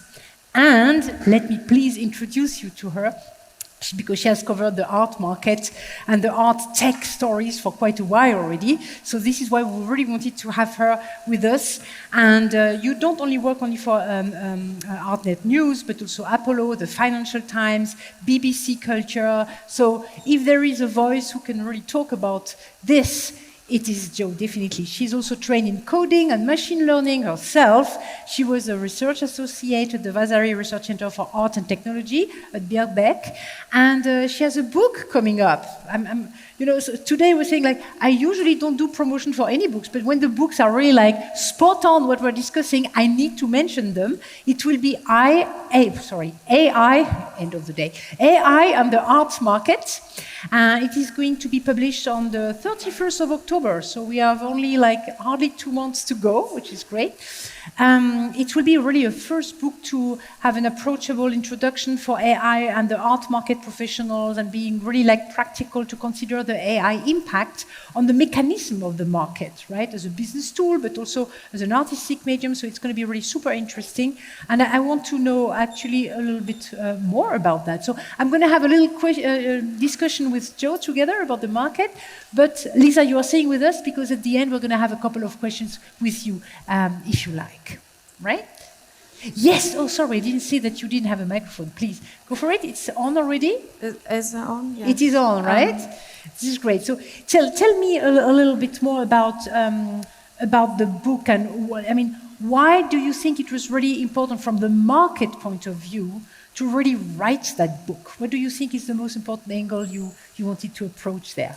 Well, I think there's a lot of talk about AI and creativity, but with the market, that is something that has been spoken about a lot less. And the book, it talks about the developing market for AI art, and it also talks about uses of AI kind of behind the scenes in business practices. So like when we're authenticating artworks, can we use a machine to do that? Valuation of art, which are interesting case studies because they're quite complex problems and there isn't always a right answer. Maybe with authentication there is, but so authentication, deciding whether an artwork is definitely by an artist that we say it is an interesting example because AI in some ways is really well suited to this. It's great at pattern recognition. It can look at loads of artworks at the same time, and it could say, okay, that definitely belongs to that group, or I don't think so. And humans have a lot of bias and commercial interest. So it seems, okay, great, well, AI would be an objective tool. We know that actually often AI does get it wrong, and two different AIs can come to opposing conclusions, which is good news for humans because our expertise is still very much needed, especially when it comes. Art historians are absolutely crucial they understand the data, the data needs to be correctly labeled and understood. So all things like that. But more broadly, I think, rather than one particular product that works well, it's about cultural change. And I think here everyone is quite au fait with AI, but as you may be aware, the traditional art market is much more unsure, and I think that cultural shift is bigger. It's quite a shift, right? First we had the art market, then somehow we had the digital art market, and now we are topping it with AI where nobody knows, right? We're saying, you were also saying, nothing is really set, right? So it's all in progress and everything. So how would you say that AI is challenging the ecosystem the most in this shift you are evoking? It is, I think it is challenging, but galleries have been wanting kind of to build that market for digital art for a long time. I've been speaking to one gallery, Gazzelli Art House in London, and they went to the Silicon Valley Art Fair in 2015, which I believe there was only one edition. And they said loads of tech people came, they were really interested, they wanted to learn about the back end, but no one bought anything.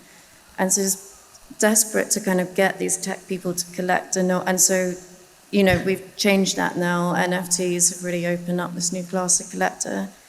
And that's something that galleries want to get in on, but they also have to kind of adapt and learn how to position that. But that's what, I think it's very important, that work, because we don't really want the digital art market to be siloed off, like it's just digital assets, NFTs. it's something completely different from the rest of the art market, and some galleries are really doing that work of integrating it and I think I have an example. I know you prepared a couple of slides, Yeah. right? I think you will have to click. Yes, it's there. Okay. One example is Jake Elwes at Gazzelli Art House, who has a practice that's quite complicated. It's mainly been seen institutionally. And so it's like, how do we translate that to the gallery? How do we build collectors for that? Because people need to imagine they can put the stuff in their home potentially. So these, I think, are really great examples of not just putting stuff on a screen or having cables hanging around. On the left, I think, on the right, is Closed Loop, a work of a conversation between two AIs, and the way that's presented is to project them onto two frosted panes to really bring out that conversational aspect. Sorry.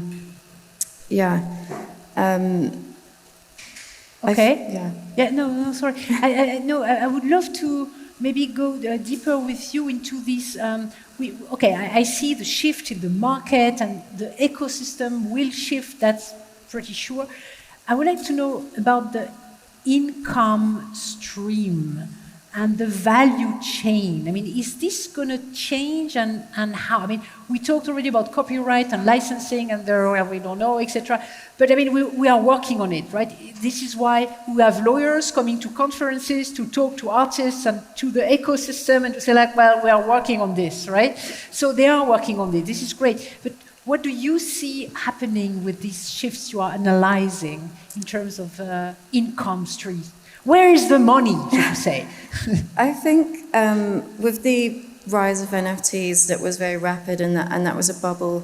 We saw really high prices, which was exciting, and I think it could seem like a step back that now we're not really seeing probably those prices. I mean, examples that I see often like in the hundreds or thousands, but actually, I think that's a sign of progress because that's actually how the art market works. So it's starting to develop something that's a lot more sustainable, and that's what galleries do. They create that value over decades. So I think it seems maybe like everyone wants a gold rush, but this is good, I think. Yeah, I mean, the market is regulated itself somehow at some point because, I mean, do you think actually talking about NFTs, because it is something that we have been talking about in different conferences like crazy, you remember, and then suddenly like I don't even drop the name NFT, like you're always looking at me like if I am a dinosaur or something. So it's interesting. Do you think can we still make money with NFT and AI art? Is this the perspective somehow? Will it come back with a better regulation and less excess in the valuation? What do you think? I think it's hard to predict whether it will come back. I know some people definitely want it to, but whilst there has been, obviously, the market has dipped, a lot of the platforms, I would say, that are emerging now, we could describe as hybrid platforms. They've got one leg in Web3 principles, one leg in the traditional art world. And that's really working because the promise of Web3, of NFTs, was this very free-for-all, decentralized ethos, which obviously does work great for propelling some artists. But collectors didn't necessarily, they want reassurance. They actually want traditional gatekeepers to say, this is a really important work. It has a historical lineage. So having, kind of getting the best of both worlds, I think we don't want to lose some of that Web3 community online. That really helps propel artists forward. But we also want to create that historical context. And so I think, I've got another example actually. Yes, please, because we're running out of time already. I will do it quickly. So a very Web3 native artist, Rupe Reinisto, who really built his following online, and he hasn't worked with a gallery per se because he's very used to doing all of that stuff by himself. But this is a presentation with VerseWorks, which is one of those hybrid kind of curated NFT platforms I mentioned, and they are presenting works at Photo London. And I think what's great is just that ability for platforms like Verse to broaden the potential collector base. Here you might get a photography collector who didn't expect to see something AI related, ends up buying a print. And yeah, as I said, we're integrating that and not treating AI art as just this one category, but something that is part of a broader market. Mm-hmm. Did you want to show something else? Or? No? I mean... No, it's fine. I just want to make sure. I mean, because, we could go on, obviously, for another hour. I mean, it's a huge thing, but I guess I will wait to read your book now. But I would like maybe to have all of you in this conversation. I mean, and also maybe also have the audience and listen to your own questions and renounce my privilege to continue asking. But for me, it's fascinating to see, how are you, dear artists, using AI, going to make money? Who will be we will have any intermediaries between you and your audience? Will it be a digital intermediary? Will it be AI curating and selling the thing? What do I know? And who is going to buy the thing? The whole market, the whole ecosystem is really shifting. It's really super interesting. Or will it stay as is? And then, digital art can be AI-based, and we have it, So this is really interesting to hear also what is your questions. And I see I have a question here in the first row. I would love, thank you so much. Also to all of you running around, thank you. Please, to whom would you like to address your question? To both, because they... No, please, in the mic. Hello. Yes. So my question is to both because it's legal, but it's also about the art market. I've seen a lot of attempts. I'm very curious about Web3 and Web3 as a museum format.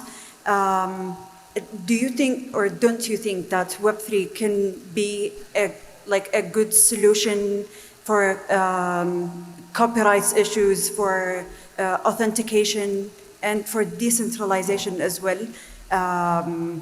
Okay. Yeah. Yeah, that's already a good question. So, who would like to take it first? Please, no. Go on, Jill. Can you repeat the question? Yeah, can you repeat your question? I mean, as I understood it, do you think that Web3 could be still a solution for the regulation of the copyright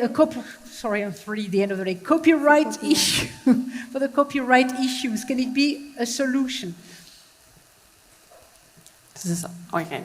Thank you very much for the question. So I think that if we do have the opportunity to share and to, I think this was touched upon earlier before, that the value of copyright is shifting because it is less important to have an incentive to create because it's getting easier and easier to create, and the desire is bigger to actually share what we created. And I think this is just offering the opportunity to go with this desire, and maybe we do not have to amend copyright if it is, especially for fast AI art, which I would call it, it is not as important for it to be copyright protected if the only desire is to share, and if the effort involved in creation is not as big as before.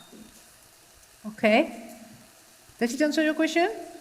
It has to, because we are running out of time. You can speak with them because after that, I mean, there will be opportunities to network after the conference, that's for sure.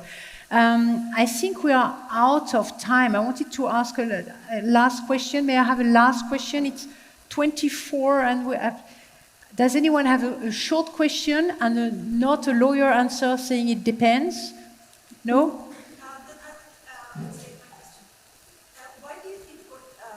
Why do you think Web3 is failing as a museum format, even though it does solve regulation issues? Can you repeat the question clearly, please, so that we can answer it fast? Yeah. Why do you think museum on Web3, like Web3 is failing as a museum format? Yes.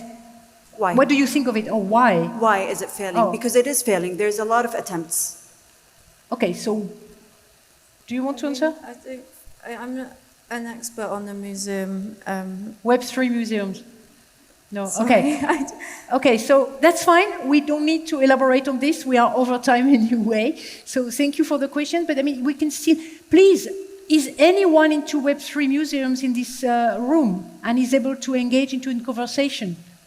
No? I mean, like, hello, network, curation. No?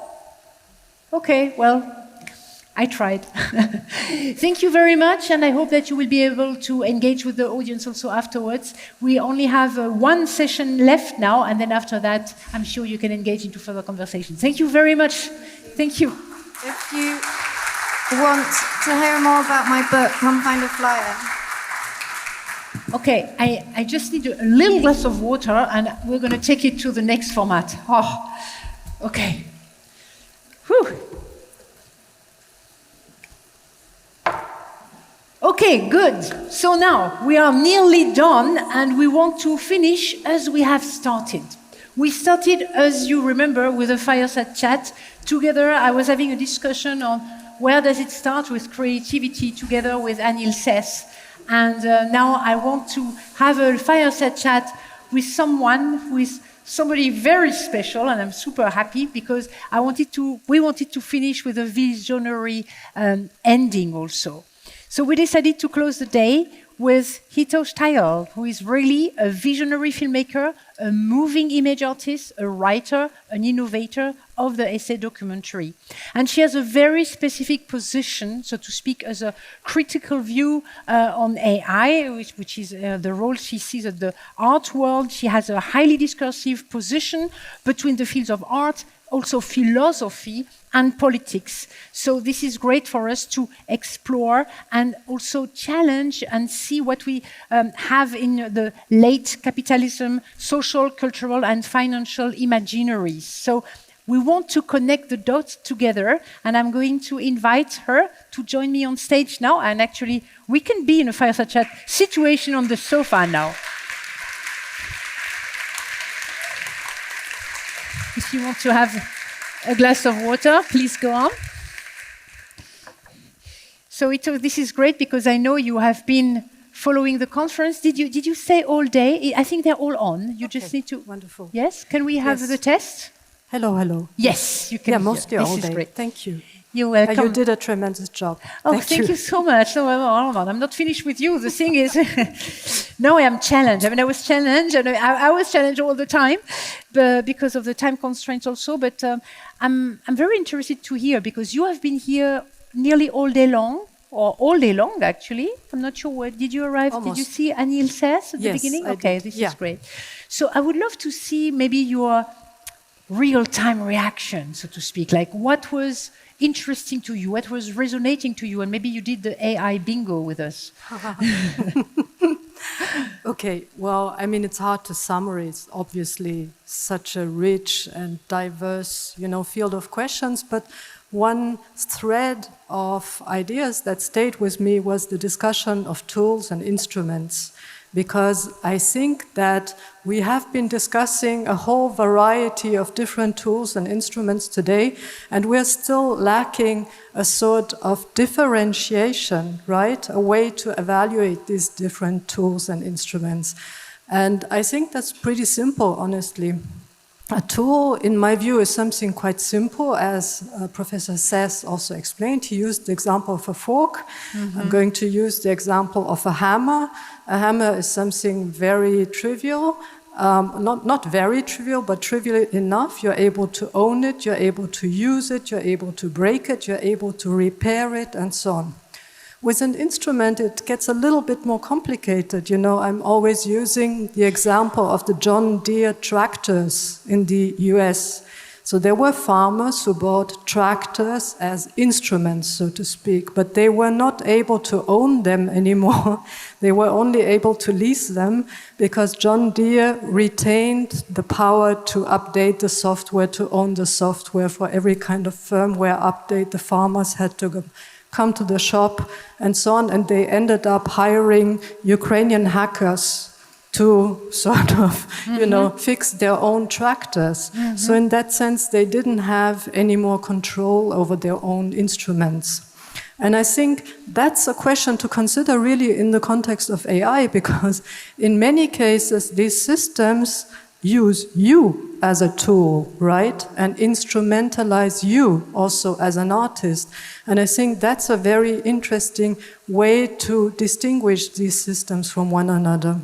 Mm. For example, we had the example today of the intelligent instrument development, right? These were small systems where people had control in what kind of training data went into them, what kind of materials were used. They had a direct contact with the people who provided the data, etc., etc.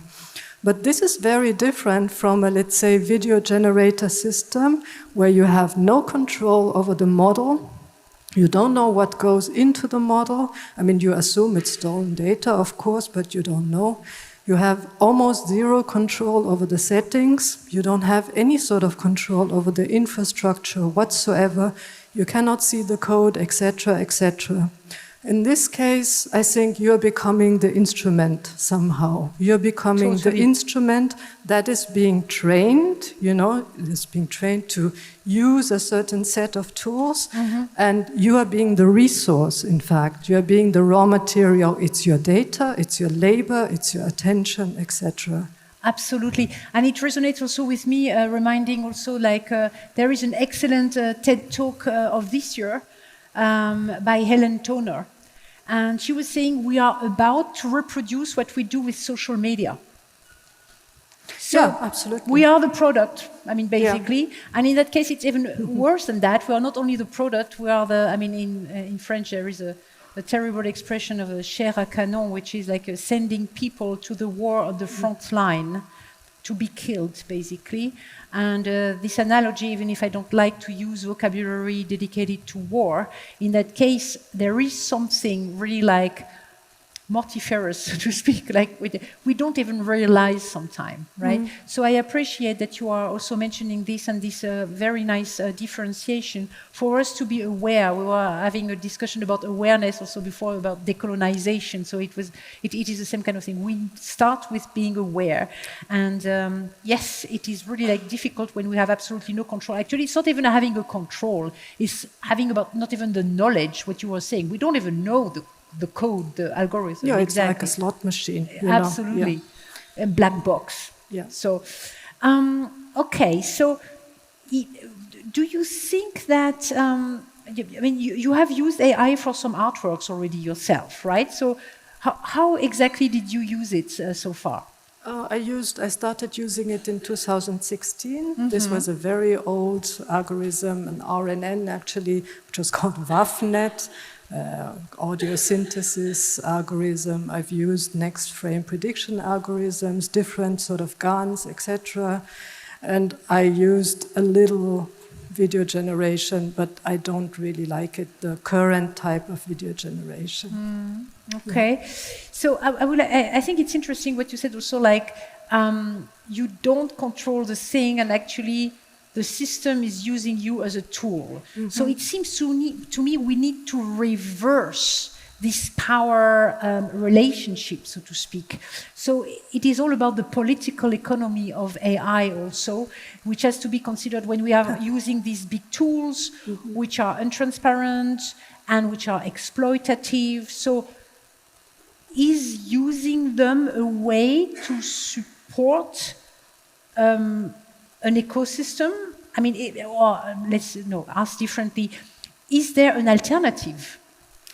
That's a good question. I think it depends really on the scale of the model, on the scale of the technology that you're using. Yeah, in terms of these big foundational models, I mean, there is no way that I could train my own foundational model right now. So that's out of reach, right, at this point. And that's a problem, of course, if you deal with this kind of technology, you know, in all sorts of image generation processes. Before you were able to do it in a kind of DIY way, mm-hmm. But that's no longer possible with this generation of models. Mm. Yeah, big diffusion models, transformer models, etc., etc. You just don't have the scale and the reach and the data, etc., to do your own version of it. Mm. So you do need to use basically monopoly systems if you want to use them.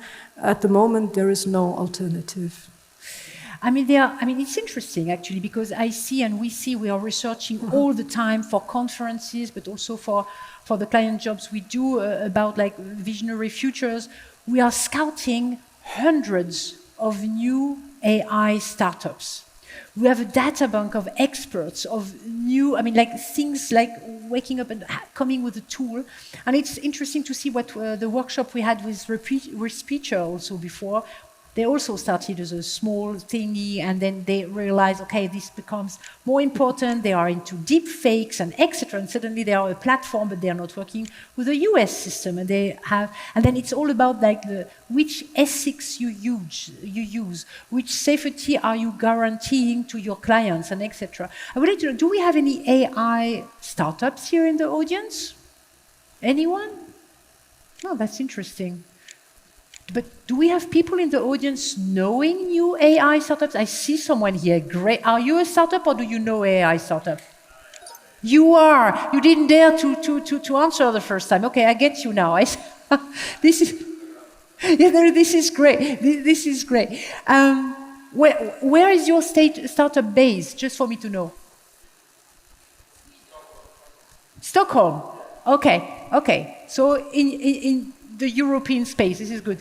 Anyone else? I didn't see. I saw vaguely a hand. Person over there. Yes? Yeah. Somebody. Okay, great. Okay. So, are you guys, I see your guys, are you guys aware of all of this? Yes, that was not very convincing. What about you? Yes, I am aware of this. You are working on it. We will need a microphone to integrate you, but yeah.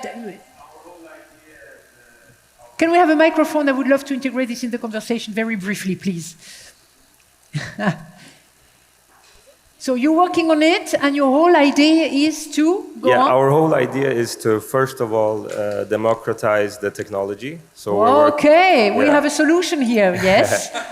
So we're working pedagogically with primary school kids and curating tools for them. And now I'm also doing my master's thesis in Stockholm School of the Arts.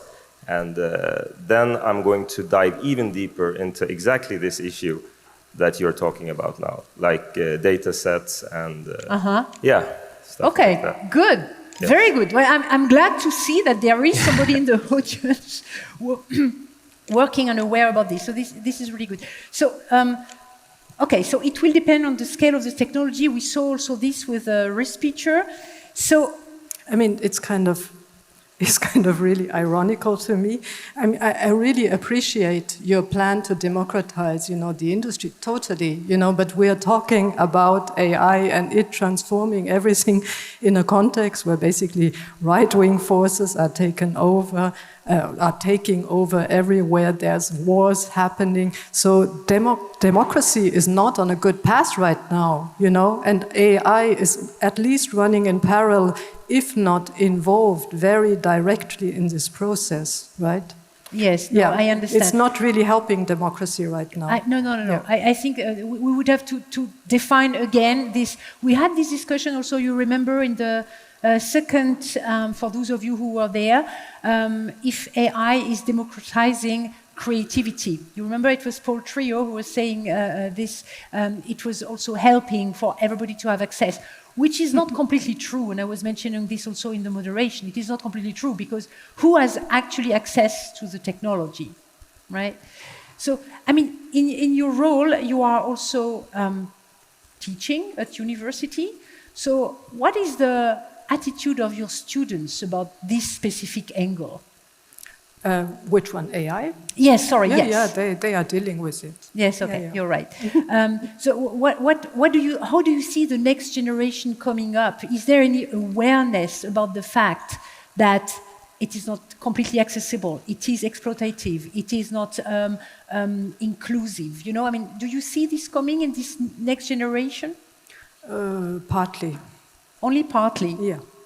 Well, these tools are now introduced at scale, right? I don't see that everyone using DAO-E is necessarily thinking about it. I mean, that's the plan, right? That these tools become normalized for a very broad audience, and people stop thinking about, the ecosystem, the infrastructure, etc.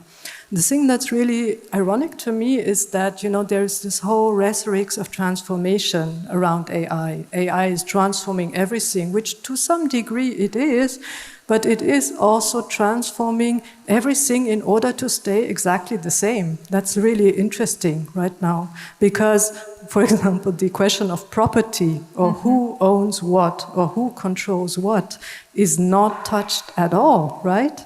I mean, the question, the history of the development of AI until now is also the developments of a few very big players that monopolize the whole field, right?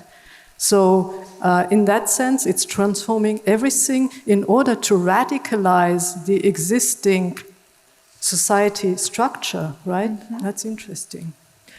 What do you suggest with what should happen? What would you actually suggest to, I don't know, to, let's say, to a tech company? No. No, okay, good. To an artist? Well, I mean, I can suggest something, but it doesn't have anything to do with art, but yet it's very important to me. I think that the development of autonomous weapons, which are working with AI systems, needs to be regulated like right now, immediately, because I think actually the development of autonomous weapon systems is the main goal of current AI. It's being developed as we speak. Oh, thank you. We know that these systems are in use in the Ukraine, they are in use in Gaza, they have been in use in Libya, in Ethiopia, and many other places. This is because the industry is always complaining, we don't have a killer app yet for AI, but they do. It's this kind of systems, that's the current killer app. And in a way, also as artists, we are complicit in co-developing those systems, right? In, for example, testing object recognition, in, testing all these visual systems, and to some degree also advertising them. So we are basically co-creating those systems to some degree. So that's number one. Number two is immediately cut energy supply to many of these big corporations, because you know very well that already in anticipation of building data centers, Google and Microsoft are missing their carbon reduction targets by 40% and 30%. So they are going way over their own declared energy saving goals right now, meaning that we have a huge lot of fossil energy consumption in order to deal with some, future AI demand, which no one knows whether it will ever come or not. But the energy is already being consumed right now in the present, and is basically also creating this kind of situation. I mean, we're all sweating here, aren't we? Yeah. Yeah, absolutely. So it's interesting. So talking about reversing the roles again. Honestly, I mean, I'm saying this as an artist because I deal and work with these systems every day, almost. But by doing this, I realize that they are basically contributing to this kind of situation. So it's not something that is, separate from art. It comes basically from artistic practice. Mm-hmm. So how do you think can art be used, or is a player in AI development? What can the artistic world do better? I mean, it starts with being aware, probably, of these exploitative practices, and I hear that a lot of you are in the audience, which is great.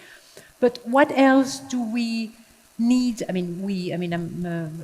have an artist past, but I'm not an artist necessarily here in this role today. But I mean, what can the art world actually do themselves to reverse these roles, to get out of this advertising exploited reality, basically. Yeah, I mean, precisely that. First of all, stop this kind of constant advertising for free, right, which we are doing also by having these conferences, to making it even more a thing, to exacerbating the hype, etc., etc. Yeah. That's one thing. That's not, I mean, the conference is meant in a way that we can discuss this. And also, I think this brings awareness and reflection on a different level. Yeah, right? You're right. Absolutely. So we need this kind of places of discourses to be able to have it. I mean, to be honest, I'm so much swimming myself in these themes with all the conferences which have all to do with AI, that sometimes you are so deep into it that you need this kind of critical point of view also to say hold on, we need to integrate this more. And in the conference we have, of course, we integrate and the ethics and etc. But sometimes you are in the thing, and even if you talk about ethics in the thing, it doesn't make it more ethical. If you talk about sustainability within the system, it doesn't make it even more sustainable. Sometimes you need to take out a step out of the system. And this is also why we invited you to bring us there on this level also at the end of the conference, and to tell to everyone, watch out, what are we doing? Where are we going to? And to realize we are part of a system, basically. So I wanted to say that I think it's good that we have you here and that we have this conference. So I would like to open it up now to the audience, because we have the great chance to be into a dialogue with Hito. So I would like to see the microphones are ready to go. Yeah, this is great. I would like to see if we have the direct questions. Everyone, please. Yes, we have a question here. Thank you. You can see maybe with the camera in front of you. So maybe stand up so that we can see you better when you ask the questions. Thank you. Hello. I'm an artist as well. And I was kind of interested in when you were saying about we need to be careful about how to advertise these technologies. And I was wondering if you could expand a little bit on that. Do you mean us artists doing projects, proposing solutions that are hoping to, in some way, become a solution for democratic purposes? Or No. I'm just interested to know if you could expand a little bit on that, if that's okay. Thank you. Thank you. I mean, that's a very... That's a question of definition, right? But what I meant by it is basically not to get into this kind of Formula One system where you have big corporations that have their own stable of artists which they provide with compute and resources, which is something which is happening quite a lot in the industry, right? I mean, that's a very blatant case of advertising art. I didn't mean, of course, artists trying to engage with whatever it is they have in front of them and trying to find a way through or find some aesthetic solutions. On the contrary, I think that's very much needed. Yeah. I like what you said, this Formula One system, if I understood you're right. And I see Formula One, for me, it's like this racing car, like Formula 1, etc. And I think we had in the workshop... Well, I'm sure Red Bull will have an AI art stable quite soon. Oh, yeah. No, but I wanted to mention, we were having in the workshop about education, the slowing down. I don't know if LaJuné is still with us, but I think they left before. But about slowing down also for the education to have more time, and also they were actually suggesting to have a practice of embodiment in the workshop, embodiment of the education around AI, so that we can also have a different relationship to the technology. I think it was a really very good aspect. But let's go and see if we have another question. I'm sure that we have other questions here. It's a unique opportunity. But also, just please ask questions while you are thinking about questions. I think also the case of embedded journalism is a good precedent, right? There's journalists and embedded journalists who are basically following the rules of the army they report on. And I think there is also kind of embedded applied art practices right now. Mm-hmm. So does anyone want to have a specific input on this? Yes? Do you want to contribute to the conversation? No? There's No? someone Yeah, back no? there. Yeah. Ah, yes, embedded. Well, that's a very common expression right now, but sorry, sometimes I have There's the a pulse and I question. don't see. Okay, thank you very much. See, you have better eyes than I do. I didn't see you. Hi there. Yes, thank you to stand up. Thank you. Yes, thank you. I was wondering if you have a take on whether AI can serve as some foundation for instantiating those very lack of moral foundations that triggers the use of AI, its deployment for slaughtering children and so on, some evil of the contemporary politics. So do you think AI can help in somehow approaching the problem of lack of moral foundations? The lack of moral foundations. Moral foundations, yeah. Moral, not more war. I understood moral. Moral, okay. No. Yeah. No. Very clear answer. Thank you very much. We can go to the next question, unless you want to elaborate, Hito. I see there is another hand behind you, actually. So, can you please stand up so that you can have a microphone? Oh, sorry, you were there first. I got the mic. I wanted to ask, whenever AI is concerned, there's always a lot of talk about acceleration and effectivizing and so on. But do you think there's any possibilities to empower artists or move forward the frontiers of the art with these tools? You know, that's very general, right? Yeah, I mean, today there were some examples, definitely, which I think make perfect sense and that also do try to use the technology in a non-exploitative and at least considered way. So it's definitely possible. But for example, in image generation, which is my field, it's much more complicated right now. In sound, it seems to be much easier. So it really depends on the specific context you're working in.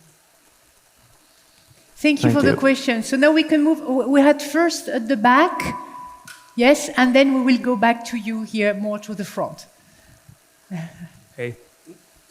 There was a lot of discussion before about the art market and how everything is changing in the art market. And as someone who's written quite a lot about duty-free art and embedded power structures in the market, do you think there has been any sort of change at all in the last 10, 20 years in the art market or its dynamics? Yeah, well, it crashed last year. That was the main change, actually.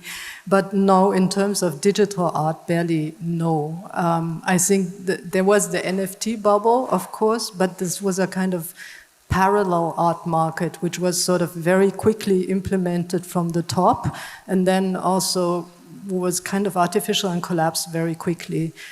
Digital art has barely been more integrated within the last 10 years. There has never been a real market for it, and there continues not to be a real market for it, in my view. Thank you. I will take the last question. I think it was you. Yeah. Sorry for the other questions. I hope you will have the opportunity to ask the questions after that. Thank you very much. Thank you so much for your input. I kind of find AI starts to be like modern banks. No one really likes them, but everybody is using them, even if they don't want to. And what I wanted to ask is that mainly the last years AI is trying to be perfect, it's trying to be realistic, is getting into commercial work and design. So is there anything left in the experimentation of AI for artists and trying to figure out ways to, not look for the perfect data set that creates real humans, but somehow create, crappy data sets that are more fun to play with and in the end creating more interesting stuff? And what would be your input in that? Thank you very much.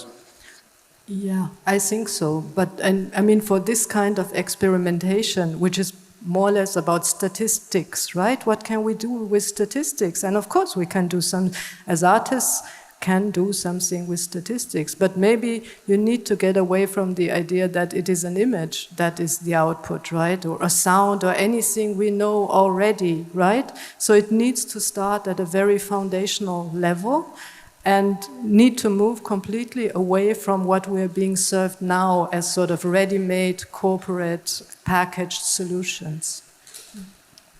Thank you very much. I like to finish with the word solutions.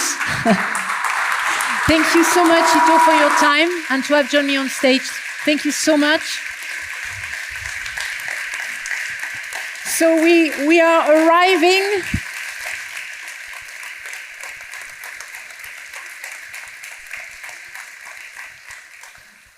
It's difficult to top this, right? I think we are arrived at the end of the conference now, and I hope that you have enough food for thoughts. And to, as I was saying, it's an invitation, even in the workshop we started, it's an invitation to continue the discussion because, to be honest, I am a bit tired to do conferences where I'm invited to moderate about is it to find an enemy or a friend. We need to transcend the discourse and to go in a way more critical situation with this and how do we use this, what do we do with this and how can we do it better. So this was my invitation also. Thank you to everybody before we do the winners for the raffle. For those of you who throw their little piece of paper in the thing, you can stay 2 or 3 minutes and you will know if you want something or not. Otherwise, I want to thank everybody. I want to thank, first of all, Veronica and Crystal, who have been inviting us to curate this conference today. My team and myself, here Anna in the first row, who was with me. I want to thank also Anna from Ars Electronica, who has been producing the conference with us. It has been a crazy collaboration in the last weeks to make it all together. And also, I want to thank all the tech team, the camera people who have been seeing us jumping and going to unexploited angles in this room. And I want to thank you, audience, and all the speakers who joined me on stage and who are still here, I can see, and the audience, because you have been for us actually also experts, and we want to see you even if we are on a stage at eye level. So let's continue the conversation, please. Let's see you later. Maybe there is, I think there is another couple of drinks somewhere. See you in the courtyard, see you on the exhibition, see you here around. And let's have a little look at the raffle, right? Do you want to win a book or a catalog or something? Maybe. Yes, thank you. Thank you very much. Thank you to all of you and see you soon.